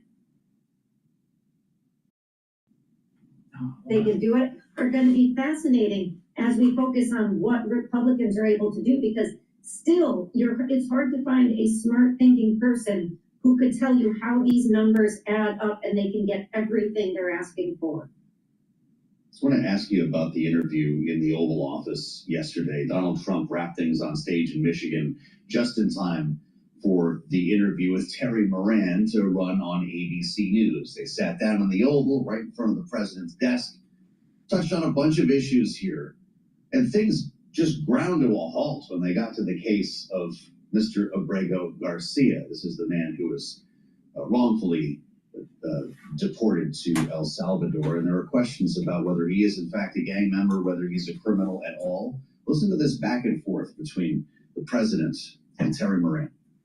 The man that you picked out, he said he wasn't a member of a gang. And then they looked, and on his knuckles, he had MS-13. Wait a minute. He had MS-13 on his knuckles. He had some tattoos that are interpreted that way, but let's move on. Wait a minute. Hey, Terry. He did not have the letter MS-13. It says MS-13. That was Photoshop. That was Photoshop. Terry, he had that. Don't do that, Terry. The thing is, it was, well, I don't know if they used Photoshop, but those numbers, MS-13, if you look at the picture, Jeannie, they kind of put them, I won't try to explain this. A lot of people are wondering why the president actually thought those were actual characters tattooed on his hand. What did you make of his demeanor in this interview, Jeannie, as we just heard J.D. Vance telling reporters the stories that they should cover and the way he handled himself with this reporter?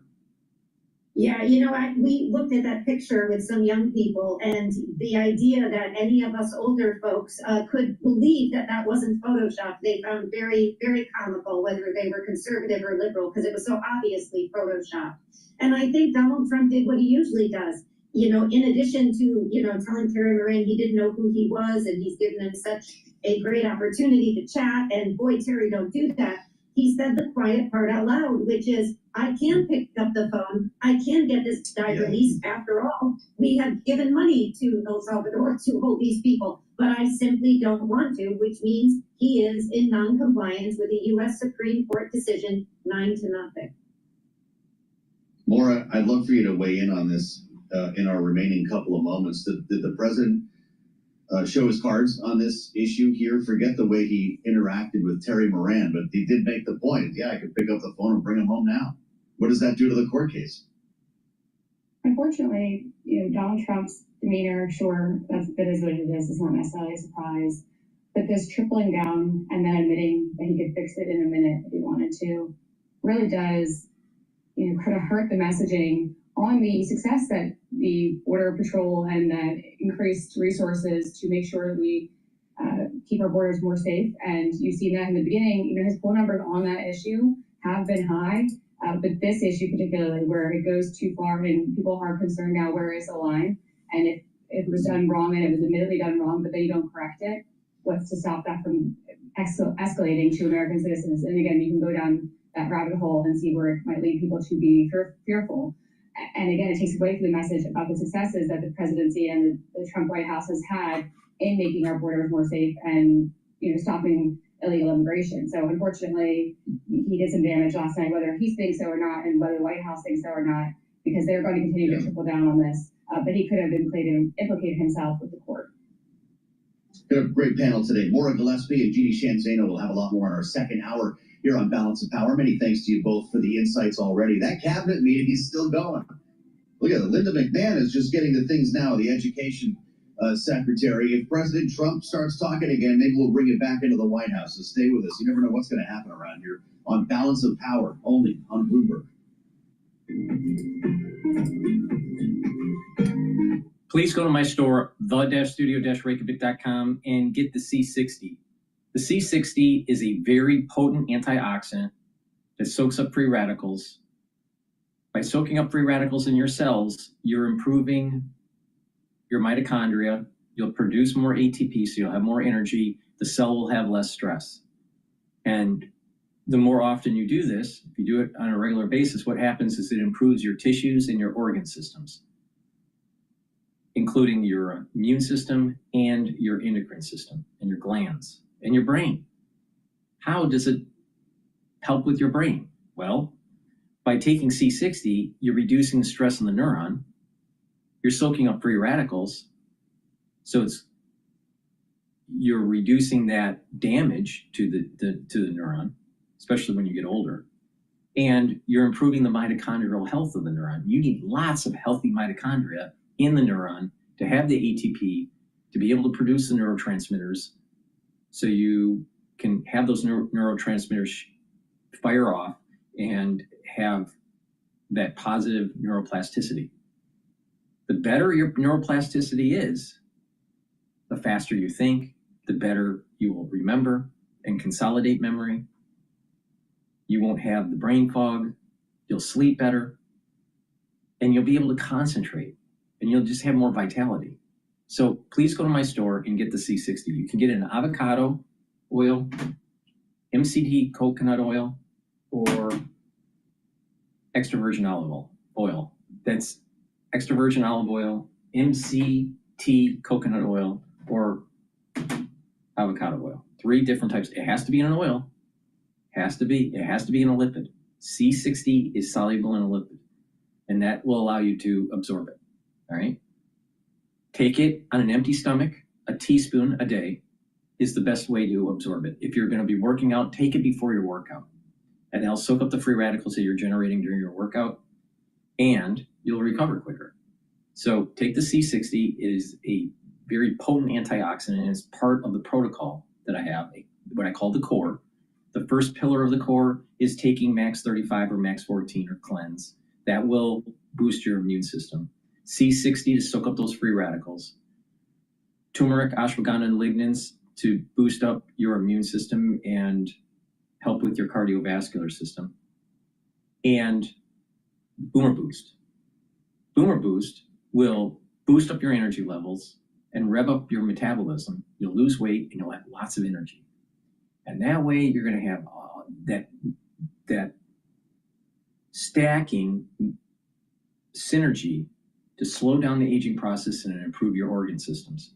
So please go to my store, the-studio-reykjavik.com, get the C60.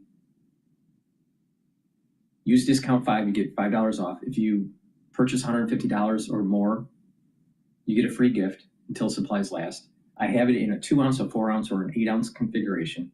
It is cheaper per ounce to buy the higher ounce configuration.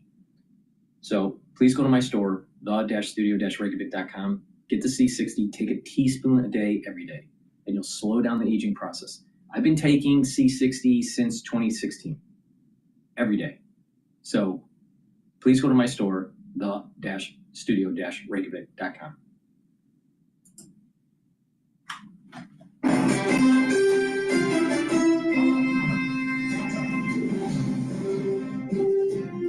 Live from Washington, D.C.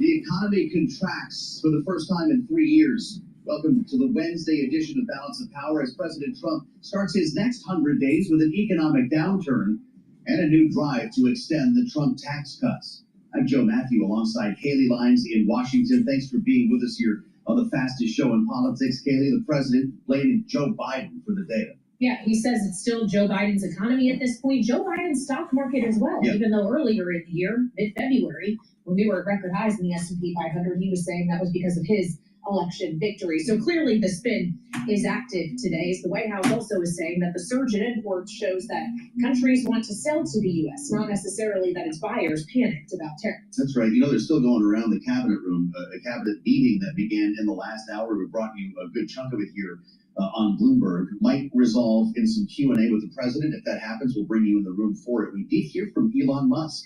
Got a big round of applause, had nice things to say about the cabinet. A lot of past tense. Yeah, we listened to that part. So please go to my store, the-studio-reykjavik.com, and get the collagen. Collagen is a great way to improve your joints, build muscle, help with your skin, your hair, your nails. You should be taking it every day. All right, there's a big scooper here. You take it with soft foods once a day or with filtered water. Some people make a smoothie. I put it in soft foods like hummus. Take it every day, and what you'll notice is that you're improving your skin. You'll notice that your hair is improved, your nails are improved, and it will help with your joints and your joint health. So you should be doing some resistance training. Now, in terms of the skincare, taking collagen with this structural nanosilver gel and vitamin C help. And how does that work? So collagen and vitamin C will cross-link when you drink filtered water. So you should drink about 64 ounces, 32 to 64 ounces, depending on if you can drink enough of that water. But some people can't drink 64 ounces of water. It's too much for them. But it's best if you can drink about 64 ounces of water throughout the day. And that water, that vitamin C and the collagen will cross-link and improve the dermal layer. Now, you can also take it with C60 and resveratrol. And C60 and resveratrol will improve the basal layer where your new cells, your new skin cells are forming. So if you improve the health of the basal layer by taking the C60 and resveratrol, improve the middle layer by taking the vitamin C, the collagen, and then the filtered water, and the topical layer with the structural nanosilver gel, that's a great way to improve your skin as a daily skin routine. So you can purchase the product separately if you want, or you can get the skincare box, the beginner's box, or the advanced box. The beginner's box has the collagen, the vitamin C, and the structural nanosilver gel. And the advanced box has everything in the beginner's box, but you get two other supplements. That's the C60 and the resveratrol. You do that every day, and you're going to improve your skin, but you're going to also improve your other systems too. As I've been stating, when you take these different supplements, you get dual purpose out of it. So get the collagen, help with your skin, but also help with your joint health and your musculature. Please go to my store, the-studio-reykjavik.com, and get this collagen. You get a month's supply, big scooper. Take it once a day.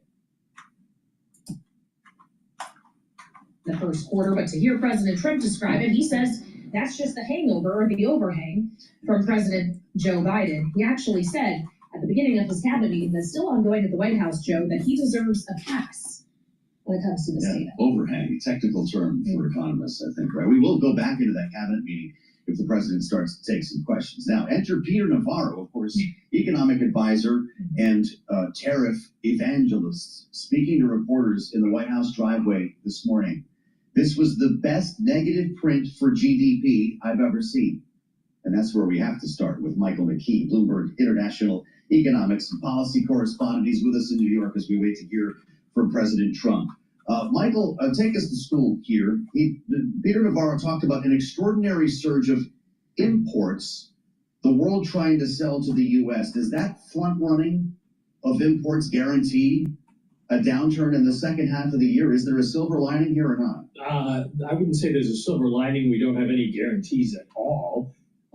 Matt Miller, our morning anchor here, insulted me today by saying I was sounding like Peter Navarro, because I said if I were the president, I would try to turn the attention away from the -0.3 headline GDP number and turn it towards the 2.3% gain in real final private sales to domestic buyers, because what you have there is a sign of what we were really spending, businesses and people, consumers. And that's not a terrible number, but it too, like everything else, was influenced by tariffs. We thought we might get through this quarter without a big tariff data impact, but this whole GDP number is shot through with tariff implications. And so much of it is the effort by companies, especially to get ahead of tariffs and order things early. We saw this huge jump in imports that probably, I think they said the biggest ever. And then that fed into inventories, and the business spending was up 9.8%, but a lot of that was because they were ordering all this stuff. So it's really hard to say that this is a great report or the best one you've ever seen, but there are political ways maybe to spin it a little better. Well, and when we're considering the data we still have yet to get this week, Mike, with the payrolls report coming up on Friday for the month of April, and I wonder whether or not we're still counting April as being Biden's economy or Trump's economy now that he's in his second 100 days in office as we speak. How will all of that data collectively factor into a Federal Reserve decision that's coming next week? It won't. There's no... Today, basically, because the GDP numbers showed a contraction in growth overall and a rise in the quarterly PCE numbers, somebody said this morning, well, this makes the Fed's job harder. And I said, no, it makes it easier because it just reinforces the idea that they don't want to do anything right now. You've got contradictory numbers or contradictory directions on the Fed's two mandates in that GDP report. And we don't know what's going to go on from here, because remember, this quarter ended in March. And in March, we had the aluminum and steel tariffs, but little else other than the standard Chinese stuff. And so we don't know what the impact is going to be of all the tariffs that got put on, got taken off, etc. during the month of April. It certainly has affected consumers' thinking, but has it affected their actions? And that's the question ahead. So we're going to have to be watching all this data very carefully, and the Fed's just going to sit back and do that. You mentioned the jobs report. Tomorrow, we get the ISM manufacturing report.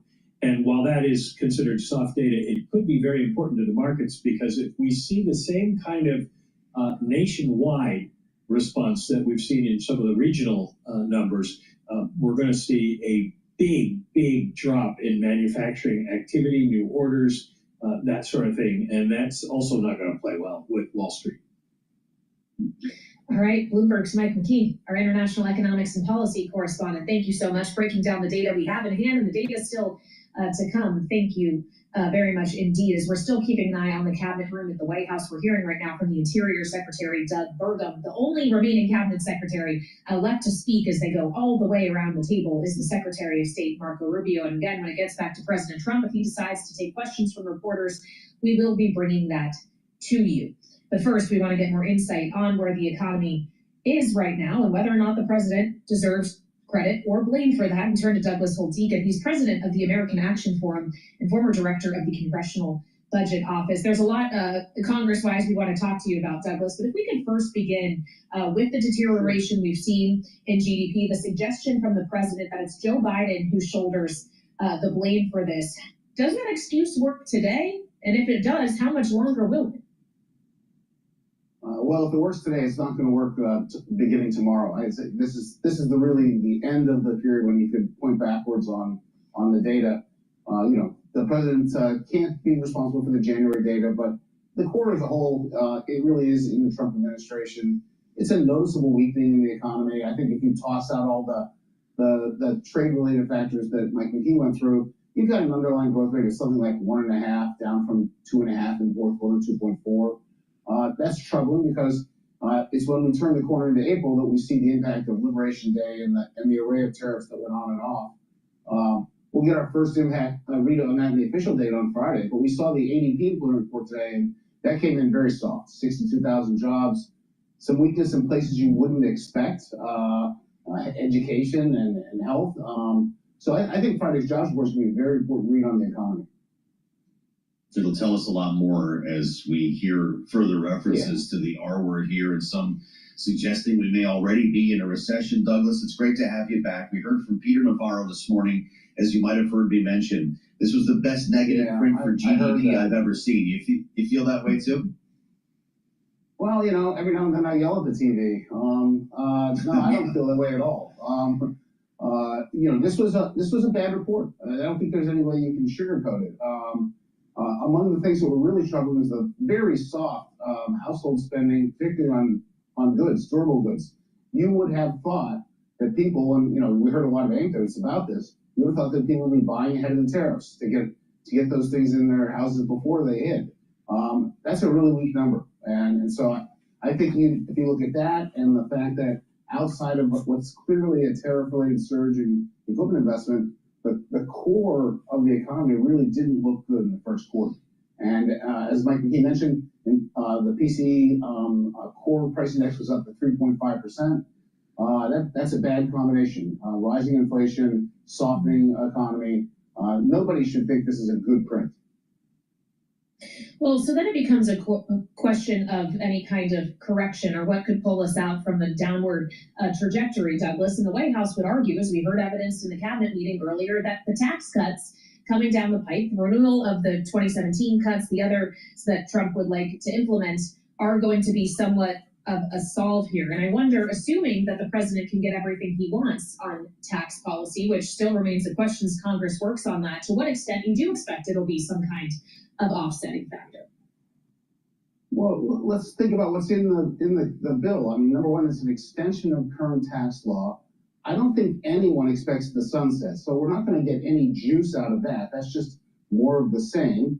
There are the business expenses on R&D and equipment investment, interest deductibility. Those are modestly positive, but I don't think they're earth-shaking. And then there are the array of campaign promises: no tax on tips, no tax on overtime, salt cap, the things that the president wants to have at least some modest bow towards fulfill his campaign promises. Those aren't earth changers either. So from an economic point of view, the tax bill is not a big boost to growth. I mean, it's something we got in 2017. It's already in the economy. So I think the real issue here is, does the president come to reality on what he's done with the tariff policy? You know, if you think having a sunset and a $425 billion tax increase next year is a bad idea, that's what he did on Liberation Day. And so I think some rethinking of the burden that he has placed on American businesses and consumers is really in order. And it's hitting the small businesses the hardest. They're the ones who are cash constrained. They're the ones who are going to pull back on their CapEx the quickest. And I'm concerned about that outlook. Yeah, interesting. You know, we can talk about the baseline until we're... Please go to my store, the-studio-reykjavik.com, and get the D3. This is a great supplement that will help to absorb calcium. It's also a cofactor for gene expression, and it helps to get rid of cells that need to go into apoptosis, especially if they're infected.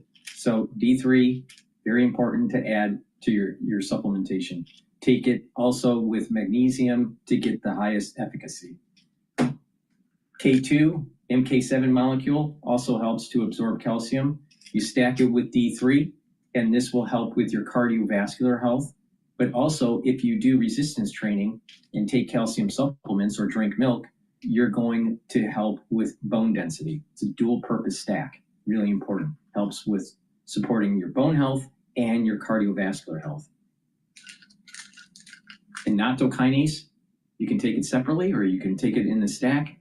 It's fibrinolytic, so it breaks up clots, and it helps to bring down LDL levels and increase your HDL levels. That means that it's improving your cardiovascular health.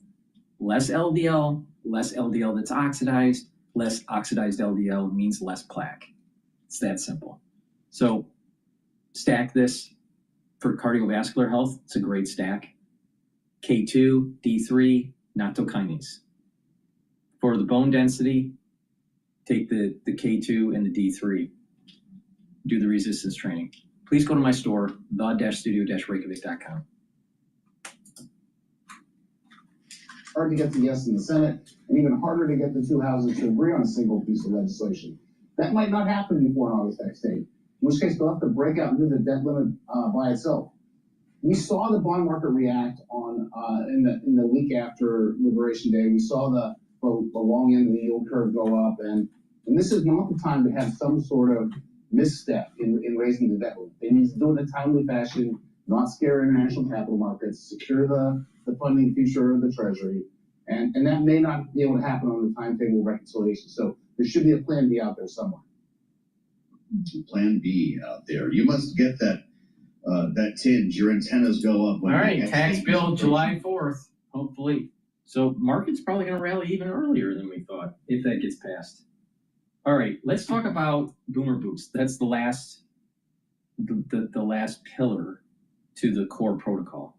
Boomer Boost will boost up your energy levels and your metabolism. You're going to lose weight. It targets your cardiovascular health.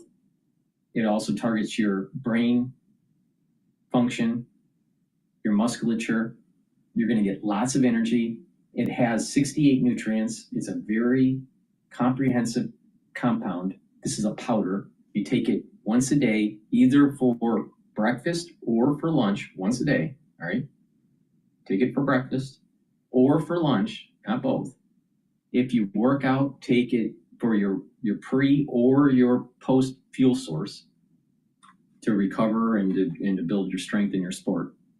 But if you're not an athlete, you can definitely benefit from this. You will notice the benefits from this within 72 hours. So you take 1 scooper a day, mix it with soft foods is how I take it. You can mix it with filtered water.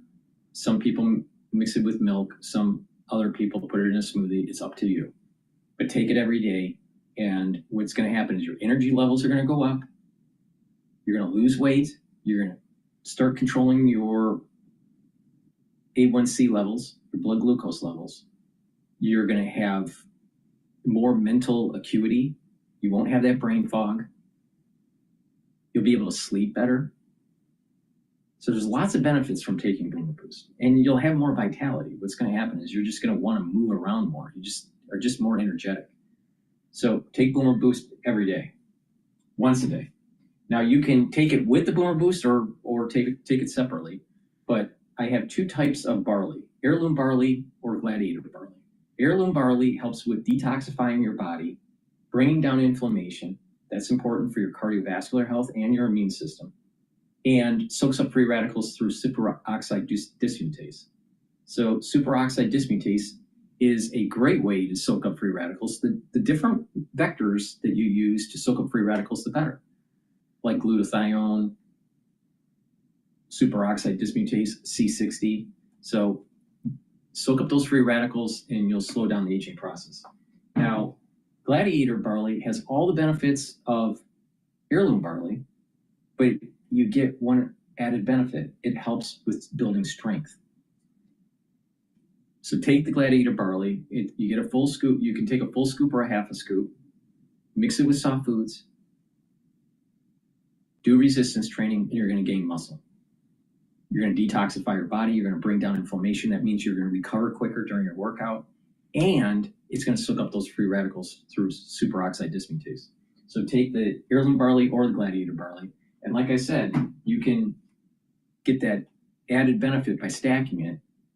And what will happen is that you're going to be not only targeting your cardiovascular health, your energy levels, and your brain health, but you're also detoxifying your body, bringing down inflammation, and soaking up free radicals. And if you work out with the gladiator barley and the Boomer Boost, what you're going to notice is that your strength gains and your just overall fitness is going to improve more quickly. It stacks really well with myotrol because myotrol also helps with building muscle. It helps with gene expression. This is a great stack to control diabetes. So take this take charge of your life, get healthy, lose weight safely, and with proper diet, proper exercise, proper sleep, learn new things, approach this in a holistic way, filter your water, stay away from processed foods, and take the right supplementation, you're going to fare pretty good, and you're going to slow down the aging process and let your body heal. Language that we're hearing from the president. Well, I think that he's going to try to point to the tax bill as the sort of economic rescue plan. Yeah. This week report. I just don't think the substance is as outstanding as the rhetoric is. I mean, to not do it is a disaster. So let's be clear, they have to do the extension, but it's not going to do much beyond, as I said, current policy. So it's not going to do much for the economy. So I think the right thing is to get it done in as quick a fashion as possible, and that will require, I think, a little more leadership out of the White House. Also, feature the deregulation, which all the pieces are in place to do a lot of deregulation as he did in his first time in office, and so I would feature that, and I would negotiate however many faux trade deals you need to get rid of the reciprocal tariffs. That's just too much and dangerous, and then start thinking hard about what to do with the 10% universal tariff. That to me is the one he has a hard time walking away from. It's his idea. He's not going to admit he made a mistake. There's no one to negotiate with. And so, there may be a need for Congress to rescue him from himself and have them take away the authority to do that. I just think if the economy really weakens in the second quarter, you're going to see Congress start to think real hard about doing that. All right. Douglas, it's always great to spend some time with you. Douglas Holtz-Eakin with his view from the American Action Forum. He's the former director of the CBO and knows what he speaks. I'm Joe Matthew in Washington alongside Kaylee Lyons. We're going to bring it back to the White House right now. President Trump just now resolving this cabinet meeting to take some questions from reporters. This is live on Bloomberg TV and radio. I'll never tell the judge. Because the conduct of our foreign policy belongs to the President of the United States and the executive branch, not some judge. So we will conduct foreign policy appropriately if we need to, but I'll never discuss it. And no one will ever make us discuss it. That's how foreign policy works. Mr. President, yesterday you told ABC News, Mr. President, you told ABC News yesterday that you could get Aurelio Garcia back if you wanted to. Do you think President Bukele would turn you down if you made that request? I really don't know. I know that he's been a great friend of our country. He's gotten a lot less money than this would take from us if we were going to build these jails and do what he's doing. And they run a very professional operation. I don't know. I haven't spoken to him. I really leave that to the lawyers, and I take my advice from Pam and everybody that is very much involved. They know the laws, and we follow the laws exactly. Transition, sir. You frequently took credit for the stock market highs. You said it was a reflection of how well you were doing in the polls, and then after you were elected, you said the stock market highs were a reflection of how well the transition is going and the American people's confidence in your incoming administration. Now, the stock market's not doing so well, and you're saying that's the Biden stock market, yet you are the president. Can you explain that? Yeah, I'm not taking credit or discredit for the stock market. I'm just saying that we inherited a mess, both at the borders.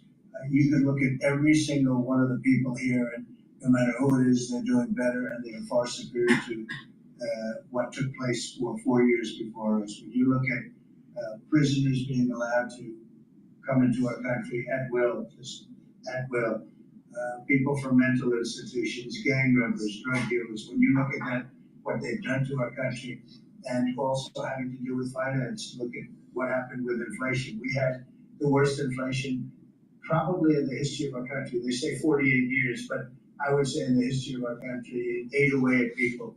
And even though you saw a stock market going up somewhat, because in my case, I had the biggest stock market increase, 88% in the last term, in my last term.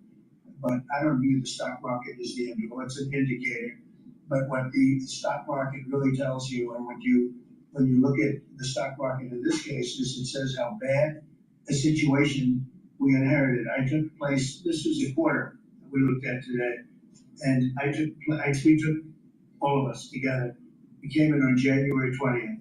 So this is Biden. And you could even say the next quarter is sort of planned, because it doesn't just happen on a daily or an hourly basis.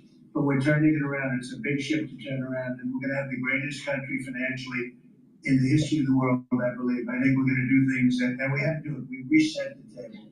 We were being ripped off by every single country without exception. I'd have to really think hard for who hasn't taken advantage. And I don't even blame those countries. I blame the person that was sitting right here where I am for allowing it to happen, where our country was ripped off on trade, hundreds of billions of dollars. And now we're doing better than we've done in a long time. You know, we were losing $4 to $5 to even $6 billion a day on trade with Biden. And now we have it down to a very manageable number, and the tariffs, for the most part, haven't even kicked in yet. So that's the way. Stock markets to me are an indication, but the big indication is what's happening, and the people around the table know what's happening. The Ukraine mineral deal is set to be signed in 24 hours or so. Is it true that the Ukraine minerals deal is about to be signed in the next 24 hours or so? There's some reports saying that. And if it's true, has the deal changed at all from the last time you heard about it? Well, let's get to answer the question because he is responsible for it. Yeah, our side is ready to sign. Ukrainians decided last night to make some last minute changes. We're sure that they will reconsider that, and we are ready to sign this afternoon. They are. Can you talk about those last minute changes? What was removed or put in its place? Nothing's been removed. It's the same agreement that we agreed to on the weekend. No changes on our side. Just to put that in perspective, when I came here, I said, how much money have we given to Ukraine? The real number is about $350 billion. It's unthinkable. And we had no security, we had no nothing. We were just pouring money there, unsecured money, putting it in banks, and anybody could have taken it out. Anybody over there, was their decision. I've never seen anything like it. Europe, on the other hand, which is obviously that whole situation is much more important to Europe because we have an ocean in between. But Europe gave about $100 billion. It's a lot of money. It's a big sacrifice they made also. But they gave much less than we did. And their money is secured, totally secured, by deposits in banks. The deposits are largely Russian deposits. That's what Europe did, but their money is secured. So they gave $100 billion totally secured. We gave money like it's throwing it out the window. And it was done by Biden, and this is Biden's war. This isn't Trump's war. I'm trying to get out. And more than the money, they're losing about 5,000 young Russian and Ukrainian soldiers a week, mostly. There's some people also being killed in towns where missiles should not have been shot, small cities and towns. But we are trying to save the lives of about 5,000 young, mostly soldiers, that are losing their lives a week. I see satellite photos, probably off one of his satellites, come to think of it. But I see satellite photos every week of fields with arms and heads and legs scattered all over. It's a violent, horrible situation. And more important than the money, I want to save the lives of people from other countries that are dying so stupidly, so needlessly, and they're dying. But I said, what are we doing? How did we get into this war? Would have never happened if I were president. Everybody knows, and it didn't happen for 4 years. Wasn't even thought of. I discussed it with President Putin a lot. It was the apple of his eye, but there was no way he was going to do anything. Zero chance. And I said, we feel foolish. The Europeans are putting up money. It's totally secure. They get the money back. We're putting up much more money. We have absolutely nothing. And I didn't want to make a complicated deal. I didn't want to make a deal that couldn't be made because Ukraine doesn't have very much money, and yet they're going through a very bad period of time. It's been brutal. But I felt very foolish being a judge. So I said, well, we want something for our efforts beyond what you would think would be acceptable. And we said rare earth, and very good rare earth. As you know, we're looking for rare earth all the time. Rare earth is called rare for a reason. And they have a lot.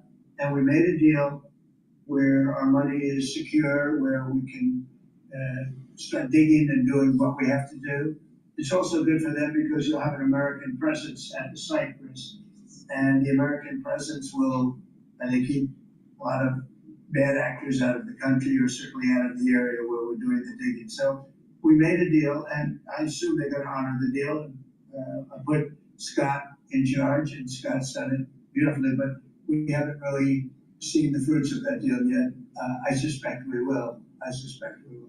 Maybe it's progress. You sent a 90-day deadline to an executive order for Secretary of State and known to review whether to recommend to you whether to invoke the Insurrection Act to send troops to the southern border. Is that something you're still considering? Well, I'm talking to them, and it's not hard and fast, but I'm talking to them, and I will tell you that the border is the most secure it's ever been. We have never had anything like it. And when you said, Christy, before, it's 99.999, and I guess that means one person maybe, or two people. It's actually turned out to be 3 people came across the border versus hundreds of thousands of people undivided. And we're talking about people coming, look, people, they have souls, they have hearts, many of them are good, but we have a country that's under siege. We have a country that really is I think it's under attack. In many ways, worse than under attack, because there are no uniforms. You don't know who the attacker is, so you really don't. It's not like you're fighting an army. You're fighting people, you don't even know who they are. 11,888 murderers, many of them murdered, far more than one person, are roaming. Now, some of them have already been caught. A lot of them have already been caught and taken out. But we're being impeded by judges from doing our job. And hopefully that situation is going to be solved, because I think nobody wants to have murderers and people from jail, and I mean for serious, serious crime. I remember the Biden people used to say, no, these are aliens that came into our country and they don't commit crime.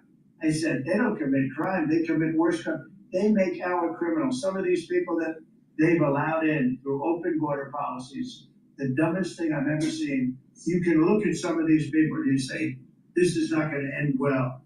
But the people that they've allowed into our country are making our criminals look like the nicest people on earth.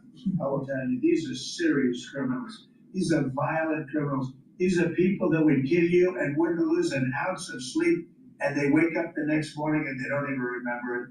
This is a rough, tough group of people, and we've got to get them out of our country. And the law says, I believe, I hope, and I think Pam will be very successful in proving it, but we've run into, I would call them rogue judges. Somebody could criticize me for that. These are rogue judges. These are radical left, generally radical left, horrible judges. And we didn't lose all of these people. You know, we've lost a lot of people to death and to rape, all sorts of crimes committed by the people that poured into our country. And they came in totally unimpeded. Just come on in. And you see it every night. You see thousands and tens of thousands of people pouring into our country. We have no idea who they are. And to this day, we're looking for people. We have no idea. We hear that we have terrorists in our country that are so bad, they couldn't stay in any other country, but we're getting them out. And the group between Pete and Christy and Tom Holman and everybody working together, people that you would least suspect are reporting them, getting, and the public is reporting them. The public is seeing. The public is calling and they're saying, you know, I live in a house and next to me moved in a group of people and they are very violent. And we'd go and we'd find out and we'd say, yeah, you're right, they were really violent. And we have information on most of them. So I just think it's incredible what's taking place. But we right now have a very, very secure border. Right now we have the most secure border in the history of our country. So I don't think we have to worry about your question. Canada ran against, not only against the conservatives, but also against you. Yesterday, yesterday he spoke about American betrayal. Are you interested in rebuilding relations with Canada, and if so, how? No, well, I think we're gonna have a great relationship. He called me up yesterday, he said, let's make a deal. You know, he was running for office. They both hated Trump. And it was the one that hated Trump, I think the least that won. I actually think the conservative hated me much more than the so-called liberal. He's a pretty liberal guy. But no, I spoke to him yesterday. He couldn't have been nicer. And I congratulated him. You know, it was a very mixed signal. I don't know about Kearney. I'm not a big fan of Kearney. Please go to my store, the-studio-reykjavik.com, and get the Myotrol. Like I was saying before, this stacks really well with gladiator barley. Myotrol helps with the gene expression to build muscle and maintain muscle. When you get older, you start methylating certain genes and it's just harder to build muscle. Myotrol will help with that gene expression that you need to build muscle. Do resistance training. This is something that you should be taking if you're an athlete, younger or older, to help with your strength gains in your sport. Works the best when you take Myotrol, gladiator barley, and boomer boost. But if you're older and not an athlete, taking Myotrol and doing resistance training is going to help you build and maintain muscle. So if you're 40 years of age or older, make sure that you start taking Myotrol on a regular basis so you gain muscle, and make sure you do those exercises that I've been talking about. Those 4 modalities: resistance training, cardio, stretching, and balancing exercises. Resveratrol is something that I've been taking for decades. Resveratrol will soak up free radicals, help with the health of the mitochondria, boost up energy levels because you have healthier mitochondria. It also helps with youthful gene expression. So this stacks really well with Myotrol. And resveratrol will help to get rid of cells that are in senescence. Cells that are in senescence just sit there and collect garbage. You want to get rid of those. So take resveratrol every day. It stacks really well, like I said, with Myotrol.